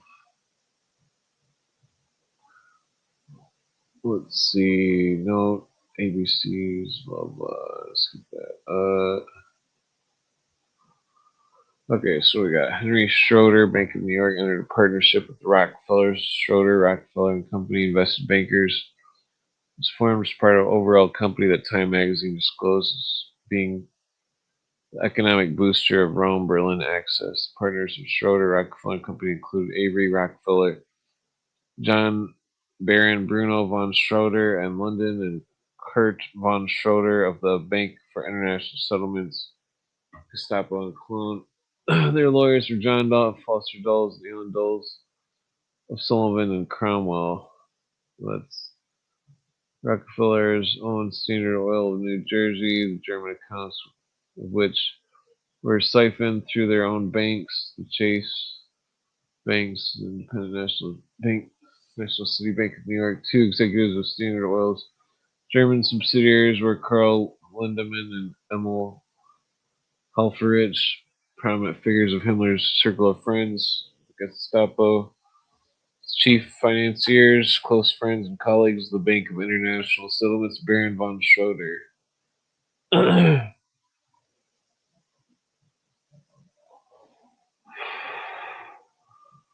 According to blah blah, Dulles, Sullivan, and Cromwell oversaw the drafting of papers creating a Swedish dummy owner for Nazi engine parts producers, Bosch's U.S. Arms, so the Nazis could retain control. And according to Mark Masterovsky, the former Justice Department historian, recently declassified documents showing at least 300 companies continued doing business with Germany during the war. Blah blah. Milner, British Foreign Affairs. Milner was anti-Zionist head of British intelligence and Jordan was anti-Zionist Jack Philby, who in 1923 created an Arab Legion and afterward became advisor to the House of Saud. Ibn Saud, leader of the Wahhabi sect of Muslims from Al-Qaeda, would arise. Harry St. John Bridger Philby, known as Jack, was an example of the powerful agent at the nexus of Cecil Rhodes' secret plan and its dialectical process. Blah, blah. Jack Philby's Arabic name was Sheikh Abdullah. He'd been a classmate of Jawaharlal Nehru and was later Prime Minister of India. Oh, looks like my camera froze. Prime Minister of India. In his autobiography, referred to himself as the first socialist to drive the Indian civil service. 1907. Later became 20th century. Would become a terrorist training ground in Pakistan. 1915, power elite British Percy Cox, who would later, 1922, create Iraq-Kuwait border to keep Iraq from having access to the sea and therefore remain dependent on Britain. Appointed Philby as the finance post of Baghdad to protect the oil fields in Basra. Blah, blah. Oh yeah, I remember that two British agent thing, dressed as Arabs. Jack Philby was allied with the Nazis, and son Kim Philby was British intelligence officer, became double agent for Soviets. In the 1940s, Jack Philby had allied with the anti-Zionist Dulles brothers and making deals between Nazis and Saudis.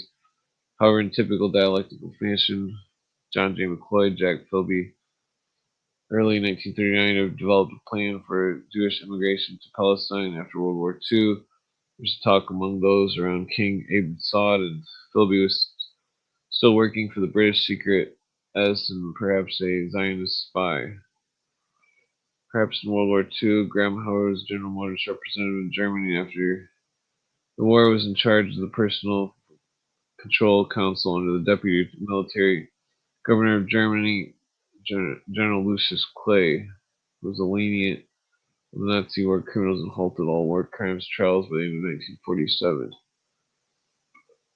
Blah blah. America and the New World Order was published. He wrote about the formation of regional economic entities, cooperation of regionalism, blah blah. New World Order, world government. 2 years later, in 1944, Corbett would become chairman of the political science department at Yale and would have more likely came into contact with members of Skull and Bones, H.W. Bush. The themes of Howard's and Corbett's books would be echoed by Rhodes scholar Richard Gardner in the Council on Foreign Affairs, 1974. By Zbigniew Brzezinski at Mikhail Gorbachev's First State of the World Forum, 1995. Year after his book, blah blah, 1941, Secretary of Interior Harold Ikes declared, if America loses the war, I can think the Aluminum Corporation of America.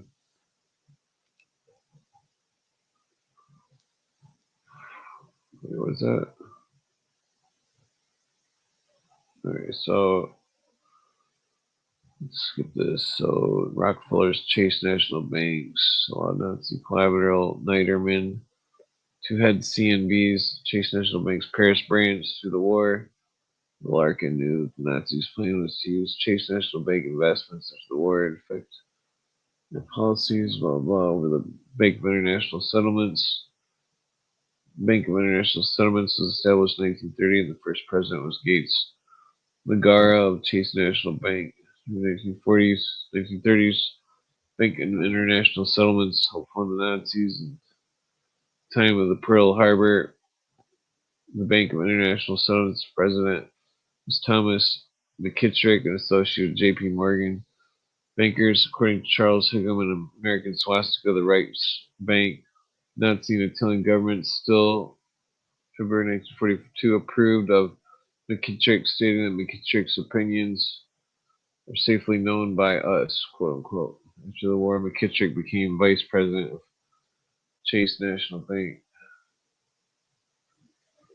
Which one am I on? Number 13. Okay, yeah, I'm probably gonna just put the joint on early here. There's way too many parts in this. Let's see. Nazis approved of American Thomas Kittrick being head of the Bank International Settlements. January 25th, 1943, Hearst newspapers. Reporter Bernard Hershey described the Nazis' escape route via Spain as follows. Every talk I had with the Germans in Lisbon made that fact clear. They may be defeated on the battlefield as they were in 1918, but they expect blah blah blah blah German race blah. 2.5 years before they lost World War II, the Nazis were going underground. Hitler was unimportant in the whole effort. Who was the important in the secret Nazi plan? Heinrich Himmler. 2 years after Hershey's report, 1945, Newsweek reported many of the men Himmler sent to Spain and Argentina to carry out Nazi plans for post-war survival, carried passports under false names, and later were reported dead in Germany. All have had training in Nazi political methods and experience abroad in commercial and other posts. End quote. The Tetten's book, Germany Plots the Kremlin, 1953, one finds that 7 months before Hearst reporter Hershey's description of the Nazis' escape routes, July 27, 1943. German Foreign Office expert on the U.S., Dr. Colin Ross, wrote, quote, a plan for an ideological campaign in the United States, unquote, describing a need for an all-out psychological warfare carried out by an underground organization in the U.S., blah, blah. Although important to the secret Nazi plan is Martin Bormann, beginning in 1943, transferred large amounts of gold across France and Spain, Argentina, blah, blah. 180 billion in 1943, blah, blah. He had been banking under his own name. His office in Germany, Deutsche Bank, Buenos Aires, since 1941. Blah, blah, blah. Joint account with Argentinian dictator Juan Perón. August 4th, 5th, and 14th, 1967, wrote checks, blah, blah. Manning explained Bormann to be likened to a classic chairman aboard a vast international business complex. Blah, blah. Private Wall Street. Bormann aids to, blah, blah. Continue to guide destiny of financial empire. Council, National Social, let's see, was drawn many of the brightest Jewish businessmen participating role in development of many of its corporations, blah, blah. This has taken place in many other instances across America and demonstrates how Bormann's people operate in the contemporary commercial world, in contrast to the financial nonsense with which Nazis are described so much literature. Bormann companies that Adolf Eichmann was seized and taken to Tel Aviv to stand trial. Blah blah. Informed Israel authorities in no certain terms that they must never happen again because their repetition permanently rupture relations with the Germans of Latin America as well as blah blah. Bormann argues origin, cut off money. John Buchanan and Stacy Michael revealed that after seizure in late 1942, 5 U.S. enterprises he managed on behalf of Fritz Thyssen, Prescott Bush's grandfather, G.W., failed to divest himself of more than a dozen enemy nation relationships that continued until as late as 1951. Blah blah. The records show that Bush and Harriman's conducted business after war with related concerns, doing business in or moving assets in Switzerland, Panama, Argentina, and Brazil. Critical posts for the flight of Nazi blah blah. Let's see. He might have considered blah blah. Organized campaign. Despite our temporary military defeat, blah blah. Yeah, so they basically want to turn into businessmen.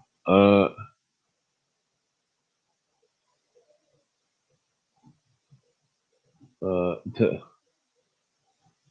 special guest. Uh, let's see. Well, the special guest was supposed to be Andrew Wilson, but he didn't show up. I mean, technically, I didn't say tonight, but I figured he would. I figured well, I guess I should have said today. Let's see. Martin Bormann's success spreading Nazis' assets around the world. Blah blah. I.G. Farben. Let's see. So Bernard Knowles formed Bilderberg Group 1954.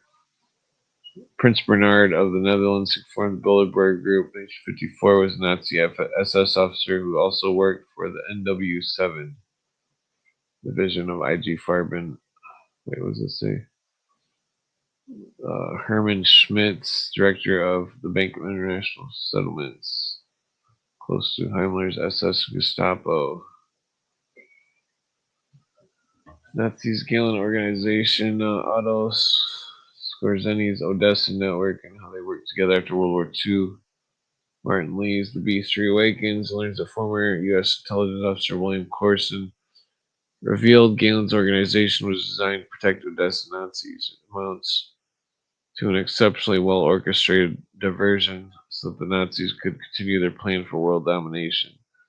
Relevant to this, Martin Lee in The Beast Reawakens revealed that the Palestinian leader Yosef Arafat and Otto Skorzeny struck up a relation that lasted many years. Arafat would have done anything for Otto, remarked Elsie Skorzeny.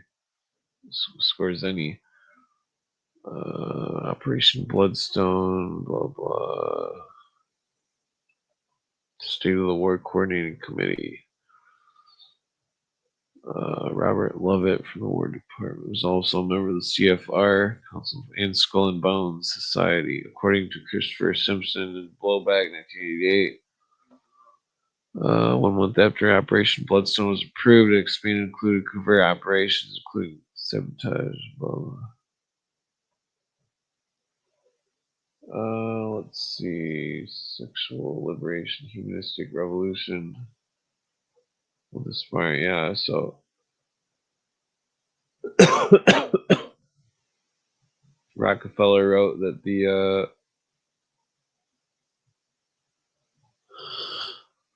humanistic revolution, secular humanism. Harry Truman approved of Operation Bloodstone. Blah blah. Carried in his pocket that part of Alfred Lord Tennyson's Lecture Hall, which called for a Parliament of Man, Federation of the World. Truman said that's what he was working for. It's easy for nations to get along. Blah blah. Truman was position of Vice VP under FDR in 1944 by Oscar Ewing. Others, Ewing was vice chairman of the Democratic National Committee and also a lawyer for Standard Oil, CBS, Fox Films, and others. Among the others is Alcoa, in which Ewing facilitated agreements with Nazis. George Selda's Facts and Fascism, he reveals some of the biggest monopolies entered into secret agreement with the Nazis cartels and divided the world up among them. Most notorious of all was Alcoa, the Mellon Davis Duke monopoly, which is largely responsible for the fact America did not have aluminum with which to build airplanes before the Pearl World Harbor. Blah blah. Germany had an unlimited supply. Let's see. Blah blah. Fannie Mae, General Motors, complete control over business entities. Blah blah. 1930s. Ambassador Dodd's diary, 1941. George Seldes. Facts and Fascism quotes U.S. Ambassador to Germany William E. Dodd in 1937 as saying a clique of U.S. industrialists is hell-bent to bring fascist state to supplant our democratic government, and it's working closely with the fascist regime of Germany and Italy. Plenty of opportunity. Blah blah. American ruling families are too. All right. Yeah, I think I'm gonna pass out. I'm freaking tired. All right. Peace out. Jesus, I've been on here 8 hours. I'm retarded. All right. Uh, definitely. These articles are heavy duty, so you should probably read them. All right. Peace out. Oh, whoa. Excuse me. Excuse me. Listen to Wayne Cooper, houroftheTime.com. Damn, I need to eat some food. All right, peace. I'm going to sleep.